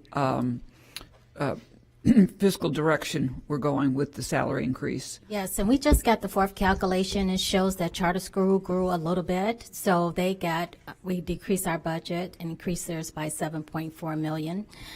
And the overall impact was not, we will be in a financial deficit. We put that all in the slides, around $13.1 million. But do you want the overall impact from this vacancy savings and the ESSER movement also? Yes. Okay. Yes, we do. Yeah, I will definitely appreciate that. I also would like to see, and this comes from Superintendent Davis and myself, on the suspended agenda, to put the FTE as we go into the 10-day count of the House Bill 1, so we can keep track of that deficit. in addition, we should also remind us that the capital funds, 30 million, is coming down the pike too. So I think the board needs to have a snapshot as funds are being deleted. And, we had ESSA was added, but now we're going to, that's going to be gone within a year or so. But I definitely think that I would like to see the board have that information. Superintendent Davis? Yes, ma'am. Through the chair, we'll make certain that we'll send the board daily updates of where we are in the first 20 days for our enrollment. So you'll be able to see it by school and overall. And then at the same token, we'll be able to, anything that we're impacted if legislation is approved at the Senate level and House related to our capital outlay funding, in that potentially $40 million, we'll have to bring back to the board a new plan and identify what projects will have to be delayed and what projects will have to be reappropriated. We have to look at the entire list to prioritize our efforts and how that will impact us on a 5-year basis. Yeah, because what we don't want is what we had in 2017-18, where we had to go for a referendum for maintenance, delayed maintenance. I mean, we had roofs caving in, air conditioning breaking down. So what we don't want to do is be unprepared. We want to be prepared. If it's bad news or, not what we want to hear, we need to hear it. We need to know it, and we need to know it by the month. Thank you, Superintendent Davis. Thank you, Johnson. Thank you, Member Gray. Member Vaughn? Thank you. First of all, for transparency's sake, because I've had some questions, for a while, there have been accusations around the board as far as mismanagement. All of our financials are transparent and people are able to access and see where we spend money all of the time. Not only do we vote on agenda items, everything that we budget right here and have lengthy discussion about it, everything in our budget is accessible in the sunshine and everyone can see every penny that we spend. Is that correct? Correct. We post our budget monthly. Okay.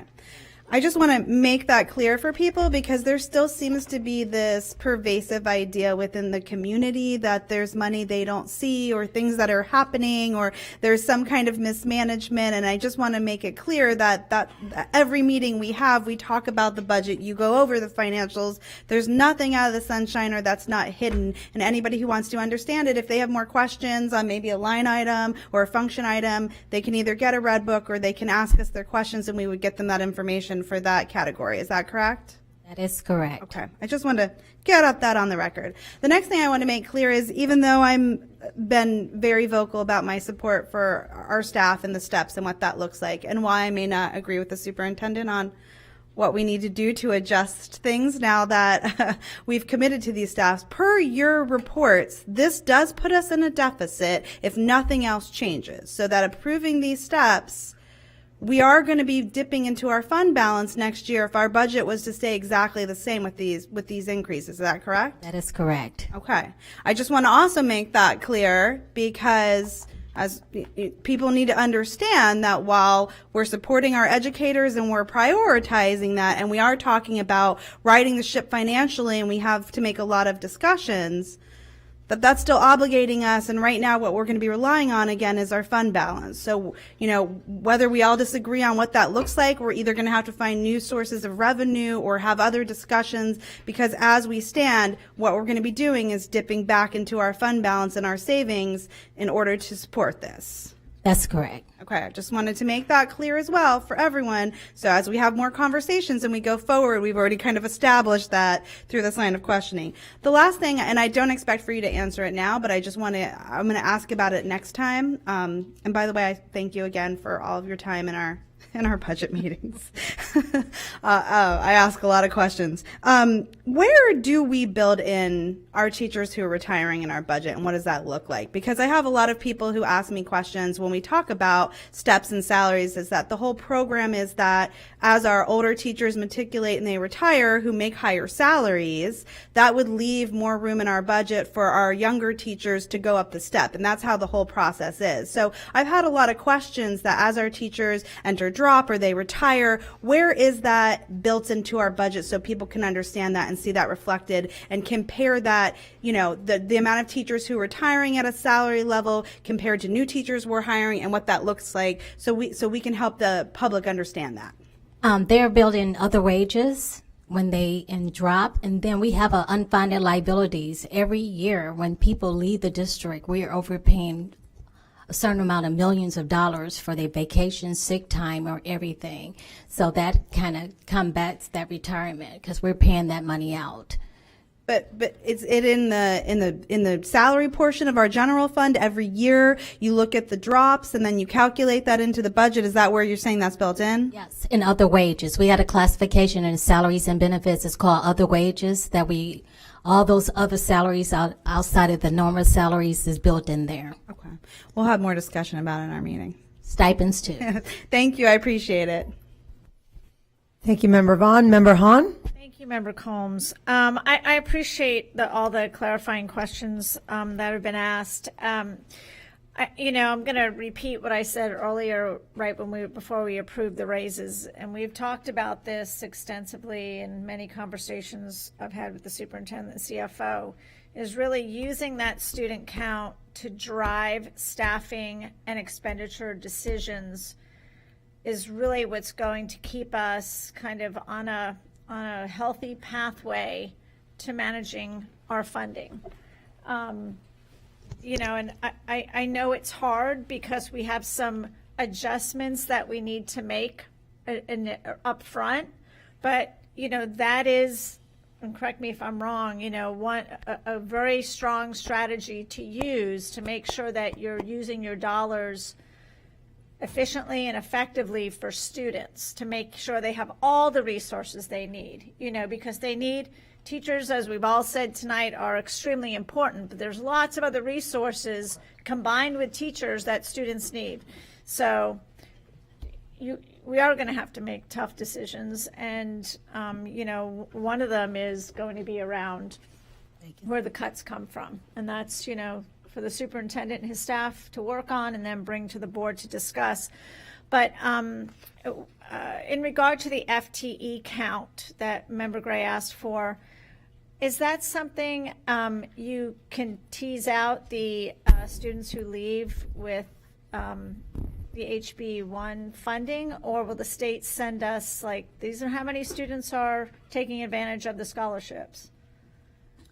We don't know sure how the state's going to allocate it. Is they going to fund us if it becomes a pass-through, or if the state just going to fund it directly? So we have to wait for the technical paper. Yes, ma'am. Okay. That's perfect. Through the chair, we are going to have to wait from the technical assistance paper from the Department of Education, and they will identify whether or not we're going to pay homeschool or they're going to pay homeschool. But all that, hopefully, they'll have some type of indicator that we can track the number of students to take advantage of this initiative that would be projected to us. Right. So it may, we don't know yet, be a lot like charters where we know how many students are. Yes, ma'am. How many students are kind of being pulled out in the money. Yes, ma'am.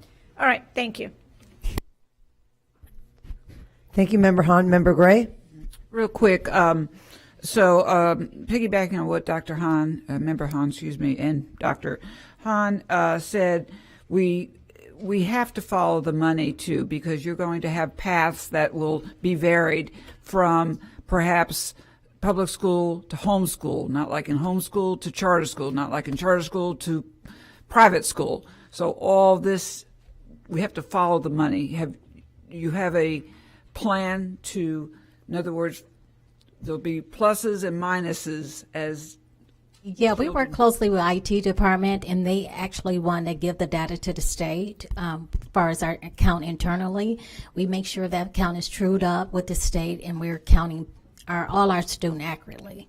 Okay, well, it's a work going to be in progress, but yes, it's a lot.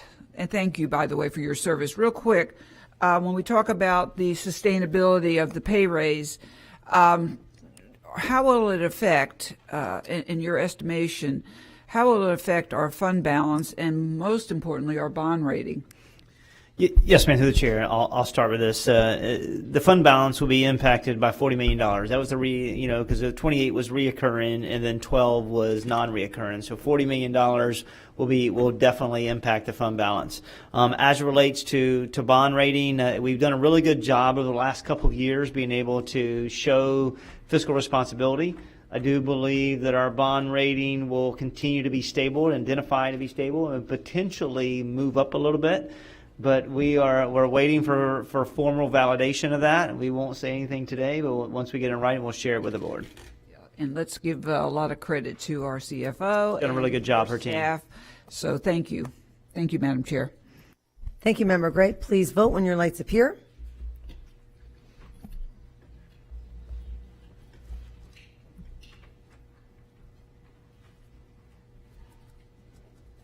And it passes unanimously.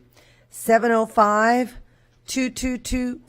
XMT IV Legal Services for the Department of Risk Management, Workers' Compensation. Superintendent Davis will highlight this item. Yes, ma'am. This is further protection for our school district. Anything that we have to deal with risk management, with workers' compensation, we hire a law firm to be able to help us and advise us to be able to further protect us. So this is making certain that we are tell us how we can be most cost effective when dealing with workman comp's issues. And this contract will run currently through once upon approval all the way through June 2024 and bringing it back to the board if need be for continued recommendation. This has been an ongoing relationship for many, many years in the school district and been efficient to be able to help us with any issues that may arise related to actions, claims, damages, or any potential losses. Thank you, Superintendent Davis. I need a motion, a second to approve item C705. I have a motion by Member Rendon. I have a second by Member Washington. Member Rendon and I, we both pulled it. Member Rendon? Sure.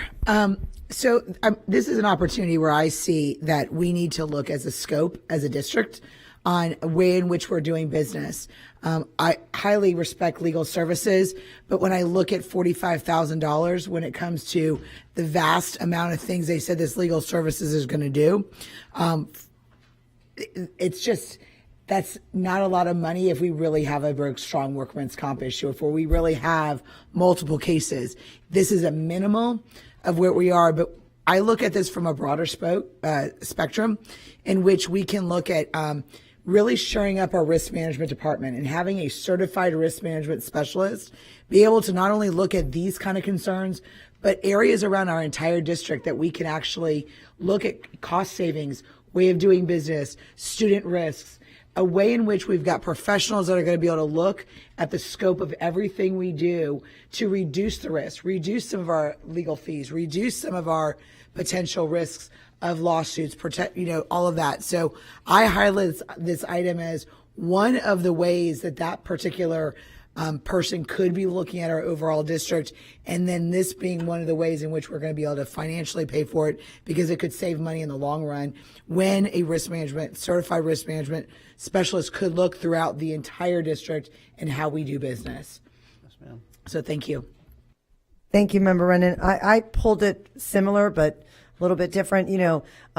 This law firm has been with us since 1977. They've done an excellent job. They have a great history. And I've said this over and over.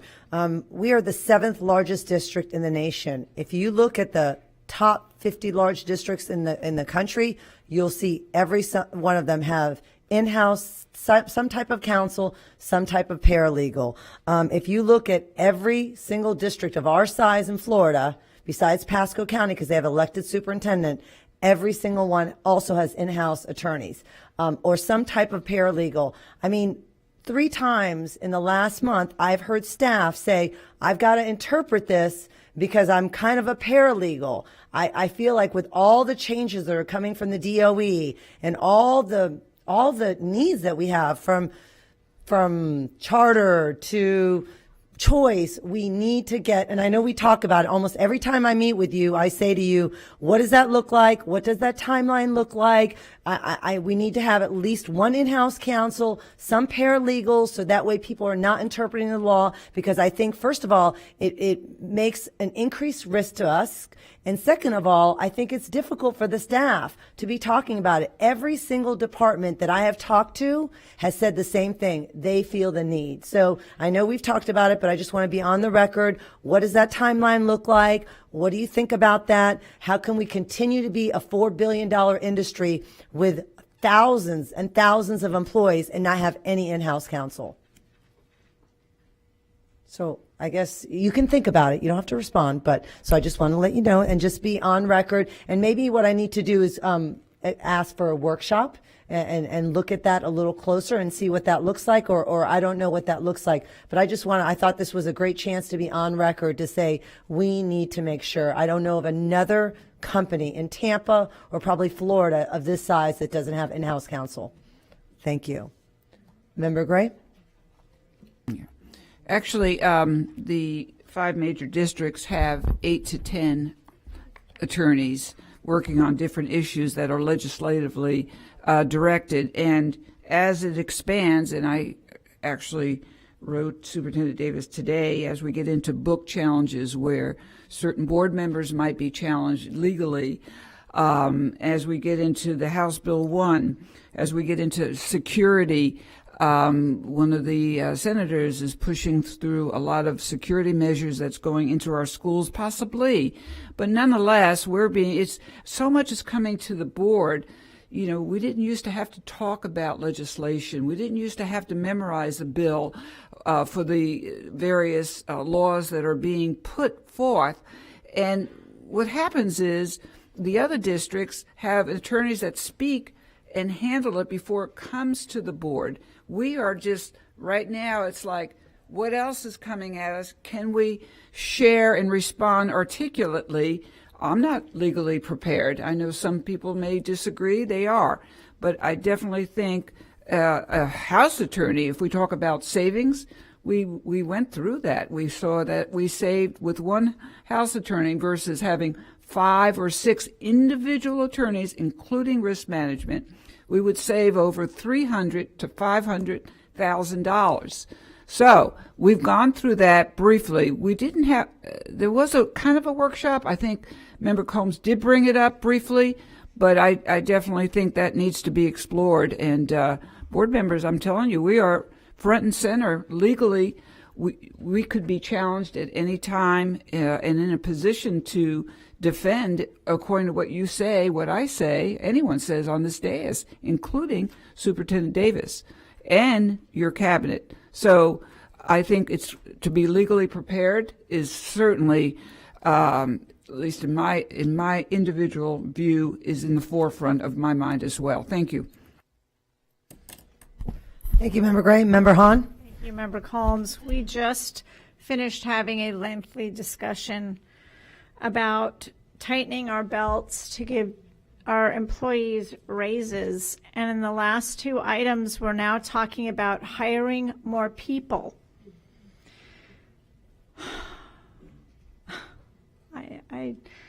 I have no words, quite frankly.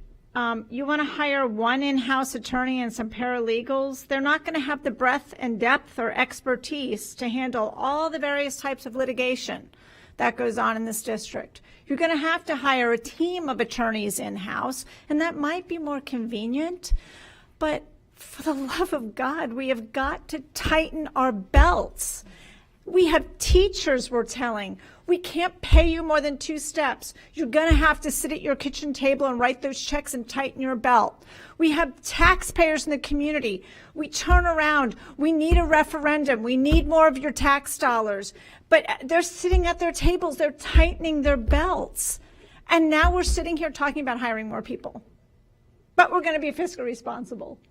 Like, I am just a little taken aback that I get you want to explore if there's a savings, but some of the comments just, you know, I'm just shocked that it's this conversation's coming on just, you know, the tail of one of the biggest financial decisions we've made this year, hiring more people.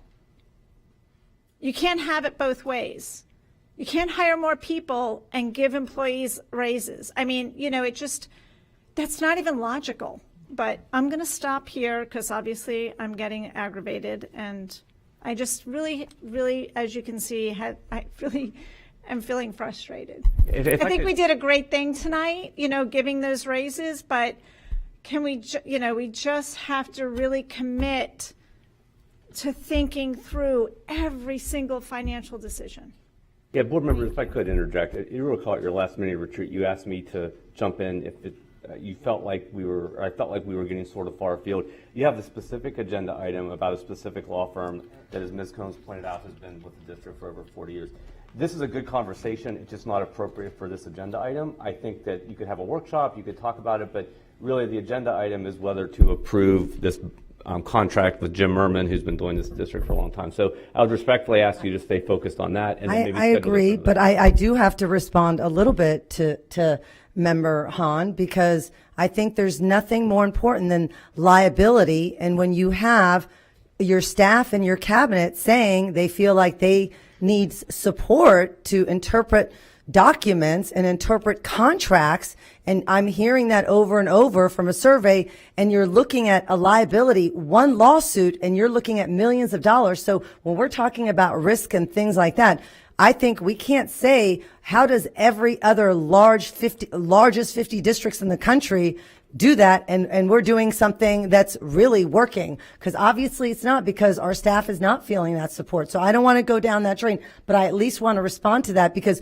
one lawsuit or one loss of lawsuit where there's a liability, then you're paying it over 10, 20 times. So I think it's two completely separate conversations. It has nothing to do with another, because at the end of the day, you don't know what kind of lawsuits that you're going to have and how much you're opening up yourself for future lawsuits that are occurring, and how much we're paying for attorneys, because when we looked at the totals, we were actually paying more. So, I mean, with that, we'll, maybe I'll just, please vote when your lights appear, because I think this is a bigger conversation, but I at least wanted to respond. Unless somebody else wanted to say something, I didn't want to be, please vote. Let's clear the board, and please vote when your lights appear. Okay. Okay. Well, I think we're bypassing, because there's 4 or 5 people who want to speak. Unless, we can go ahead. Okay, then we'll open it up. I think, Mr. Porter, then I think people will open up to the topic with this. So again, I'm just going to remind you, board members, it's an important topic and one that you have every right to discuss and you should discuss. But there's a specific agenda item, and the conversation has gotten far afield. So I'm just it's up to you. I'm not going to throw myself in front of the microphone, but you asked me to intervene when things started to go far afield, and that's what I've done. It's up to you all to decide how you want to govern yourselves. I would like an opportunity to speak. The chair is in charge of that. go ahead, Member Vaughn. Can I call to question? Sure. So,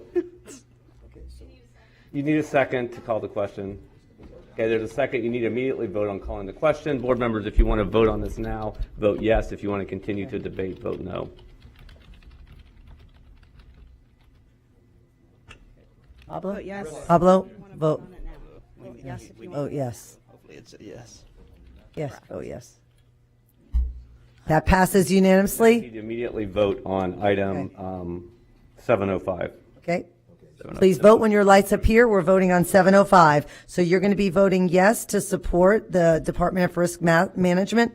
Item 705, you'd press yes if you want to support that, and no if you don't. And it passes unanimously. 706, piggyback of 23035 PGB LG bus purchases. Superintendent Davis will highlight this item. Yes, ma'am, the chair. One thing we always try to do in transportation is continue to have refreshes of our buses. Those are in 10 years in span to be able to address and make certain that we have newer fleet coming within our school district. The piggyback in this particular purchase is because the Department of Education has identified 3 firms that we have to be able to purchase our buses from. One is Matthews, one is Bluebird, and the other one is IG. So bringing to the board a piggyback to be able to purchase 100 buses. 70 of those buses will be 77 passenger buses that are Thomas built, and then 30 of those buses will be ESC Class C buses. They have ESC lifts to be able to serve our children who have unique needs. This is once again a 10-year replacement plan. Every bus that we purchase will have AC, and this will be using capital millage funding for a tune of $14 million expenditure. Mr. Farkas, anything you want to add, sir?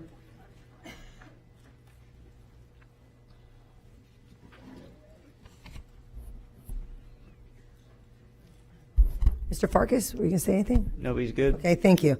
I need a motion and a second to approve item C706. I don't even know what time is it. I have a motion by Member Perez, and I have a second by Member Rendon. Member Vaughn, you pulled this item. Do you have any questions or comments? I do. Thank you. I don't know if I need to get in the queue or where we're at now. So I'm a little bit confused, and I just want to clarify because I got slightly different information that might be interpreted the same. We're already in a contract to purchase these buses with the state in general, period. Correct? So the state allows only 3 companies that we can purchase from. This is one of those companies, yes. But we had passed something pre-existing for so many years. We were going to buy so many buses, and that's why we're doing this right now. Yes, so we had a purchase plan that over the next 10 years, as Superintendent referenced, that we're going to buy 100 buses each of those years. Yes, ma'am. Okay. Can we again, because every single time we spend money on transportation, there's misinformation that floats around social media that we're spending money on buses and transportation and not paying our teachers and staff. Because can we explain once again that there's a difference between capital money and general fund money, and that even if we approve this, that is not coming out of the general fund, and it's not money that's in contention when we talk about steps and raises. First of all, you did pay teachers tonight. But second of all, Thank you. Thank you for reminding me. but more importantly, this is a capital expenditure. It cannot be used for salaries and cannot be used as part of that classroom expenditure. Okay, and then finally, where are we at with electrical buses before I approve this? So 100% that is something we want to do. Again, as these prices went up, so did electrical buses. They're about $330,000 per electrical bus, plus the infrastructure that goes with it. These are about 110 or 15. We have applied for every grant that has come across there. That has been some misinformation that's out on social media as well. We will continue to apply for every grant. Our grants department keeps an eye out for that, and we will apply every single time to make sure we get them. And if we can get external funding, our transportation department, Mr. Beekman, has been a wonderful asset and advocate to make sure we get electric buses. We just have to be able to sustain that. And so that is it. So we will continue to apply and continue to seek funding for electric buses. And through the chair, one thing is to recognize is that while all these grants exist from a national perspective, and then look at the state of Florida, only 3 counties have been awarded this grant. Of the 3 counties, we only have 30 electric buses in the entire state. So it's they're very expensive, and also being able to plug and play is expensive for charging stations as well. So, but looking out for the best welfare of our students, it's in the best interest to make sure that we're replacing the buses that we already have and putting the most sturdy, well-equipped, newer buses on the road. And that's why we would be prioritizing this over trying to purchase electric vehicles. Is that what you're saying? That's 100% correct. I mean, once again, we can't use this in general fund. We cannot use it. Okay, thank you. Thank you, Member Vaughn. Please vote when your lights appear.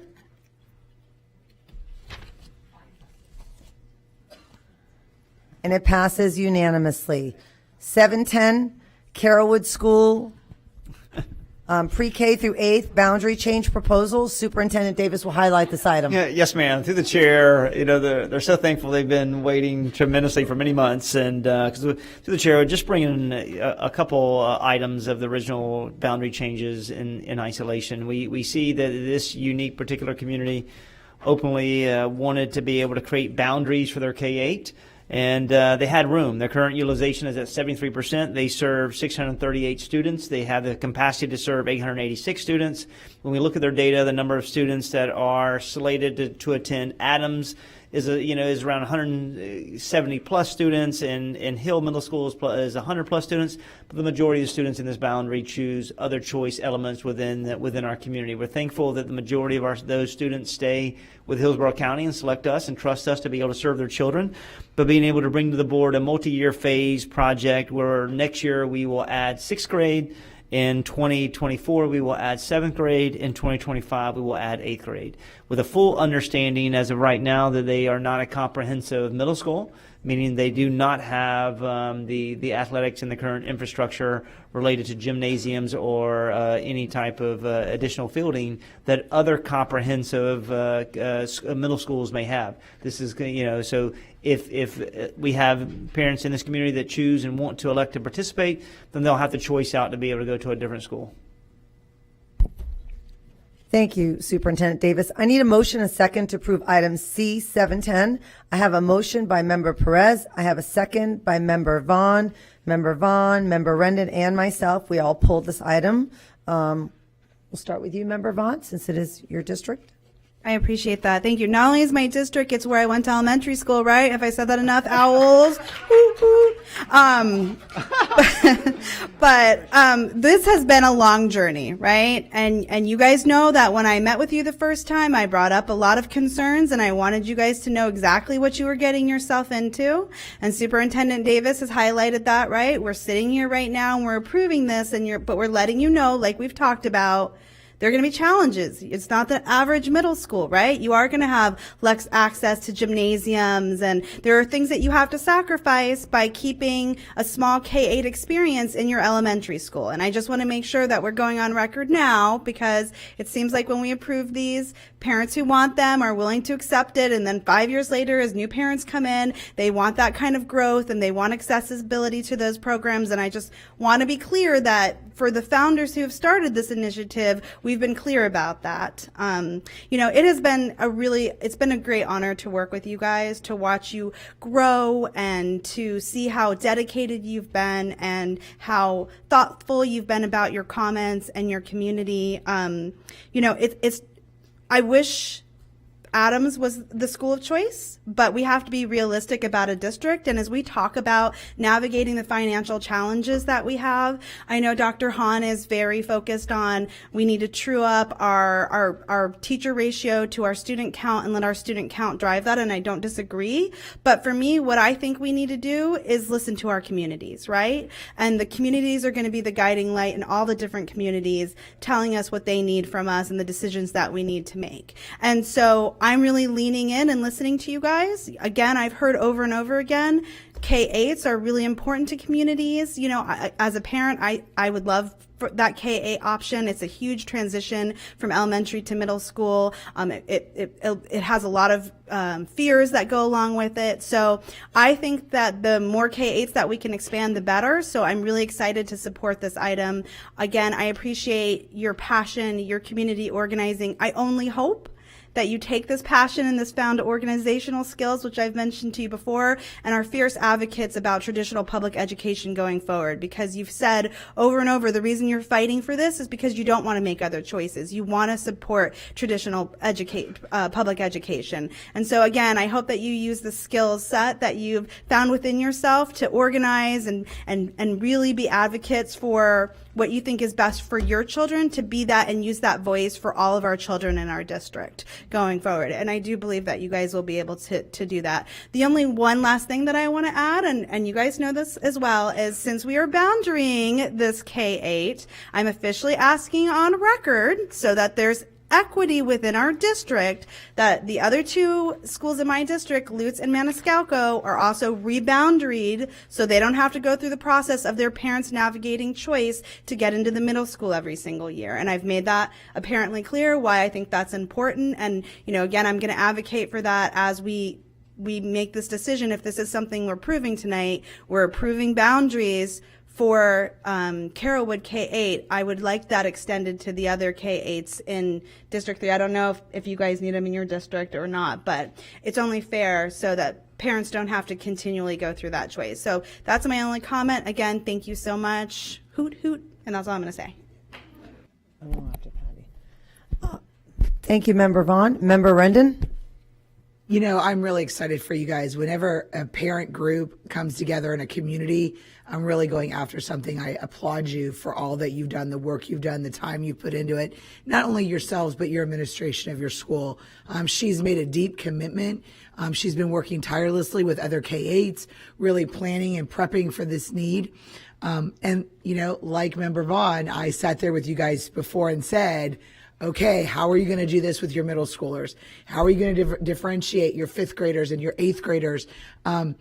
I was a parent that jumped from the bubble right into the frying pan into a middle school out of a private school, and I hands down know the foundation that middle school can give my kid, whether it's the band or the orchestra or the student government, art classes, all of those things that come from middle school are so critical in their social development. And so I applaud you for taking this on, but you also took on that responsibility of making sure that those students get a full, well-rounded education, are prepared to go into our high schools, because they need an avenue when they get there. So I want to say congratulations, and yeah, we're excited for what you're doing. And as a parent group, you guys can lead the charge. You know, what's next? Your gymnasiums and everything else. You're just going to start building. You know, I'm not going to Chris. Oh, no. No, we gave you the box. Now you got to build it. Thank you, Member Rendon. And I also want to say, you know, it's really, really important that we are being fiscally responsible and we are providing a quality education to every child, regardless of where they are.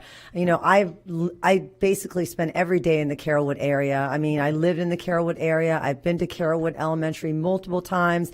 I had my center located there. I know some teachers from there. So I've spent a lot of time with you, and I've spoken to Ms. Polero, I don't know how many times on the phone late at night. So, you know, you have really worked hard to advocate. We see there's a need where students are not choosing to stay in our schools, and we have such an amazing education that we provide. I would put us up against any charter school, any private school in Hillsborough County or throughout the state. I am really proud of our schools. And with this boundary and when we're looking at being responsible, I've spent a lot of time analyzing schools and what's happening, where we're losing students, what's happening in what community. And then what I'm seeing is that there's a huge increase in elementary, and then all of a sudden there's a decrease in middle school. And then in high school, we don't get all those students back, but we get quite a few of them. So I do think that the model of K through 8 is what communities want, is what people want, and is also going to be make sure that we're being fiscally responsible. So as we build schools or we repurpose schools, we really need to look at that in mind and look at what communities need to make sure that students are choosing us. But I want to thank all of you, you know, for your commitment to this, for your hard work. I do believe, I know Carrollwood, that community is going to continue to support that, is going to continue to thrive. And I am really, really optimistic that Adams will also, once we really look at Adams and we make some changes, I really do believe that Adams and Blake will continue to thrive and do well. So I want to thank all of you. You know, you have my support, and thank you for your hard work, for your families, you know, to give you up all now, you know, you guys, one of you is going to run one day and be up here. I don't know, you know, so we'll see. Anyways, thank you, Member Perez. Thank you. I have got to give it to you. You guys are like this collaborative, united group that just, you know, every other week you guys are so dedicated. Just like, you know, hope you're getting points for this. But, you know, one of the things that I really love about your initiative and what you're doing is that you want to keep students in our public schools. And, you know, raising that alarm for us, letting us know that, you know, it's not, we're not a choice if not for this. So, you know, you're letting us know that those students will stay as students and, you know, in our seats in our schools. And I appreciate you championing that. Thank you. Oh, and the mental health of our babies, you know, that's very, very important, especially when you're looking at that, when they're going into middle school. There's a transition that happens there with our children, and their mental wellness at that point is very, very significant. So thank you for what you're doing. Thank you, Member Perez. And also, I like to add my portion onto this because I think KA is very important. I think I had Carrollwood from 2006 to 2017 when I retired. That was one of my favorite elementary schools because you always was a close-knitted family, especially with the teachers. You know, we had a lot of kids. And then back then you were feeding to Chamberlain because I came to Chamberlain in 1996, I believe, 1996. And that's when Carrollwood was feeding to, at first you were not feeding to Chamberlain, but when I got there, you changed your mind and came to Chamberlain. So I just want to say I thank y'all for your hard work. Now, it's going to be hard work, you know, and we got belief in you. I believe you can do it. You got to keep the kids there. You want to keep these students in public schools and not go to private schools and not go to charter schools. So we got to do a lot of work, I know you've been working hard before, because I tell you what, if I had a football team, I want y'all on my team. Because you guys are persistent. So keep up the good work, and I'm looking forward to coming to K8, Carrollwood. Thank you.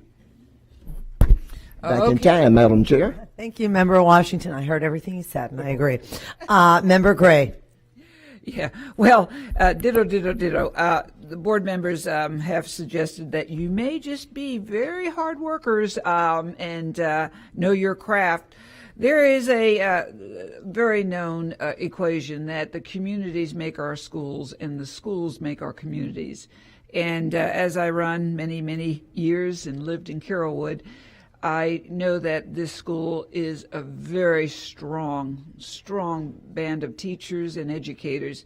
But most importantly, I do think the K through 8 model is probably the gold standard that we need to emulate, with more of the schools being in transition. It's very stable for the children, stable for the teachers, and it does allow for that peer interaction.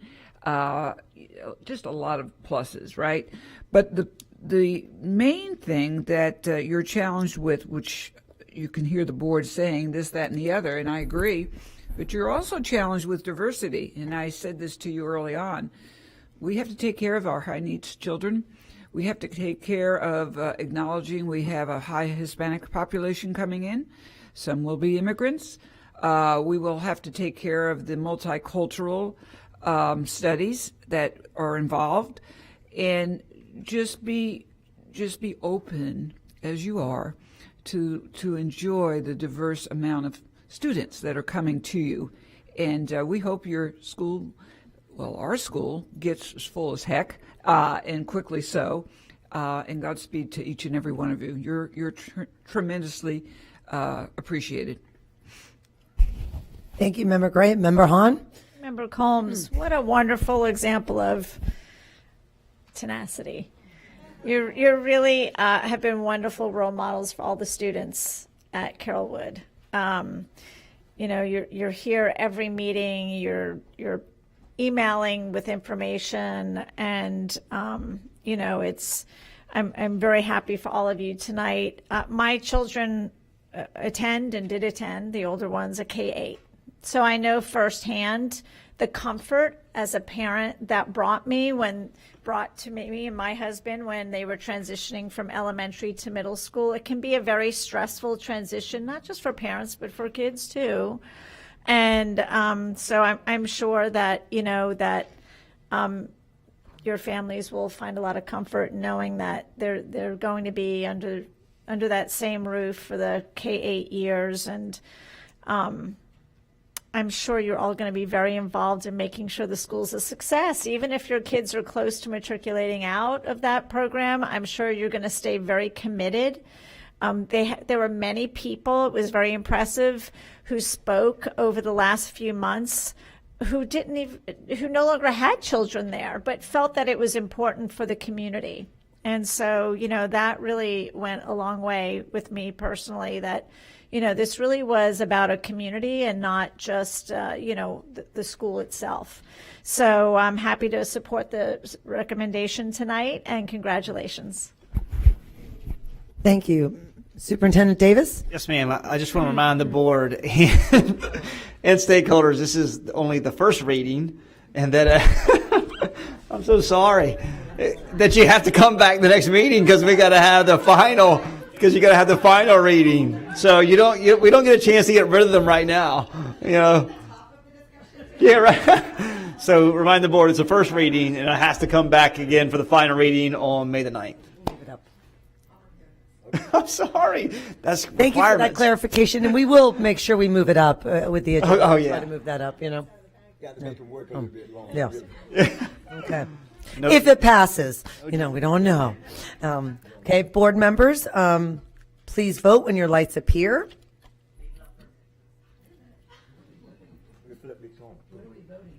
Voted to approve Member Washington. And it passes unanimously.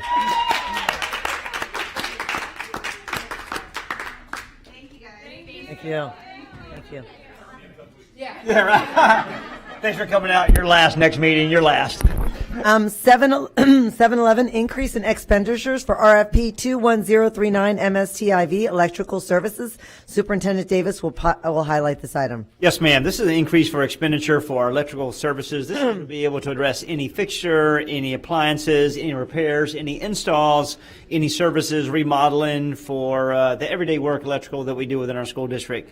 This is continued to use. We'll see an increase in this using millage money, because we have put a lot of money in our transformational network to be able to refresh all of our media centers and to make certain that they have the electrical outlets to be able and sophistication to be able to accommodate the new refreshes as we move forward.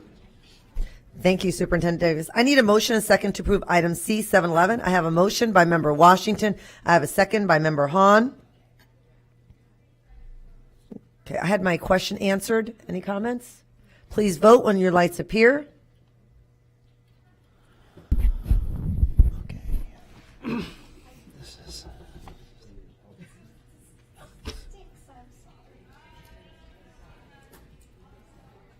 Okay.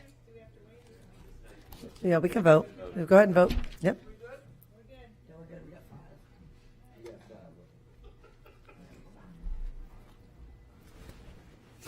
And it passes with 5 members, with Member Vaughn and Member Gray away from the dais.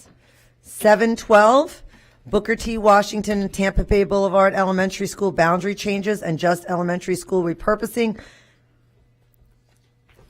Superintendent Davis will highlight this item. Yes, ma'am. This is, first and foremost, let me thank, individuals within the Hillsborough community that came out to support Just. We appreciate their viewpoints, their fight, their tenacity, their education on who Ernest Just is and what that individual means to our community and also to our nation. With that said, one of the things we talked about and the community talked about value in children, and at the same token, making certain that we have deliberate speed and also increasing performance outcomes for children every single day. When we look at this particular situation, it openly breaks my heart. Because when we look at the school when you look at 2015, it had 550 students, and it can hold close to 600 students in the school district.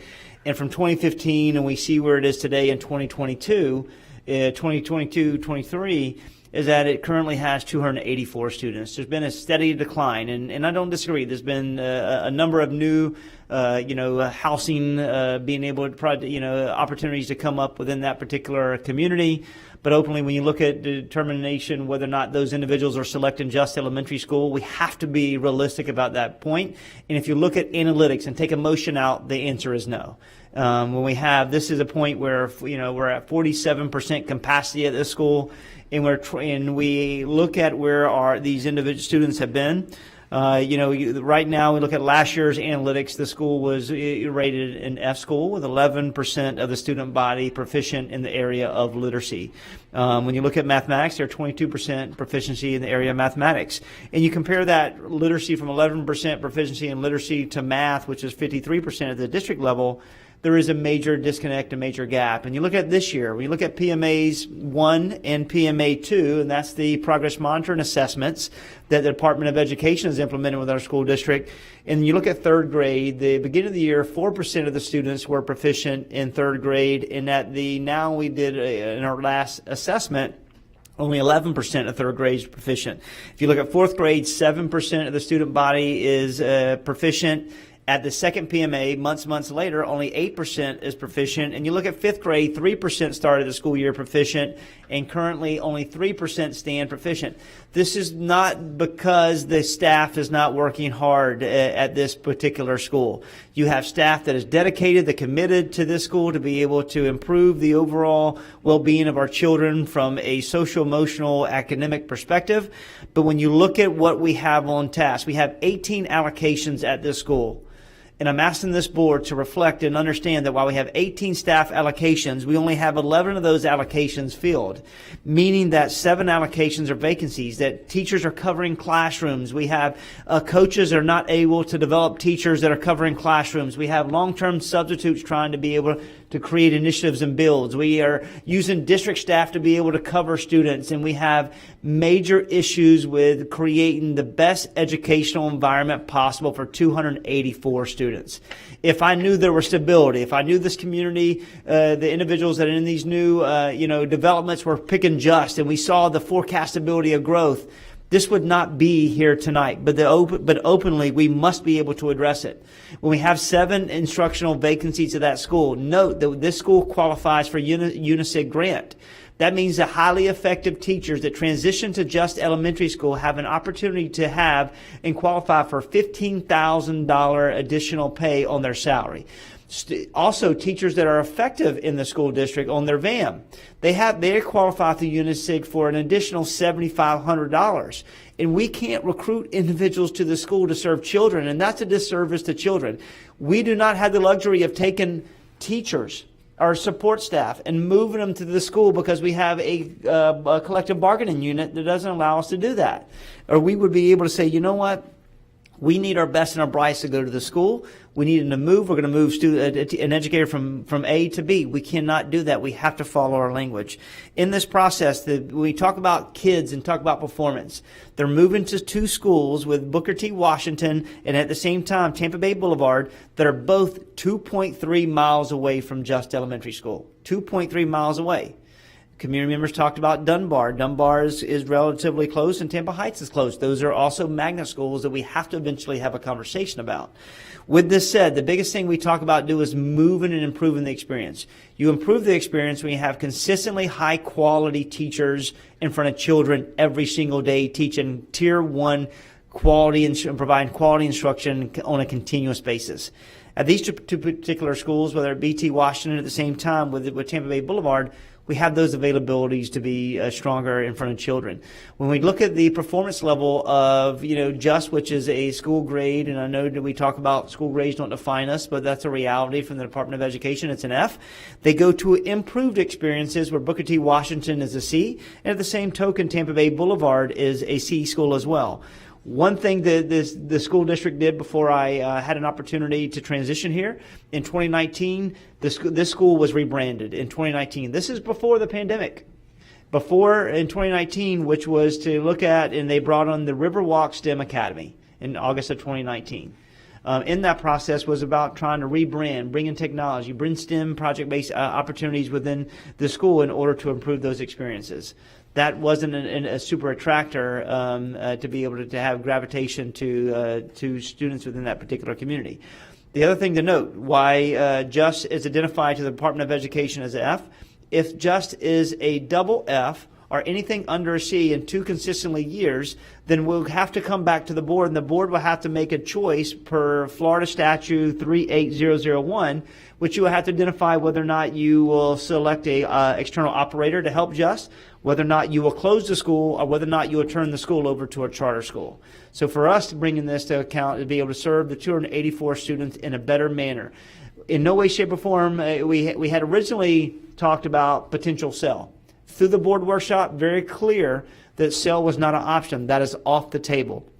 Therefore, there's a lot of opportunities we have that we can try to reboot and really go to the community to identify individuals that are going to private schools or are going to charter schools in that particular community. What does it take to bring you back to this particular school? How do we particularly rebrand the school? Do we use this as a professional learning opportunity? Do we create a STEM hub for the district in being able to allow teachers and students to have field experiences to this particular school? And until we actually need it in multiple years, and we regain the trust of our community. A number of things can happen. With this said, I'm going to release it to Shay McCray, who leads the school and our Chief of Transformation, to be able to talk about current spaces, and then maybe transition to Mr. Farkas as well, and then have interaction. And please note, as I said again, I appreciate our community members showing up. Al with Omegas always show up for our children, and thank you so very much. But we have to be able to do something now to be able to address the 284 students in this school. Ms. McCray. All right, I just want to make a correction on the Florida statute. Okay, sorry. That's no problem. I gave you the wrong statute. So this is going to be a Florida statute 1008.33. That is the statute that governs our D and F schools. Thank you. Part of that statute is when a school becomes a first-time F, or a double D, their second D, we begin the turnaround process. So they are part of the turnaround process. The state actually joins the Transformation Network. There is a state team that is at the school every week providing support, as well as the Transformation Network, to help improve the outcomes of the school. After 2 consecutive years of either another D or an F, that's when the state asks us to go into planning mode to then decide one of 3 options. Either 1, we close the school, reassign students, and progress monitor that reassignment. 2, we close the school, we commit to a charter school, which has to have a governing board. This is not a district managed charter. This is an outside charter school with a governing board. Or 3, we have to get contracted external services. That's our external operator services, which can cost upwards of millions of dollars. So that is something that the state will force us to do in this process if the school does not show improvement a second year in a row. Now, this year, we don't get graded. We are at a bye year. So it would be after the following year, the 24 year, depending on what that grade is, the state will then ask us to go into a planning process if we don't improve the outcomes. I just want to remind everybody that we did have 7 vacancies this school year. And again, we do not have any type of internal agreement with the union, or do we have a district process or procedure that allows us to involuntarily move teachers. Teachers have to want to be at the school. They have to volunteer. They have to interview, be hired. We do offer the UNISIG bonus. We also have a Transformation Network additional pay bonus for all of our transformation schools, just as included, which is an extra $5,000 per year for our instructional staff. So that is already on the table. I think Mr. Davis did a great job going over the facts of the school as it stands. Mr. Farkas, do you have anything that you want to add for facility or operational purposes? I definitely want to talk a little bit about the neighborhood concept. So the kids from Just, where do they go to middle and high school, which is part of the conversation. They stay in neighborhood. So the Just students go to Madison and Monroe. They're actually bused to South Tampa for middle school, and then they come back to Blake for high school. There are actually, in full transparency, there's 17 kids that are on the south side of 275 that actually go to Plant from Just. That are scheduled to go, that are scheduled that way. But the rest of them are in that situation. So I think that it's important to understand in the May 9th concept, when we bring back the rebounding process, some of that may change. If that's approved, some of that recommendation will be there. But as of right now, the students at Just leave their neighborhood after that year. Now, one other part I want to talk about with staying in the neighborhood is what are the choices if they don't want to go to Tampa Bay Boulevard and what if they don't want to go to Booker T. Washington. There's 3 magnet schools, then a 3-mile radius. All of them have capacity at this point. Lockhart, Dunbar, and Tampa Heights are all within that 3-mile radius and all have availability for that and include busing for that part too for the parents that are interested in that. And thank you both. In addition, we have we put Daphne over there to be our leader because she moved Kimball from an F to a C. And openly having many conversations with her, you know, she understands how hard and difficult it's been to be able to serve children and do it, where she's teaching classrooms and every single day she's breaking up classrooms because they're not covered to be able to make certain that there's some type of instruction that are continually taking place. So, Ms. McCray, anything else you want to add related to what you see over there as you walk classrooms, or we're good? No, just want to remind everybody that children should be in front of certified teachers. We want to make sure that kids are getting the best education every day. That's what we focus on in our network, is making sure that we get the best education every day. So we really want to just encourage making sure we get the best teachers in the schools that need it the most. Just at this point is the school that needed the most in the district. It is the school that is in need of the most support. It is our only F school in the district. And so getting the best teachers in front of kids would be of top priority. Thank you, ma'am. Thank you. I need a motion and a second to approve item C712. I have a motion by Member Perez, and I have a second by Member Hahn, Member Perez, Member Gray, Member Vaughn, Member Washington. Pull this item, and we'll just begin with Member Washington. Thank you, Madam Chair. And thank you for the information, Superintendent. in my opinion, I don't think we have really worked to advertise the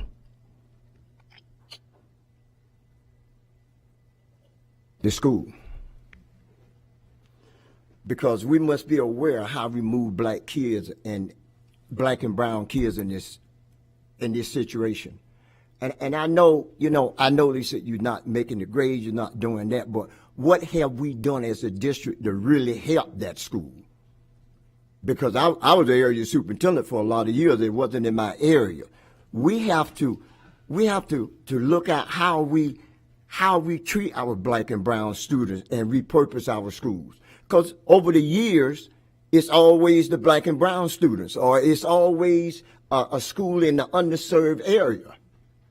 We can't keep doing that, because over the years, Hillsborough County has always moved our black and brown students. Nothing has changed, though. Because when you move, just like the people from Carrollwood, they want to keep their kids.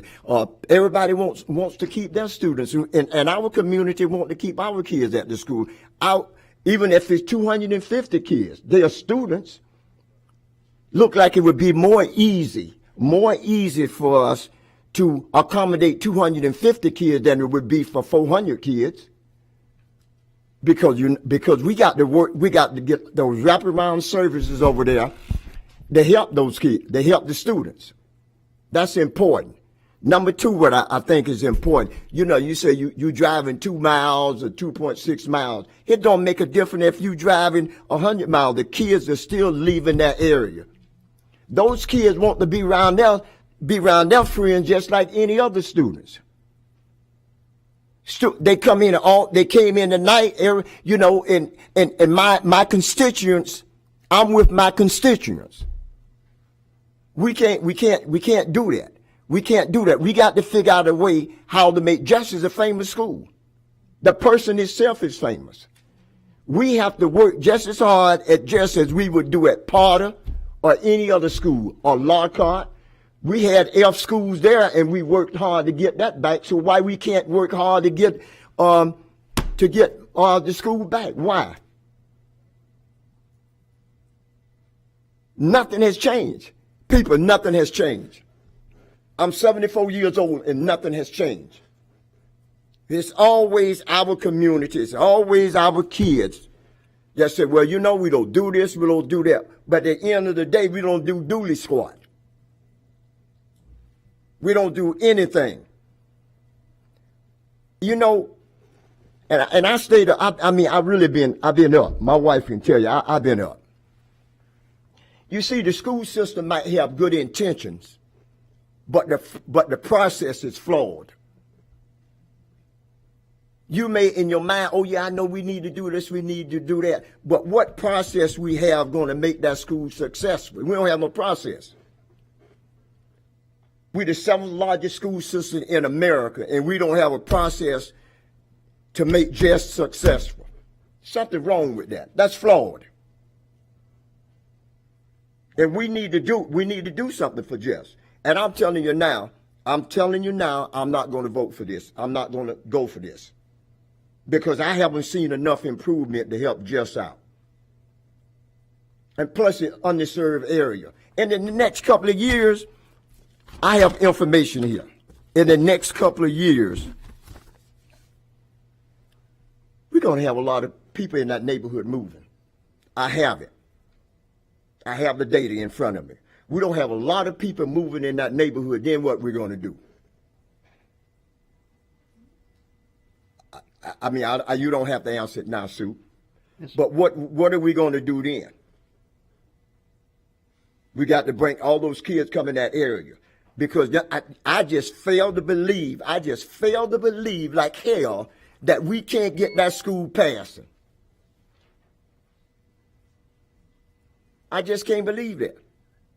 In today's society, the 7th largest school district in America, we can't get 254 kids passed because we can't get teachers or whatever the case might be. And put me back in the queue when I... Thank you, Member Washington. Member Perez? I echo your sentiments, Member Washington. We talk about Kelly Services in this district. And Kelly Services, you want a contract for us to bring them on, but they're not going to the schools that we need them in. You talk about the empty classrooms and how we don't have teachers. When have you gotten together with the community to ask what they can do? That's a question. When did you get with the community to ask them how they could support the school? Yes, Madam Chair. We had multiple community meetings related to boundary initiatives. Please stop my time. We had multiple conversations with communities related to boundary changes and how they would play an active role in this process and get their feedback. And everyone is willing to be able to wrap their arms around just like everyone's willing to wrap their arms around particular recommendation through Monroe, whether it be in other schools that we've identified related to McLean that we've identified in our repackaging process. The issue is that it's all about being able to make certain that we properly serve children by having highly qualified, skilled teachers to be able to attract to them. There is systems and processes to be able to move the needle within the school district. This administration has proven it time and time again to this entire community what we have the abilities and capabilities to do when we took, I'm going to say, historical 28 D&F schools to 5, and we took within our school district, and that we've improved the initiatives. I would not come to you, and I've been in 3 districts, right? And I've done a lot of this work, some of the same work in Duval County, different work in Clay County, and then coming here in Hillsborough. I wouldn't bring this to you if it wasn't a point where it is very seriously to properly serve children and to make certain that we have the best educational environment for them. There's a recipe through Transformational Network that we've outlined with making certain that we have Tier 1 instruction in front of children every single day, making sure we have high expectations, they're demonstrating ownership, they're demonstrating understanding, and that we have high expectations for every one of our students. That is the recipe with having the right curriculum guides, supports, and ongoing. The issue is that what we have done is deployed Mr. Connor's team from Academic Services to go assist, to be able to take transformation personnel to go assist. We have the state there that are being able to help try to serve our school as well, in that we're floundering to be able to make sure we have consistency along with financial incentives to be able to have people, high quality teachers in front of children on a consistent basis. So when we talk about community, I need the community to help us recruit teachers in that space, to be able to identify teachers that they know and they love in the community to step up, because it's not about, we do want mentor and we want volunteers into that particular school, but we need assistance to be able to bring individuals to the school and have not only to it, but want to stay there the entire school year and to be able to serve children in one of our greatest needs. So it's not about the ability, can we move it?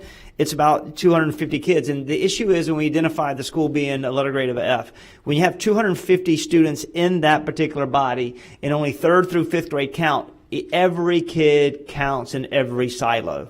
Every kid counts. So there's no room to be able to make up, if you have a number of underperforming students, 1s and 2s, in limited numbers of students in 3, 4s, and 5s, they all count, which becomes very difficult because all those students are in your denominator to be able to continue moving. And it just takes consistency and high quality teachers in that process. It takes consistency and high quality and administration that believes in our children. Not an administrator who calls me and says to me that these children only want to be mamas. Not an administrator that says that the greatest outing in these students' lives is going to Walmart. For me, the school, we talk about equity, equality, diversity, and inclusion. It doesn't help when we talk about Just Elementary as a junk, a mess, run down, and insignificant. And those are the words I've heard used when describing Just Elementary. Just Elementary was rebranded actually in 2021. They put new furniture, new robotics, new computers, even painted the school. But that was done just before going into going back to school from COVID. How was the community or anyone supposed to know that this school was rebranded by doing it that way? To me, you might as well have done it in the middle of the night and not said a word. Here, it takes community, and it takes years for communities and students to have a trust in us. Right now, there was 670 units demolished in 2018. And right now, as of today, there's 1,529 housing units there. Also, West River will have approximately 1,800. For Member Washington, I'm going to state the numbers for the record. And then, also, they're going to be replacing another 3,000 units. But you want to move some babies. The babies that you want them to walk for 2 miles, hey, not a problem, 2 miles away. But then we vilify parents when they don't show up for the meetings with teachers. And let me tell you, the teachers talk bad about them. We vilify the parents. I have parents now, right now, in this district that have not visited their schools with their children because it's too far. They have no transportation to get there. And for me, we're doing just a disservice, whether it's 5 students, whether it's 10 students, or 200 students. Those parents are able to get to that school. Those parents are able to work along with those kids in that school. And the community has spoken.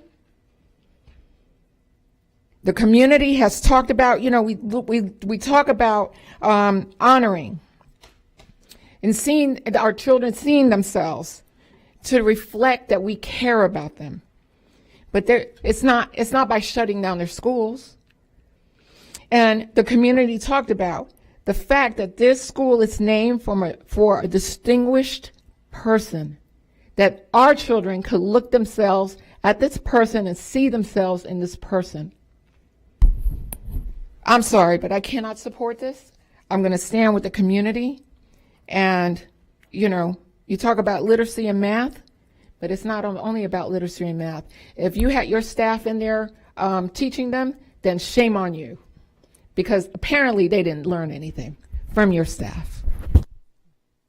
Thank you, Member Superintendent Davis, you wanted to respond to? Yes, ma'am. And listen, I appreciate your passion. And when we talk about staff, we're talking about highly qualified, certified teachers that are academic coaches, that are mentors, that are going there teaching kids every single day. And for those of you watching, never shame on you. You're doing a really good job being able to lead children every single day when we need you. Thank you for being a part of this organization. At the same time, let me reiterate that 2019 is when this district rebranded the school, not in 2021. In 2021, we may have added initiatives to a theme that the school district came about. You can ask everybody that's been here, tell me 2019, not 2021. At the same token, we talk about teachers that talk bad. If we have teachers that talk bad about parents, let us know. We'll be able to address those. All we want is parents to be actively engaged in that process. And when we have 1,500 units that are currently there, they're not selecting us. That data has clearly identified that. And if and I did go look and have conversations, Ms. Perez, when you had a conversation with a leader that talked about Walmart or moms, and she denies those conversations happen. And listen, I'm not in the middle of that. I'm ready to make certain that we have individuals that are champions for children every single day. And nobody from this administration has ever, in this front row or at the school, talked about just being junk, messy, or run down. It's actually a beautiful school. And they put a lot of money in it related to capital work and Chris and his team. All that to say is that we're going to continue to help kids every single day. And getting them in front of certified teachers is the greatest priority every single day under my belt. Thank you, Superintendent Davis. Member Vaughn? Thank you. I feel like there's tension here, and there should be. but I believe it's from everybody wanting what's best for our students. And it's an honor to serve with board members who are so passionate about our marginalized communities, because we see conversations happening at other school boards and they don't sound like this. And I think we're all dedicated to the same thing. I'm going to start with some questions like I normally do. I'll probably end up getting back in the queue. But when we start talking about this community, Mr. Farkas, and again, I had asked for some information. I know you sent it to me. I looked it over. I couldn't pull it back up. I was really hoping to attach it to the agenda item so I could look at it, or at least have it when I request information at the dais, so I don't have to scroll through my phone to try to reference things. Where are our students going? We're saying it's zoned for 550, almost 600 students. It's at half capacity. Where are the students going in your estimation? So it's on the agenda item. It was attached. It's the fourth attachment. Okay. There's 4. Just placement code? Yes. Okay. And it's a pie chart. Thank you. You can have that. No problem. And so it's all the kids that are assigned there and where they're going. So we have 63 kids that choice out. We've got 100 that go to magnet, and then we've got about 45 that go to either partnership or charter school. So either religious school or a charter school that are assigned there. The rest of them are the neighborhood kids. So when you say choice out, what does that mean? It means they go to a school that's under capacity, they're allowed to choice into. So they choose a school that's not there, that's not a magnet school, that's just a traditional school, but there's room at that school for them. But they're in our district. They're just not going to Yes, ma'am, exactly. Okay.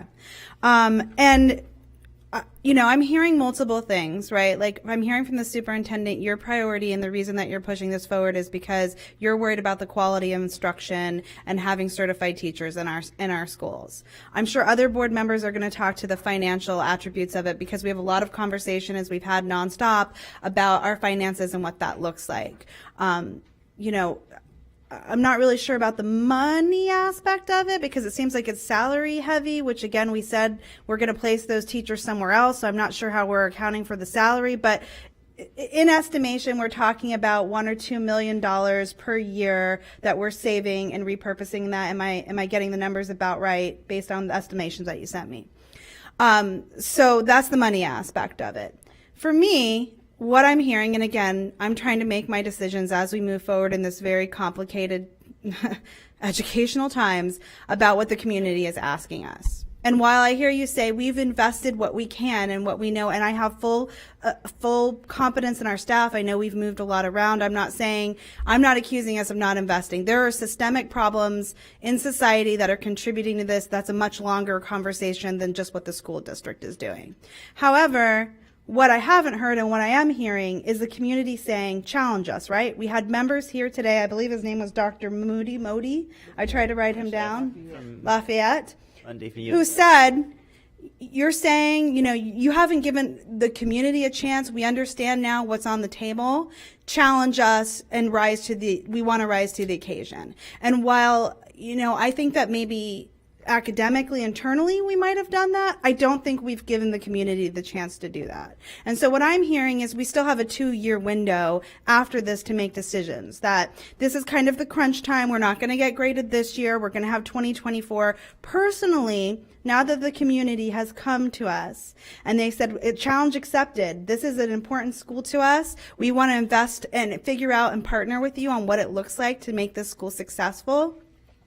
I would prefer as a board member to lean into the community and give them that opportunity. And if state mandate says that in 23, 24, we're still failing the students and the community is okay with that, they're saying give us that opportunity, well knowing, right? I want everyone who spoke here tonight to understand that we're saying if we give them this opportunity to change the school around and invest the community, that's more time kids are going to sit in the school that don't have qualified teachers. And that's what the community is asking for from us. So hopefully the partnership and the challenge is we're going to get qualified teachers in there as soon as possible so we don't do a disservice to our kids. But if that's what the community is asking for, I believe we should give them the opportunity. Personally, I don't see a financial benefit that for 2 years in that time period, that money that we're saving is enough, because what I think will happen is if we close a school, our Black and brown community will distrust us more. And as schools of hope build in these communities, whether or not that's the best choice, they're going to lose trust in our district to support those Black and brown communities. And as much as we gain by maybe repurposing the school, we're going to lose those children to ideas and other schools of hope that come in. And I hate to reiterate that we've had this conversation about traditional public education and the attack on it. And we've said over and over again, who it's going to hurt most is the marginalized communities, right? It's not going to hurt my kid. My kid's going to be fine. What we've said over and over again is that who's on the chopping block and who's going to be hurt most is our marginalized communities. So as we move forward, and I'm going to vote to give this community the chance to reinvest in this school and not support this agenda item, I hope our communities are not just reinvesting in this school, but fighting for traditional public education in general. Because again, as it's under attack, the people who are going to be hurt most, the communities that are going to be hurt the most, are our marginalized communities. So I hope that this is a wake-up call for all of us to collaborate and be partners moving forward. Thank you. Thank you, Member Vaughn. Member Gray, but did you want to say something, Superintendent Davis? If okay. And to that response, the biggest thing is that every year that we go, the achievement gap could be potentially exacerbated. So, I mean, we've already had COVID, and then here we are again, and we start another initiative where, the majority of these individuals have already choiced out to different schools for next year, and actually the entire staff has already choiced out to go to a different school next year, and because they want clarity, they want stability as well. So now we got to start from the ground up of being able to fill 18 positions next year, and that just starts to be able to have a greater separation of student outcomes that we may have to be able to address multiple years. So, but I appreciate the conversation. Thank you, Member Gray. Thank you, Superintendent Davis. Member Gray? Yeah, the night's getting a little bit older and older, as we all are. But, the closing of JEST is not really reflecting the will of the people and the communities. I will say tonight, when we listen to the Urban League, TOBA, the fraternities, NAACP, Fred Hearns, Omega Sci-Fi, all these are agencies, groups, community leaders that can, in fact, make a difference to a school. I am reminded when we, this is Albert Fields from the NAACP, when we visited transformation schools in St. Pete, and you probably know this, Shay McRae, Melrose was the lowest school in the state of Florida. They brought down a woman from Washington, I can't remember her name, but she lived in the Melrose Avenue area, and she had the community come into the school. One student had a tutor, 1 to 2 students had a tutor. One student had a mental health, 1 or 2 students. And of course, they had a certified teacher. But it took the community to change that school, and then they had that model. It went from a F to an A, couldn't stay there. They went down to a B. She used that model with other failing schools. Well, what I'm going to say is I agree, and the Ron Clark, if any of you haven't gone there, shows that those schools that are failing or should fail can be changed with community and parental support. What we're missing is the community. And I say, through Principal Kevin McDonald, who I'm friends with, and many folks know that, I've been at JEST more times than I can even remember. In 2019, COVID, we did the lunch grab and go.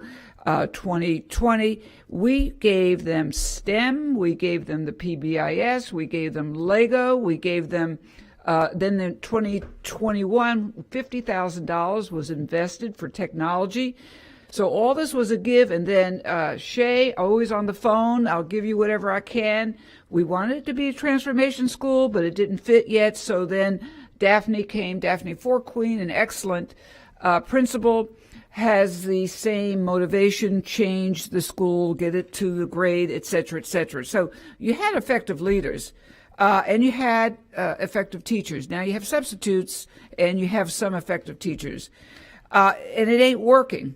All right, so now the community comes to this boardroom and very, very unified.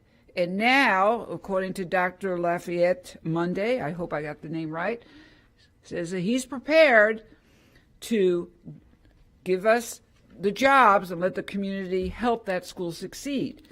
So in very much in the same vein that Member Vaughn has said, the challenge hasn't been given to the community, and I think it's time for them to step up. I wish, this is the first reading, I wish I could say, and Superintendent Davis, I apologize, I usually don't change my stance, but the will of the people will not be put down no matter what area that you reside in. The will of the people is so important.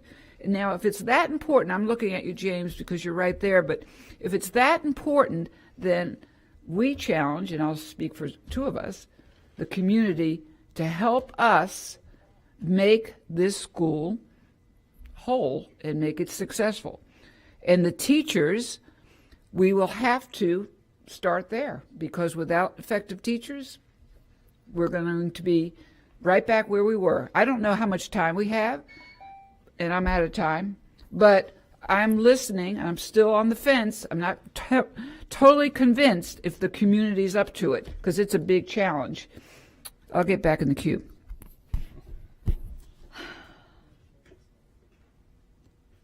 Thank you. Member Hahn? Thank you, Member Combs. So, I think this is a great conversation. This board has been very student-focused tonight, and I love that, because I do approach my role looking through a student lens, no matter what the issue. I know that tonight it was not easy for Ms. McCray and the superintendent to bring this to the board. I know, Shay, you have put every resource. For 5 years I've been on this board, we've been talking about JUST, and we've been pushing resources into that school. This isn't about a building.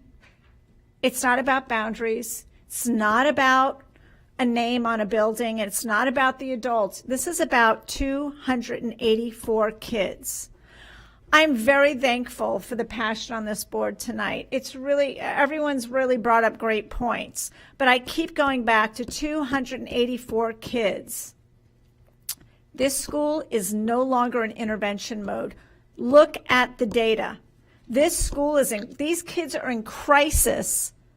Having the community go in and provide services, that's in intervention stage. We have long passed the intervention stage. This is in crisis mode. You want to wait, you think you have a 2-year window, and you talk about that, that's a big risk with kids to say now you're going to provide this intervention. In 2 years, look at these numbers. You have PMA scores, 3% of fifth graders with PMA 1. 3% of fifth graders with PMA 2. And you want to risk their future by an intervention that should have been done 2 years ago, quite frankly. These kids are in crisis. Where are their PMAs going to be in 2 years? Then, well, you know what? I heard tonight, if kids are failing in 2 years, then we can close the school and we can move them. Where are these third, fourth, and fifth graders going to be in 2 years? You're right, Superintendent. I'm sorry, but the achievement gap is going to be enormous. These kids that you are risking, that you are playing a risky game with tonight, are going to be lost in the system. They don't have 2 years. We talked about the importance of teachers for kids' success. And the question's been asked in relation to this boundary discussion. How will this provide children with better academic opportunities and outcomes? In this case, that's been asked by board members when we've talked about boundaries. And in this case, the answers can be given. This will stabilize the teacher workforce. I even thought you told me that some of these teachers might move with these kids to these other two schools. Through the chair, we have aspirations of when allocations move, we want to be able to increase in wraparound services for students, increase in academic support services for students. These are all things we know that contribute to higher learning outcomes for kids. This is about these 284 kids. Immediate needs. This is this is not a judgment on the hard work that's being done at Just. I'm sure they're remarkable in their efforts. But what we know is that closing a school at low enrollment like this in this type of crisis can help us maximize the efficiency and effectiveness in regard to the resources we're providing. I'm not even thinking about the finances, quite frankly. I'm thinking about these kids. And I just don't know how we take such a big risk with these kids. I know in speaking to many of our community members, I understand your passion for wanting to keep Just open. I do. I'm not wanting to sell Just. None of us have wanted to sell Just. I know that, numbers have been shared about community growth that's going to come. And maybe when that comes, you can talk about reopening a school. But right now, the reality for these kids today, they are in a failing situation. They need stability. They need high quality teachers. They need more services. They are in a crisis right now. What you're talking about doing with the community is something that is done at an intervention stage. I've worked around turnaround schools. I can recognize this. They are in jeopardy. Please do not risk their future. Please. Thank you, Member Hahn. Member Rendon? Member Washington, Member Perez, Member Vaughn, this is an extremely difficult decision, and none of us can understand, Member Washington, what you have walked through over your years, nor would I even begin to understand. But I have to ask Ms. McCray again a little bit more, because I want to make sure that I understand the long term. We've had a couple years where we didn't have quote unquote grades, but we do have numbers, and we do understand that in 2021, what were our stats at that point? So in 2021, we were not graded that year. Any school that was below a C did not receive a grade. So Just was a C school in 2018, 2019. In 2020, we weren't in school. In 2021, the bottom fell out. We did not receive a grade because it wasn't a C at that point. We dropped to a D. And then just last year, we went down to an F. So we were not graded in 2021. And then we were F in 2022. This year, we will not be graded again. Here's where there is an addition. We would, as a stat show today, we'd be an F. Right now, we're it would be a second year. Yes, that's correct. If we were to get grades now. But the year that we were a D but not graded, we do have the stats of where we stood for our students, right? Or our ELA and FSA stats. Yeah. ELA in 2021, ELA 16% of the student body was proficient. In mathematics, it was 31% proficient. And 16 and 31, but again, they had 261 total points, which is an F. Yes. That's correct. It's an F. So even though we were not graded, we were still in a decline. So we've had some grace to be able to be in control a little bit more of that. And during those 2 years, what other resources we put into the school? We've got the state coming in, we've got transformation.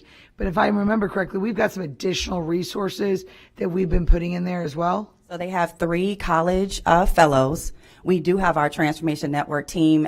Normally our team goes and we support the planning process, professional development, but our team has actually been in classrooms and teaching this year to take over for the gap. We also have other district staff from academic services that have gone in and provided support, as well as our VE staff have gone in and provided support this year for the school as a district staff to try to mend some of the gaps this year. Here's the caveat I also want to express just for the public and for everybody to be clear. This year, we are implementing new state standards. We have new curriculum and we have a new assessment. It's all very new.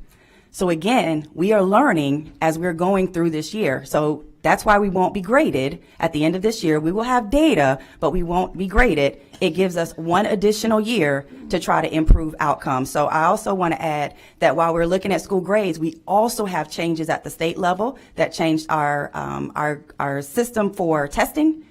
our state standards, as well as our curriculum. Which means it's extremely important to have a full staff to be able to teach children That's what makes standards, this- core concepts, enduring knowledge, essential vocabularies.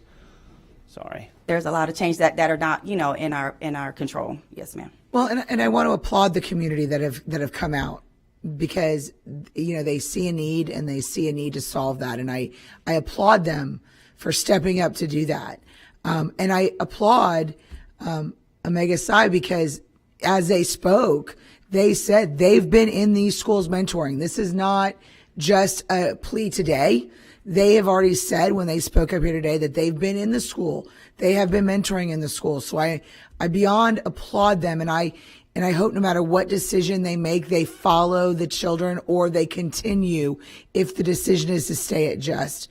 Either way, I hope they continue and build and grow on working with our students. I don't care how old a student is, any direct involvement can support a student is phenomenal. My daughter alone has had experiences this last week where I'm extremely thankful for those mentors in her lives, because that was something I could not give her that she needed.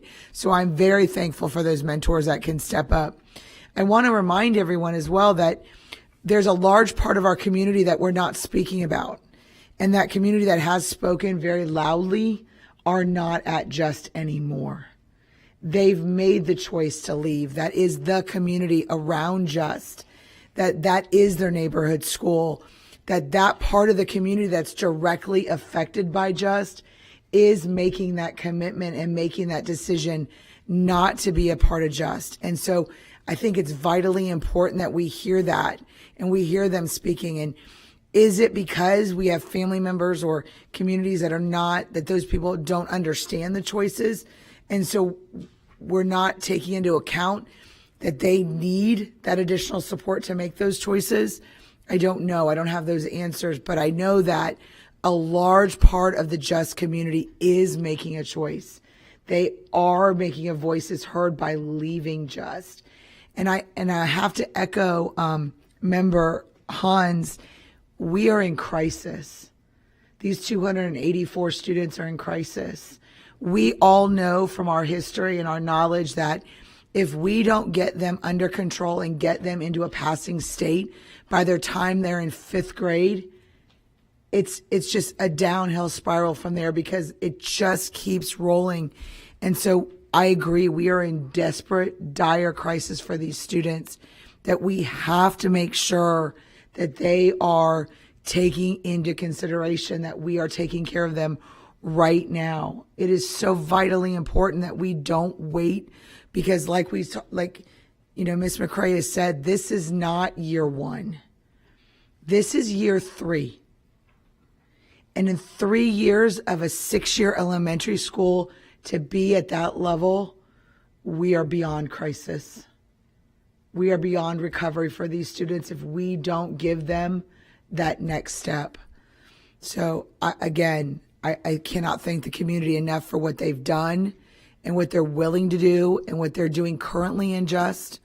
And I do, we've talked about this, Superintendent Davis, we talked about this in the workshop.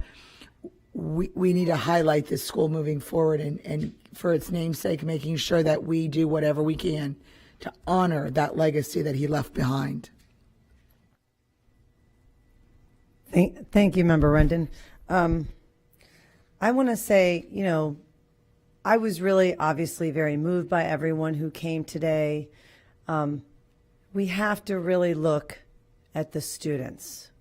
At the end of the day, what type of cycle of poverty have we given those students when they're still not reading, when they're still not doing math? Over and over, how many years have we failed those students? Today on the way in, I spoke to one of our high supervisors who I know loves children. And she said to me, as much as I love kids, I feel like we have failed those students and we can't continue to fail them. There has been so many services provided in that schools. There's been different programs. There's been supervisors. There's been funding. There's been rebranding. But at the end of the day, how can we continue to do that when everyone, as a teacher, when I would group students together, when you have different levels of students, they all learn from each other. But when you have all the students there working below level, how are they going to learn from each other? How are they practicing fluency?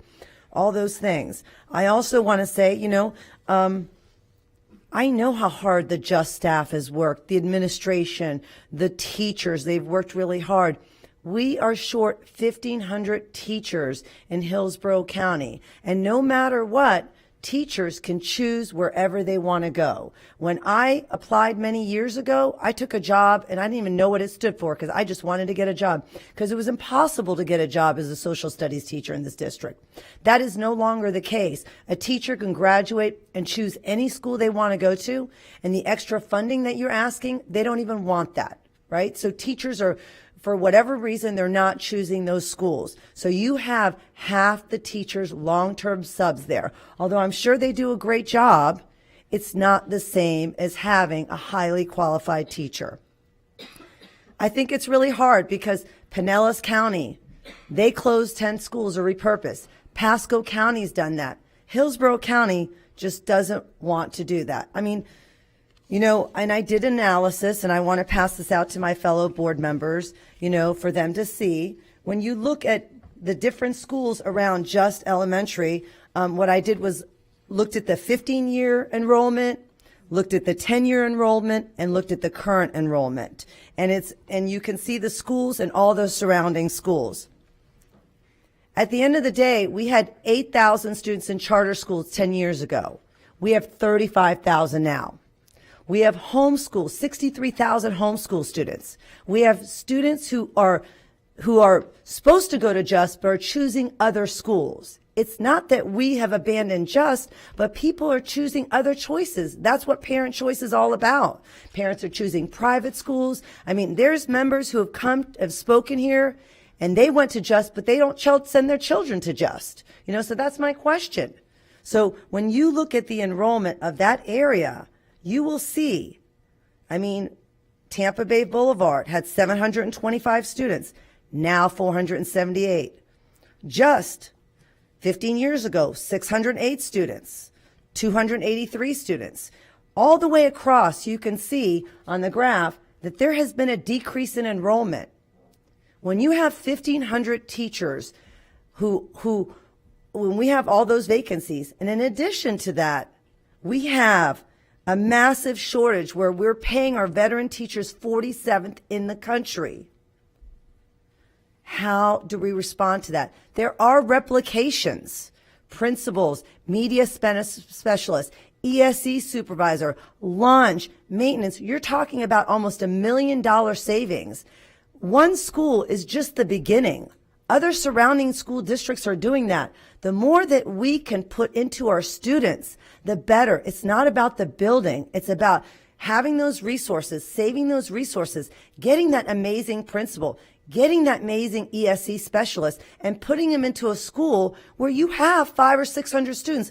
I would love to keep a school open with 200 students, but at $8,500 that what we get per student, and it costs $33,000 for Berkeley, I don't have that option anymore. I have to look at the best way to support students. And I understand the community. And guess what? There's 10 other schools in that area that we need all of us, including the community, to continue to support. We have to do something to provide the services, the counselor, the needs for those students, because they're just as important as a school that's highly enrolled. Thank you. Member Vaughn? I don't know how I got moved up in the queue so fast, but I'm going to take my time. Mr. Farkas, where are we sending these children to instead? Pause my time, please, while he answers this. Thank you. Where are we sending the JUST students to? Yes. To Booker T. Washington, Tampa Bay Boulevard. And what are their letter grades as schools? Ms. McCray? Yep. They're both C schools. Okay, so we're talking about C schools. What's their fill rate when you're talking about employee ratio? What are their vacancies? Great question. Booker T. Washington has no teacher vacancies at this time. Tampa Bay Boulevard has 2 vacancies at this time. So I hear your point, Dr. Hahn. And again, it was a little feisty. But I understand it's because you're passionate, and everybody here who's having a conversation is because we want what's best for our communities and for our students.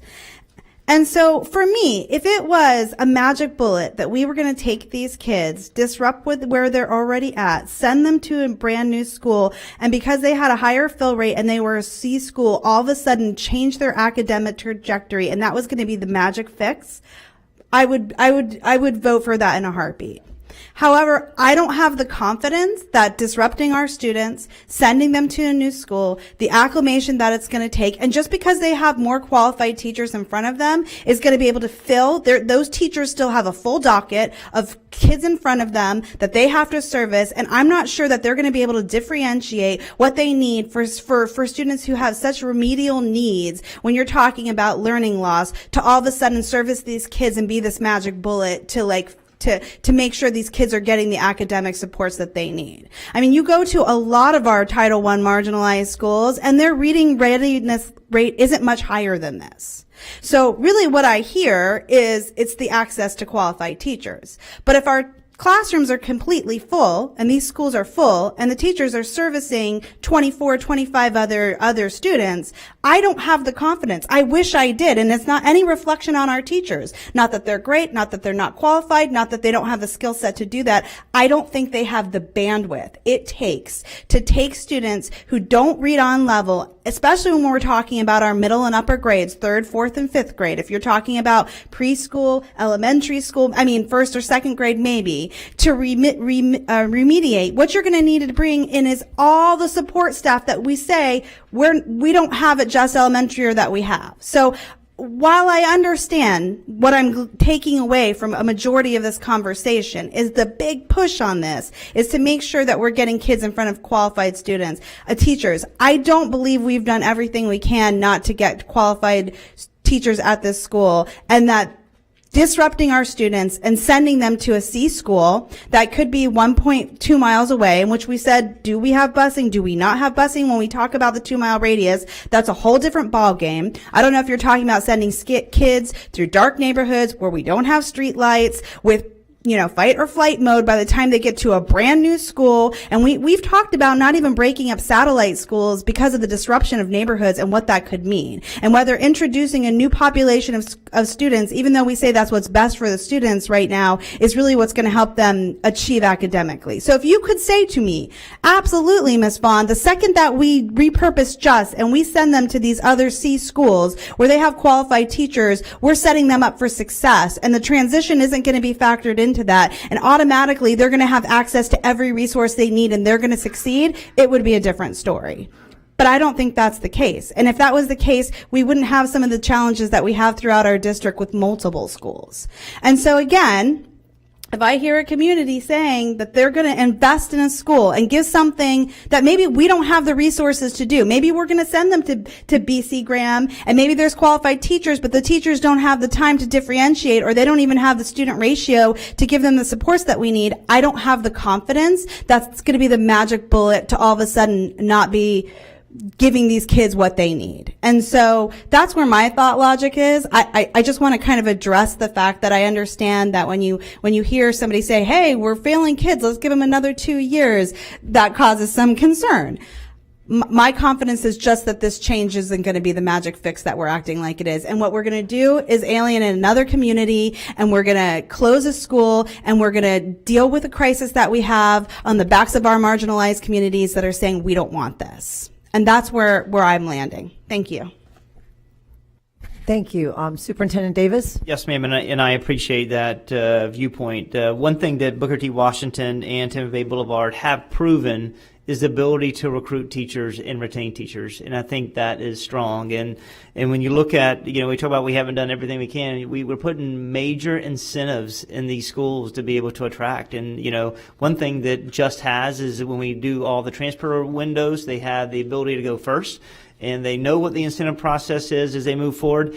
And when we talk about the community, and this is just not for the JUST community, but this is for the entire Hillsborough County, our doors are always open every day to our community members. They're open every day for them to be, mentors and to be volunteers. I know that we had a time where we kind of shut down during COVID, but we've opened up our doors every single day. There's no one that are stopping our community to be active partners in this process. And, we see that so many of our community members and organizations and agencies that truly, genuinely want to make a stand for children, they knock on our doors, they show up. But we will openly continue to try to extend and invite everyone as much and often as we can. We have an inviting opportunity, but openly, when we talk about 284 kids, it does matter being able to go to a school. And it's not about taking the 284 kids and putting them in schools where we're going to add it on to the current structure they have and increase their class size, because that defeats the purpose. It's putting them in cultures and environments that are thriving and moving the needle academically, and allow them to be able to have that recruitability to continue to serve children. It's not even about, tier one is great, and that's what we want to have, a high dosage of high quality teaching in front of children every single day. But you go into a school that has greater stability and a greater climate and culture, and you look at what they offer for their master schedule, and they have greater accessibility to specials that may be particular more often, and they have greater accessibility to interventions to be able to have push-in models, to have greater small group instruction. And all these schools have same availability, whether it's through host or boys and girls of before school and after school initiative as well, that we continue to use for extended learning opportunities. But I yield back to Mrs. Combs. Thank you. Mr. Washington? Thank you. First, I want to thank the Omegas for coming out, showing support. Toba for showing Pete in AACP. Thank you all for coming out, speaking for the community, because that's very important. One of the things we are not understanding also, we don't have kids at Jeffs because it's affordable housing came over in that area. So they can't even afford to stay in that area. They are moving out to other areas. So that's one reason why we don't have a lot of kids over there, because of that. I go back, I'm going back a little bit further back now. The community does not have confidence in us because we are not assuring them the things that's most important. For example, some years ago, we closed down Christina Meacham Elementary School. We are aware of that, aren't we? We closed Christina Meacham down. We said, well, in the next couple of years, we're going to build a school. Everybody was excited because they don't build another school for us to go to. We haven't heard nothing else about it. Loss of confidence.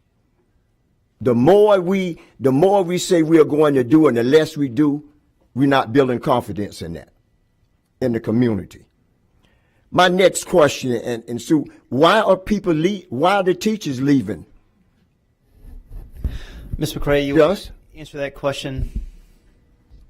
No, I don't know why teachers are leaving. I know that over the last couple of weeks, we just started the transfer process. So 3 of them, of the 11 that are there, have already transferred to other schools for next year. That does leave the remaining 8 that are still there. But no, I do not know why teachers are leaving. And through the chair, we can do some exit interviews as well. I think we need to do a do little that. bit of research to find out why.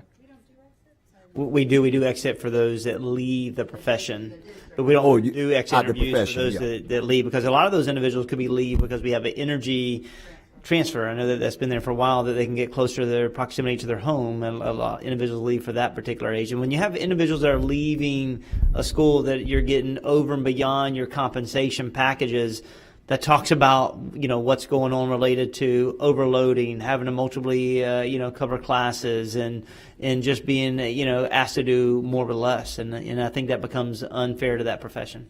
Yeah, because we need to find out why they are leaving.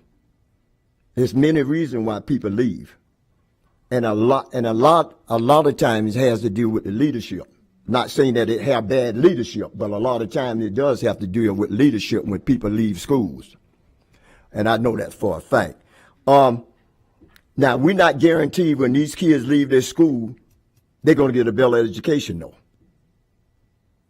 That's your belief as a superintendent, and you should have that belief in your district. And through the chair, if you look at all the analytics and stability and the culture, the answer to that is right now, if we move them today, that they would be provided that. That they would have greater consistency. They'd be in a culture that has greater systems and processes in place, and that there's high quality. There's better student outcomes, which means that there's better growth in these two particular schools, which means that they're doing a really good job of Tier 1 instruction, but also being able to address the growing differentiated needs at both Booker T and at Tampa Boulevard than what's happened in the last couple of years. Okay. I'm just looking at the ethnicity now because I did some work. You know, they have 4 towers there, buildings, and those buildings people just moved in. They have 41% black African Americans. They have 23% in one Hispanics. In Tower 2, they have Hispanic 20% and black 62%. In Tower 3, they have 23% Hispanic and 56% blacks. And then in Tower 4, they have 22% Hispanics and 26% blacks. I just fail to realize those students are not coming there. It has to be something else. Because that's just hard to believe. Because you're going to catch a bus and go, unless it was exceptional school. And the schools we talk about, I mean, I don't ever put grades for a school because grades is just a minute part of a school. It's the operation and the leadership of a school that makes it great as hell. Nothing else. Because I've seen schools with A's and they're horrible schools. I've seen schools with less grades and they do a great job with students. Because this is all about caring and taking care of students. I just believe we have to, I don't know if it's the leadership, because in the last years, we have changed that school many a times. Because that school was the hub of all of West Tampa at one period of time. Because we always had service centers there along with students. But now, as you can see, affordable housing people have moved out. But people will be moving back in. Because I have the information here. They will be moving back in. And superintendent, when they move back in, we need to have a school for them to go to. But right now, we need to concentrate, as of now, we need to concentrate on these students. Because, you know, even though they're not making the grades, and we know grades are important, we know that. But we also know it's important to keep people together and keep families together. Because even when people come down here and speak about going, we want our kids to stay together because that builds stability. And we don't know. We don't know how we don't know what's going to happen with these kids. But we got to give them the best support that we can give them, I think, in order for them to have and survive and do what's right. So, I mean, again, I can't vote for this. So that's it. You don't have to put me back in the queue. Hey, thank you, Member Washington. Superintendent Davis? Yes, sir. And I'm through, Chair. I'm so sorry. And thank you, Member Washington. I appreciate you continuing to be an advocate for your community. One thing we talk about is keeping communities together. The majority of the students, 325 students, are being moved to Tampa Bay, and only 55 students are being moved to the other location, Booker T. Washington. So we're trying to do our best to keep the majority of that community together. We're in a subset when looking at geographically to move. And one of the board members said this night, one of the greatest equalizer is education. And I completely believe that every single day. And when we talk about where we are and what we have to do for these children, you know, for me to bring this, it's hard, but it's at the same token, it's a must today. It's a must to be able to fight for these children and put them in a situation where they have greater success. Thank you, Superintendent Davis. Member Gray? Yeah, I want to thank you, Madam Chair. I want to thank the board members because as you, whoever's listening and looking, we really do care and are contributing to making a decision.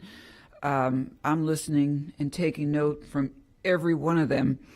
And my stance on the growth of the community, because I know that when we talked to West River, those apartments that went up, and there are many, we had thought we'd have a huge influx at Just. In fact, we were preparing to ask for more units They didn't come. They did choose private and they did choose charter. The reason was the perception of the school. Now, whether that's agreeable or not, that was the reality. They had, from social media or whatever, not favorable opinions. So fast forward, now we have more development and a little bit higher income development at that. Will they choose to go to JUST? And I don't know. That is a supposition that we don't know. We don't know if all these new communities are going to be lured into JUST. So that's an X factor right there. I do think if we converted all of our thoughts and did a Venn diagram, and in the middle, every one of the school board members, I shouldn't say even, but if the community leaders, what they care about are the children. That is the commonality. And the commonality, as far as the numerical amount, is 264 kids. Is that correct? 284, yes, ma'am. I knew, 284. So I'm down to what's more important, the community, which I think is so critical, or the children. Well, that's a horrible choice to make, but I will say right now, I care for very much both of them, of course, those two entities, but I care, and I am a child-centered educator as well. So the children are going to be my priority. That is the bottom line. I would say with the community, which I definitely respect and work with many of them, that they too can help in various ways with the new schools that the children will go to.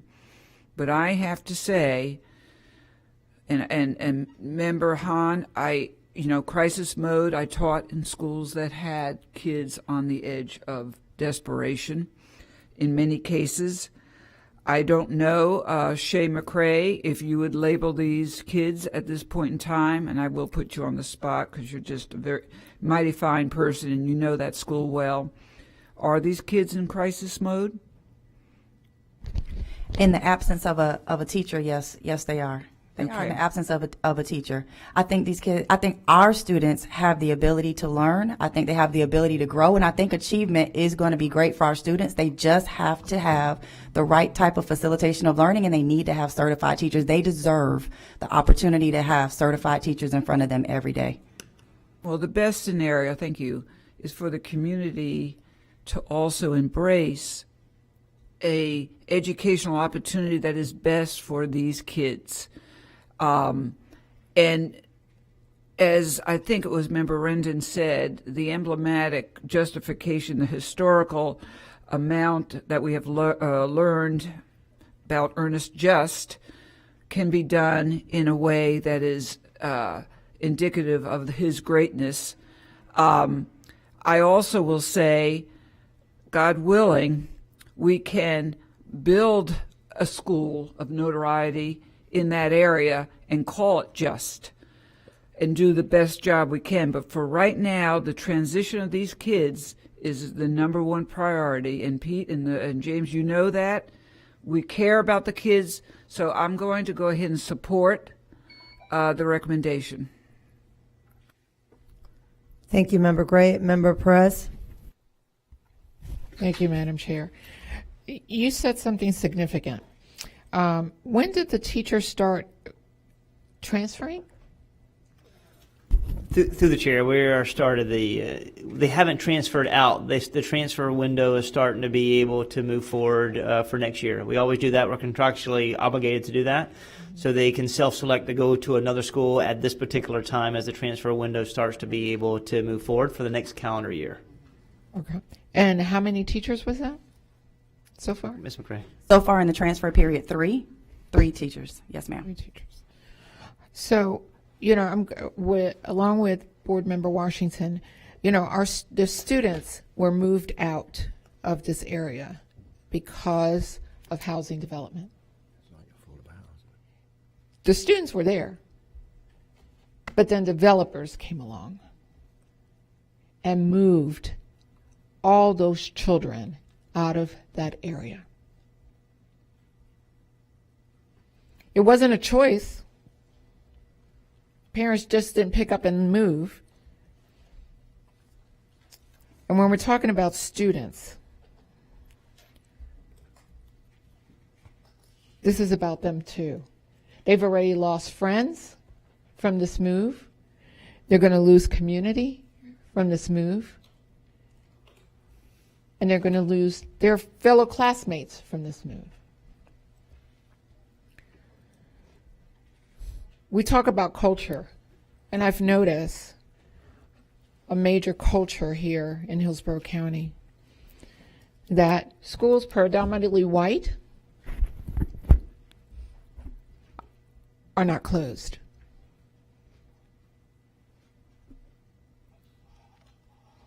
But the schools that are predominantly black are predominantly black and Latino. And we would play chess with these students. We keep moving them, hoping, with the hopes of, that in the next school they get education.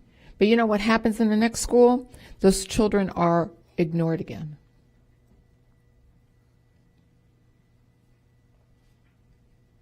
For years, Superintendent, we were giving out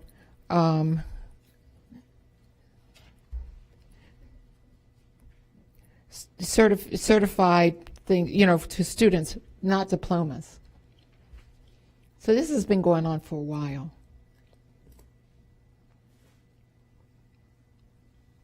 Complete certificates of completion. So our children, our black and Latino children, end up caught up in this crossfire between development and between us.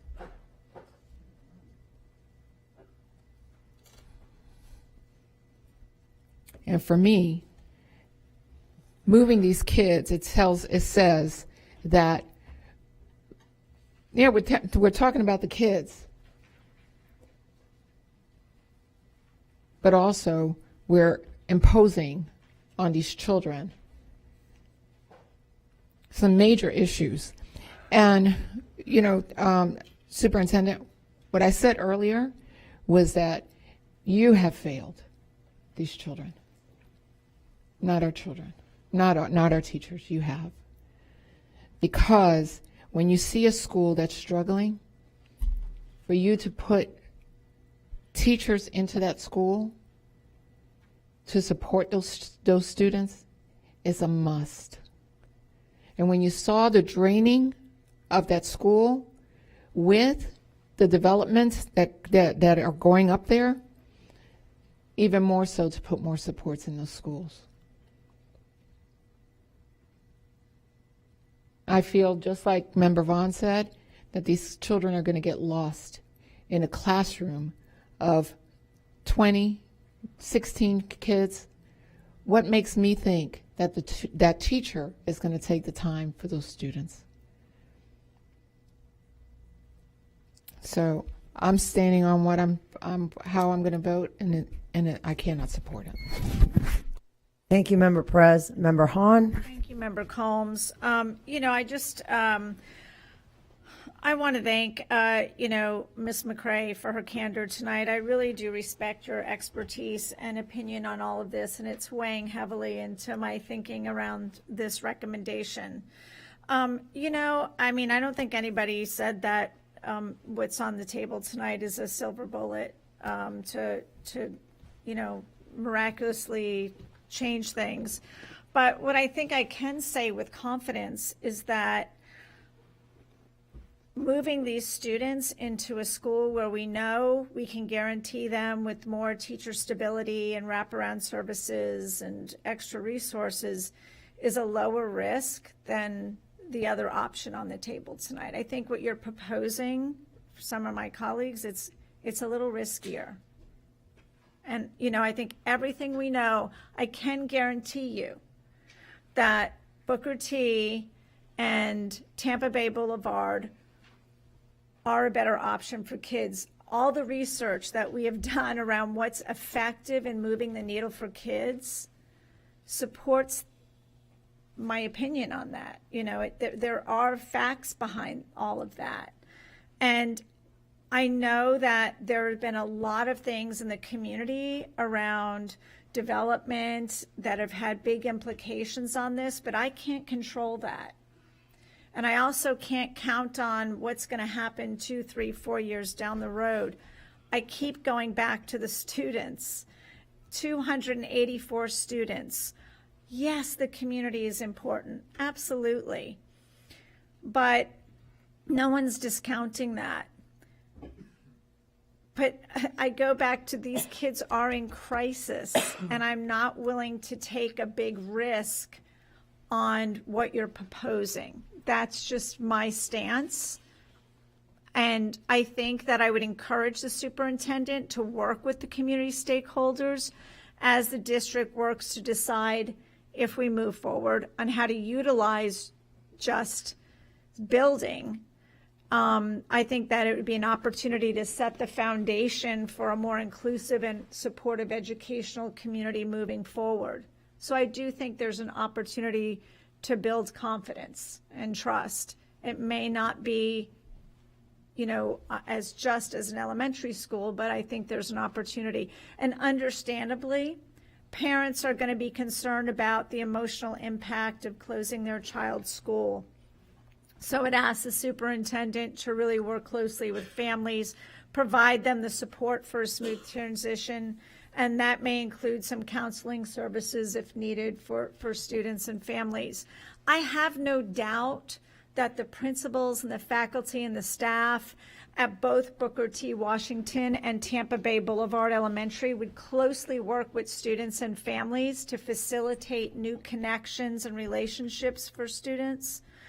Overall, though, I just feel the decision today for me is made with the best intent of the student in mind and improving their educational outcomes and opportunities. So I am still supporting this. And, you know, we may have to agree to disagree. And I wholeheartedly agree that we're all being very student-centered. We have different solutions to this very difficult problem. And I think we all are being very respectful of that. But, you know, I have, like many of you, worked in schools and specifically done a lot of turnaround work at USF. And, you know, I am very, very concerned about taking such a big risk with students' lives. We're here to prepare students for life. We can't do that if they're not, you know, in the best educational settings possible. But I'm just gonna stop here, and I appreciate, though, everybody's comments tonight, and the community's comments are not lost on me. I just think that we're in a crisis right now with these students. Thank you. Thank you, Member Hahn. Member Vaughn. Thank you. Just to reiterate, this is incredibly hard decisions that we're making and talking about. So I do appreciate that even with the passion, again, to back up what Dr. Hahn is saying, it's a very thorough conversation we're having to try to make the best holistic decision. My kind of perspective at this point is, now you mentioned that a good majority of the students choice out, so there are choice options. However, the parents that aren't choicing out are making an intentional decision to keep their students here. I mean, you talked about the community has made a decision, but there are 286 parents that could choice out and make other choices, whether it's a Magnet or whether it's Tampa Bay or whatever.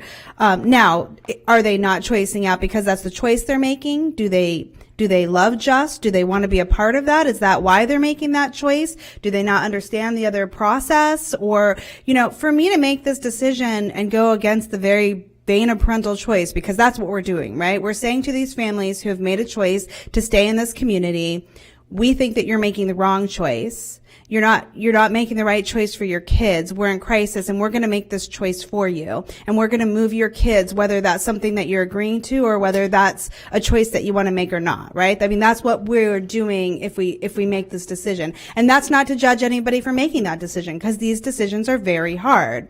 But that is what we're doing. We are telling these parents they no longer have that choice because we don't think it's the right choice that they should be making.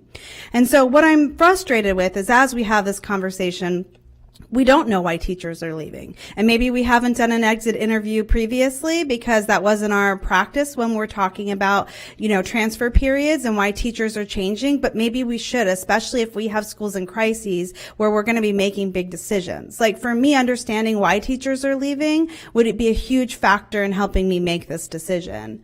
The next thing that I'd like to say is, if we make this decision, regardless of where we vote as a board, I would like data on these students. Because we're going to make these decisions over and over and over again, right? Just as just one school that we're talking about and a massive boundary change. I mean, we spent a lot of time during our workshop talking about District 5 and how many schools are going to be affected. So if we're saying that a lot of board members are going to be making this decision on student achievement, I want the data to back that up. Let's track this cohort if this is the decision. I want to know in 2 or 3 years what their progress has looked like, what their reading readiness has looked like, what supports were effective.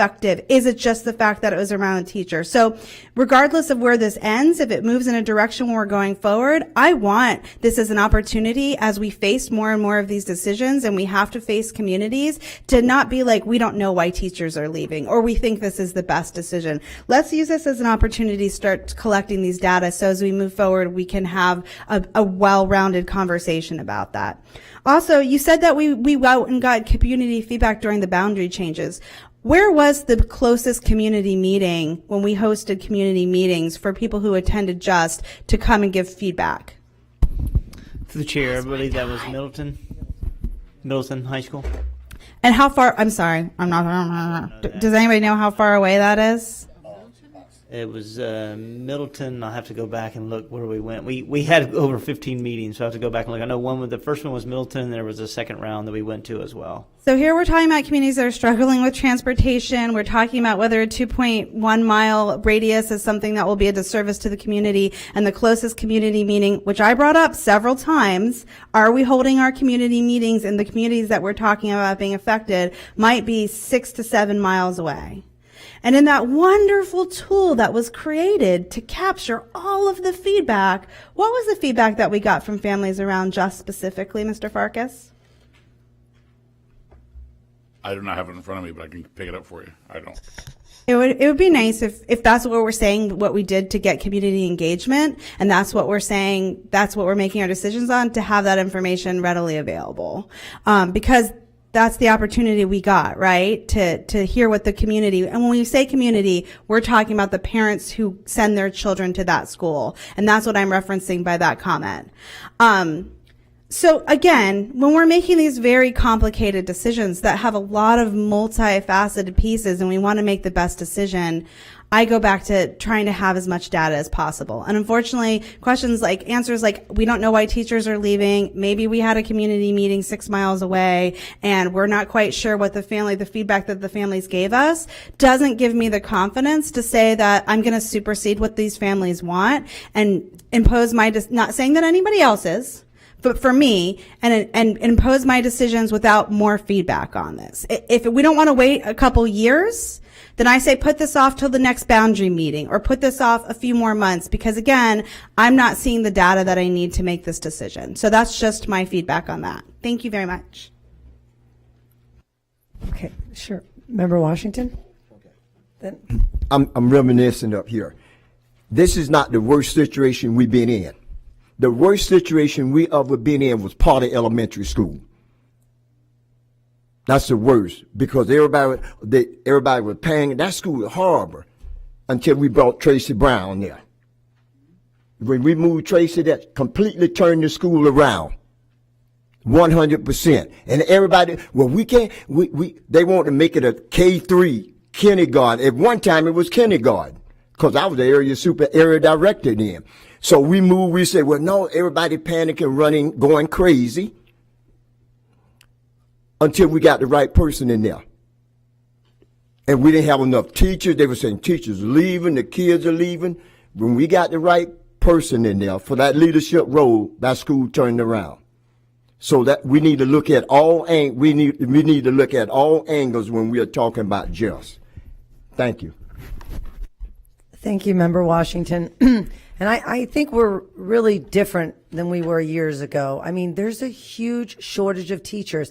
I feel really sad for those students who've had multiple substitute teachers who haven't had a connection. I mean, we are failing those students. The idea that half the staff is non-certified and people are coming in and out of those children's lives, I think is very unfair. One of the schools where a majority of the students would go is Tampa Bay Boulevard. That school was almost a B.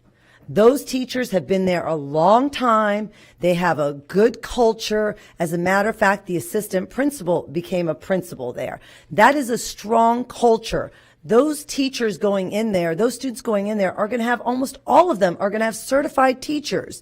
I mean, as much as I really respected every single group that came here, I have to remember, why did I decide to be a board member? I decided to be a board member because I care about kids and I want kids to succeed and I want kids to have a chance to get out of that cycle of poverty or to move to a higher level or to have the same teacher for years or to have the same principal, to have those resources. That's what it's all about. We've really got to focus on that. And we're not selling the building. It's going to be there if there's an increase. But if you look at the list that I gave you, Just, Graham, Tampa Bay Boulevard, Washington, West Tampa, all of those schools, even Gorey Elementary, every one of those schools, the enrollment has gone down by almost 50% or 20%. Every enrollment in those schools, it is going down. Our enrollment is going down because parent choice is up. So we cannot keep tiny schools open when we're not getting the funding at the state level, when we don't have a referendum, when we're getting $8,500 per child. And I challenge you to find a private school that is not at least $15,000. Okay? Berkeley, 33. Carrollwood Day School, 27,000. I mean, tell me, how are we going to get a quality education when those teachers aren't even certified? And I want to say, I know the people at Just have worked very hard, and a community is very hard when they have to be a part. But at the end of the day, those people will have great positions because we have so many positions that are available for them. And we also have to think about maybe creating an early learning center in that community, something, K-8. What do we need to do? Because people want to stay in their community and we need to work together. Everyone who came together, we need to continue strengthening that community so that way we don't continue to have a huge decrease across all these schools across the district. Because there are some schools that are growing. But why is that? Because people want certified teachers. If you're a parent at Just, you want the same thing as a parent at McKittrick. You want your child to thrive. You want them to have a certified teacher. You want them to have a counselor there. You want to have all those things. And we can't do that without providing the wraparound services and providing the financial support for those schools. So, with that, I don't think there's anything left. So, board members, please vote when your lights appear. There's a motion on the floor. The motion is to approve the superintendent's recommendation. And so if you're in favor of the recommendation, which is to close the school, you should vote yes. If you're against closing the school, you should vote no.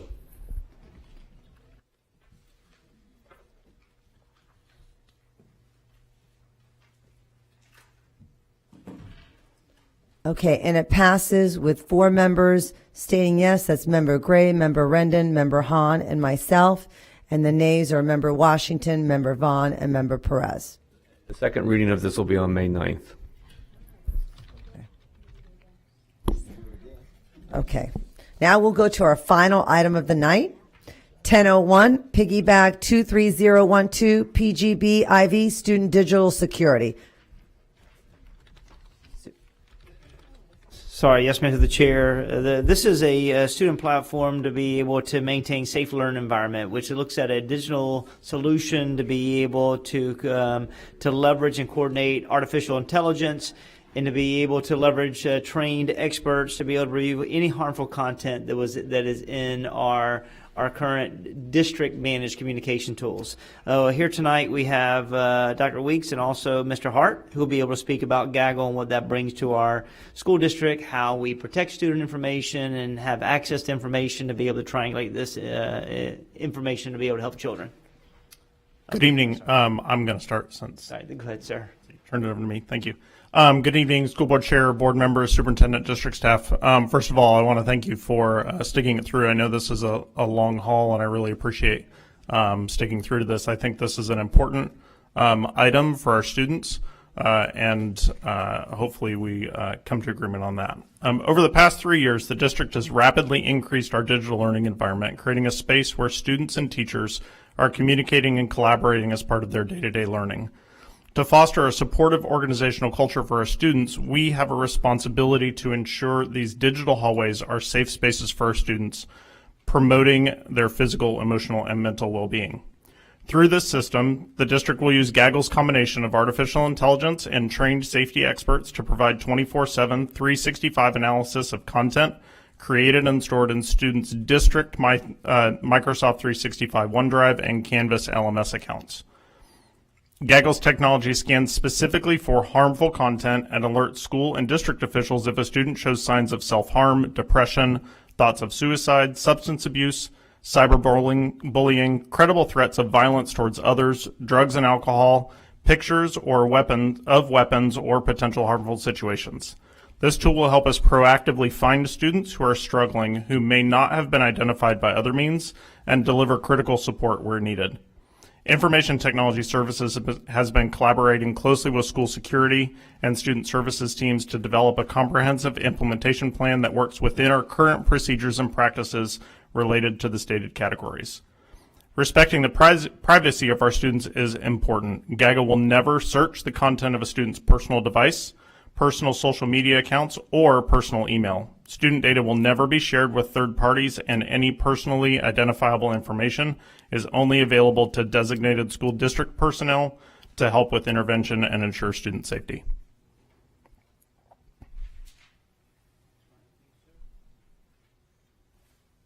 Thank you. I need a motion and a second to approve item C1001. I have a motion by member Rendon. I have a second by member Gray.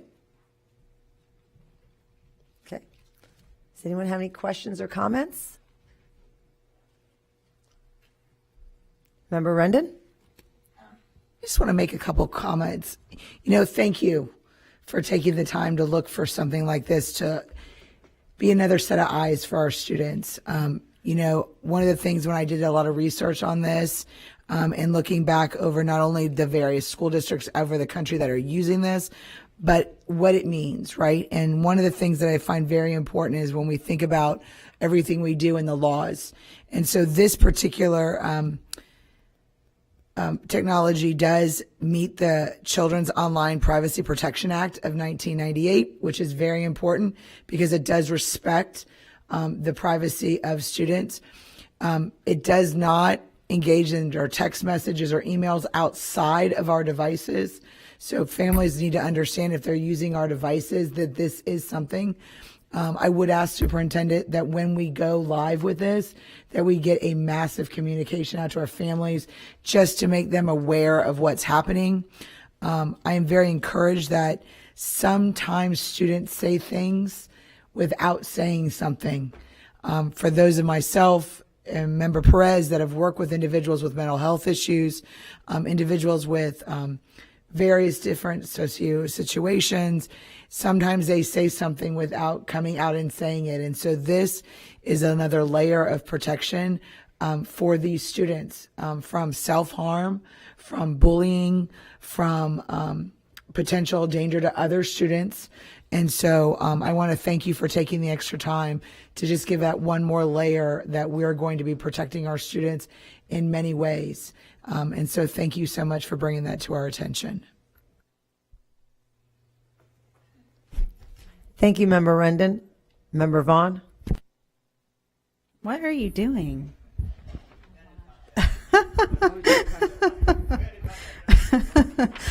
Artificial intelligence. Thank you. I had a lot of questions. We were on the phone, so I'm not quite sure who answered what at what time. However, one, I just wanted to go back to something Member Gray brought up earlier. This is something like automatically, it's not something driven by the teachers or anything. I know Member Gray had asked, would subs be able to use it, but it's not anything that provides professional development. This is embedded within our system and it's automatic. Like, I just want to clarify that, right?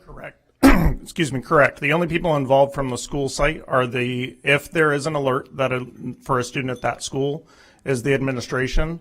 The administration at that site would then delegate it to the appropriate personnel, such as the guidance counselor or social worker, school psychologist. The teacher in the classroom is never involved unless that procedure that's already existing at the school needs to involve the teacher. But there is no alert that goes to the classroom teacher in this case. So I know I did ask because you said that part of what would be notifying parents, because I have a similar concern as Member Rendon, right? That our families really understand what we're implementing, what they're signing up by using our computers and accessing our emails to make sure students take this responsibly as well as families.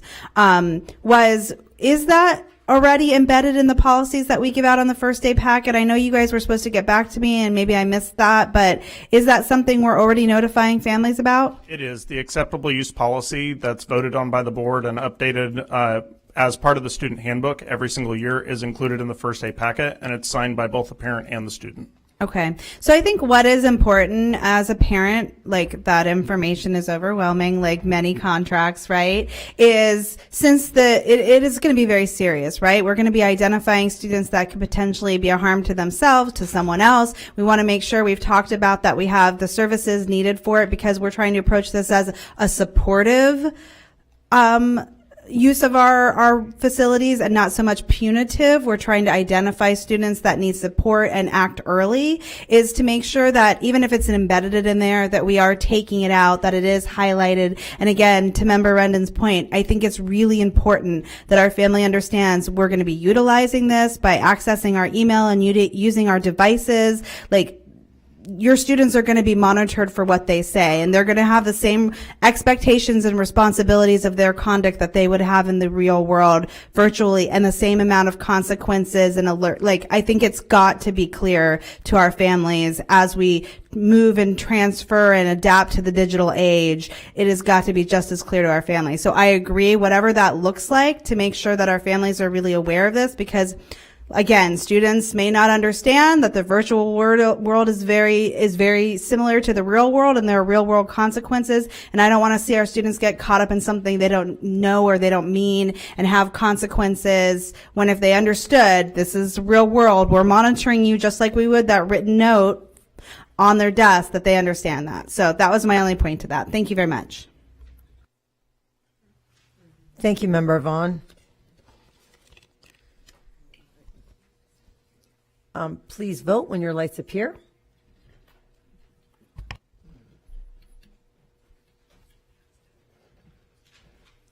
And it passes unanimously. We will now move on to superintendent comments. Yes, ma'am, to the chair. You know, first and foremost, I appreciate the conversation. Tonight was one of the hardest conversations that I have ever had to bring to the board, to be able to disrupt children. But I want you to know that every single day while I'm in Hillsborough County, I fight for kids. And you can ask anybody on this front row, with me or without me, and they'd all say I push their professional capacity more than they've ever been pushed before. And I pride myself on that, and I'll continue to do that every single day, and I'll continue to be professional when I do that. At the same token, tonight, let's talk about superintendent's update. Tonight, I want to be able to talk about celebrations, the application window, consent agenda, and some other elements. We've had some really cool celebrations. We had a chance to attend the ISC with the Hillsborough County Counselor Association Awards Banquet. They did such a really good job. I didn't even recognize the ISC when we walked in there. And, we thank our Simmons Career Academy for the culinary. It was so beautiful. I didn't even want to touch it, but it looked delicious. But to be able to see, these individuals come back together and just have an opportunity to show professionalism and care for each other, it was so rewarding. And we thank everybody that was able to make it and for their acknowledgement as well. Also, the Future Career Academy Job Fair continues to be able to provide ongoing opportunities for our students every single day within our organization. I'm going to pass out a survey, and this survey, here you go, Ms. Rendon.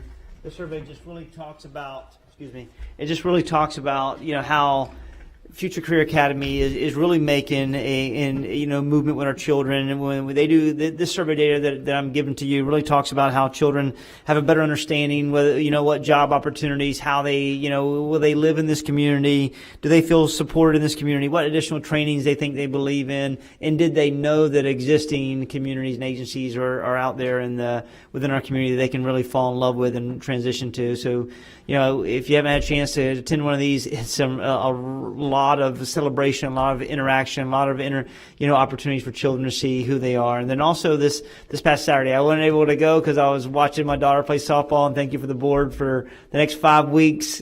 She retires and allowed me to go be with her, me and Natalie.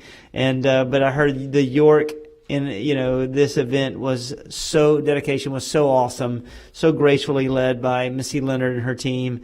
So thank everyone for being there and just really highlighting this opening and for this school. They're doing a really good job. It is very hard to be able to create a climate and culture in a school, especially when it's brand new.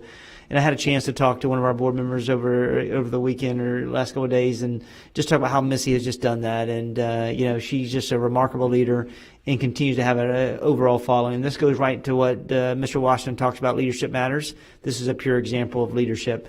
And then had a chance to go to an inaugural cybersecurity conference competition where we had surrounding counties there, but the majority of schools were from Hillsborough County. Hillsborough County won many of these initiatives, and so proud of them. Just to get our children, our students given a problem of practice and their problem solving, collaborating. It was, really awesome to see high level sophistication, interaction, and so proud of what our CTE programs are continuing to do to be able to expand initiatives in cybersecurity within our district. And we thank this evening for the resolution to be able to highlight the month of the military child. It is so important. As we know, they have 4,600 students that we serve within our, that are active duty members, children, and 8,500 of military connected students. They move so many times within the school year, so we bring them stability. The Purple Star campus distinction is something that we had a legislative platform that we, as a board and as a community, pushed to be the state to recognize, and we have a number of schools. And as Dr. Hahn said on Wednesday, it is Purple Up Day. So let's everybody kind of show their spirit. Shay McCrae is going to do it 2 days in a row. She's ready and prepared. And Mr. Connor, too, I guess. So I extend that. And we look forward for this really cool. That's right. So it's probably tomorrow. So really thankful, and just remind our community that the choice window is open to April 30th. There's so many choices we offer in this community, and we'll continue to make certain that we provide innovative spaces for our community and students to be able to learn. And we thank the board for the consent agenda. So many of our students are transitioned to New York, to Orlando, to be able to compete and attend conferences and field experiences that really strengthen who they are as a person and also as an educational leader. So thank you so very much. We appreciate it, and we look forward to continue to champion through this testing window. And once again, thanks to the board for willingness to be able to dive in to very hard, difficult decisions that we continue to be faced with. And I'll do my best to be able to lead us through it. Thank you, Superintendent Davis. Member Washington? Pablo? Okay. I'm going to be short tonight. Oh, I know that. This reminds me of old times when we used to meet at 7 o'clock at night. I don't know why Thursday, but they just do everything. That's right. That's right. Okay. Oh, you got it up there. I'm sorry. Okay, so. Excuse me. Okay, so during the past week, I've been to a lot of events, but I'm just going to talk about the Tampa General Telehealth. As you can see, we have a virtual health kit that they can use at the schools when a student is sick. You don't need insurance to speak to a provider. And one of the things why I'm so happy that the board passed this is the mere fact we can keep more students in school. I think that's important because those kids come up, they're sick or whatever the case might be. So we have a nurse at the school. The only time they'll need insurance whenever the provider prescribes a prescription for them. They'll need insurance to get the prescription or they'll pay cash. And we as of now, we have 5 schools that they want to add more on to the next year. And I think that's going to be really good. We don't make the push at the beginning of the school year so more people know about it. Also, we have this health kit virtual telehealth in Spanish also. So we have it covered both ways. And I think some of the students are in it now and they are using it, and it's very beneficial. I mean, this is really a game changer for a lot of schools whenever the kids are not feeling well. So that's all I'm saying tonight. Short and sweet. Thank you. Have a good evening. Thank you, Member Washington. Member Gray? Yes, mine will be short as well. Student Online Safety Panel was hosted by Gaither, Tommy Morrill, the principal. Thank you. And we are giving prevention strategies and awareness to parents. We had not only Dottie Groover Skipper, but Jan Edwards, Hillsborough County Sheriff Office, Major Rule, Hillsborough County Sheriff Office, Colonel Lindman, thank you, Connie Rose, Survivor, Denise Savino, Leonard, and we'll be meeting at Leonard tomorrow night, and we'll have another Student Online Safety panel for the benefit of our parents, and hopefully they will come and become engaged. Next, I want to say, and I wasn't sure if we had teacher appreciation falling within the next board meeting, but I did want to express the teacher appreciation is coming up May 3rd through the 7th. And we did one appreciation, as you know, with the salary increase, but we appreciate the hard work of our teachers every day, every moment, and hopefully they're getting a good night's sleep. They probably won't hear this, but every one of the board members thinks so highly of every one of you. Also, there is a tie-tying ceremony at Jefferson High School Monday, April 24th. Member Combs, you might even mention that for the 5,000 role models of excellence. And we're invited, and no doubt Member Washington will attend. But I wanted to share that as well. And thank you, Missy Leonard, for doing an extraordinarily comprehensive job with the Dorothy C. York dedication, and your staff did marvelous. And thank you for those community leaders, Ms. Cohen, who made this happen. Good night, everybody. Thank you. Thank you, Member Gray. Member Rendon? I'm going to make it really quick because everyone covered a lot that I've done. So, but Chimino Elementary School celebrated its 20th anniversary. So I want to thank all of the teachers and staff that opened and continue to support that community. It is a vital aspect of the east side of the county. So congratulations to Chimino Elementary School. Also want to give a highlight out to all of our chambers throughout the entire county, what they do for our schools, what they do for our teachers and our staff are tremendous. So I want to thank each of our chambers and continue supporting us. We do appreciate everything you do. Thank you. Thank you, Member Rendon. And I'm going to try to keep it really short. I've had lots of great school visits. Just a shout out to Sly Middle School. Titus O'Neill gave me a great tour a couple weeks back, and also had an opportunity to go to Pepin Academy, which was amazing with the team, and be able to see that. And then the Maritime and Marine Exploration we went to the other day. It's just amazing. I even went to an honors event with Steinbrenner, and another student got into West Point. Like, so many of our students are doing exceptional things. But finally, Future Career Academy supposed to be there tomorrow morning at 7, so I'm going to get ready to go. But I've been able to go to a lot of the different events, and they've just been amazing. And I wanted to give a big shout out to one of our own school resource officers, Mr. Collins. He was there, and he was one of the staff members who spoke to the students, which was amazing. And I wanted to highlight this last video with our own chief of schools, Super Cat, this final short video, really to remind us, like, why, I mean, everybody knows why we're here, but what this is all about and how we're really changing the lives of students. And thank you, Yvonne Fry and her team, for everything that they do. Pablo, if you could show that real quickly. Okay. Ready, Sue? Ready, Sue? This is an opportunity that is really once in a lifetime for students. Being a part of this event today is quite amazing. To see the opportunities that these kids are getting is so impressive. And the energy here, I just was walking around and heard some folks getting offered jobs, which is so exciting. The enthusiasm and the excitement of the employers as the children came into the building today, this is really a great step for their future.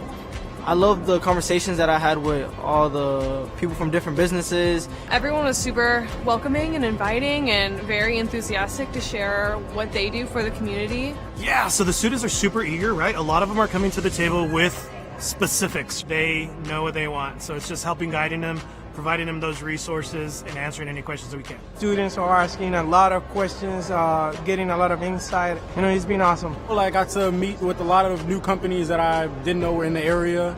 They were able to give me some good information about what I could do with them or how I could start my job opportunities. The students are very respectable. They really do want work in the future, and a lot of them are ready to join the workforce right now. I got to meet a lot of nice people for job opportunities. I got to learn a lot about how to make more money. I got to learn what the future holds. As we walked through the expo hall, it was really nice to see and hear true, authentic conversations happening between students and between the employers. Getting to talk to these people one-on-one was really, really a huge benefit for them. You know, graduation is coming up, and this was just such a fun day to just lift them up and to show them what's available to them as soon as they graduate. Just a positive experience all around. To see this next generation of leaders come in, ask tough questions, get some advice, apply for jobs, and then apply for the little nuggets of wisdom from all the panelists, it's really good to hear. It gives me hope for our future. Our students often are working on faith that one day it's going to pay off and result in something monetary. So today's that day for our seniors. When you have options to make money and be employed in your community by people of your community, that's incredibly important. So this is why it's a great option for them. As long as we continue that triangulation of making sure that schools and communities and businesses are strong together, this county will be the best there is. Thank you. And one last thing, thank you to our communications department for making Hillsborough County swifty and famous. Superintendent Davis, that was an amazing thing that your communications department did, because we did go viral all over with that letter and your song. With that in mind, this meeting is adjourned. Thank you.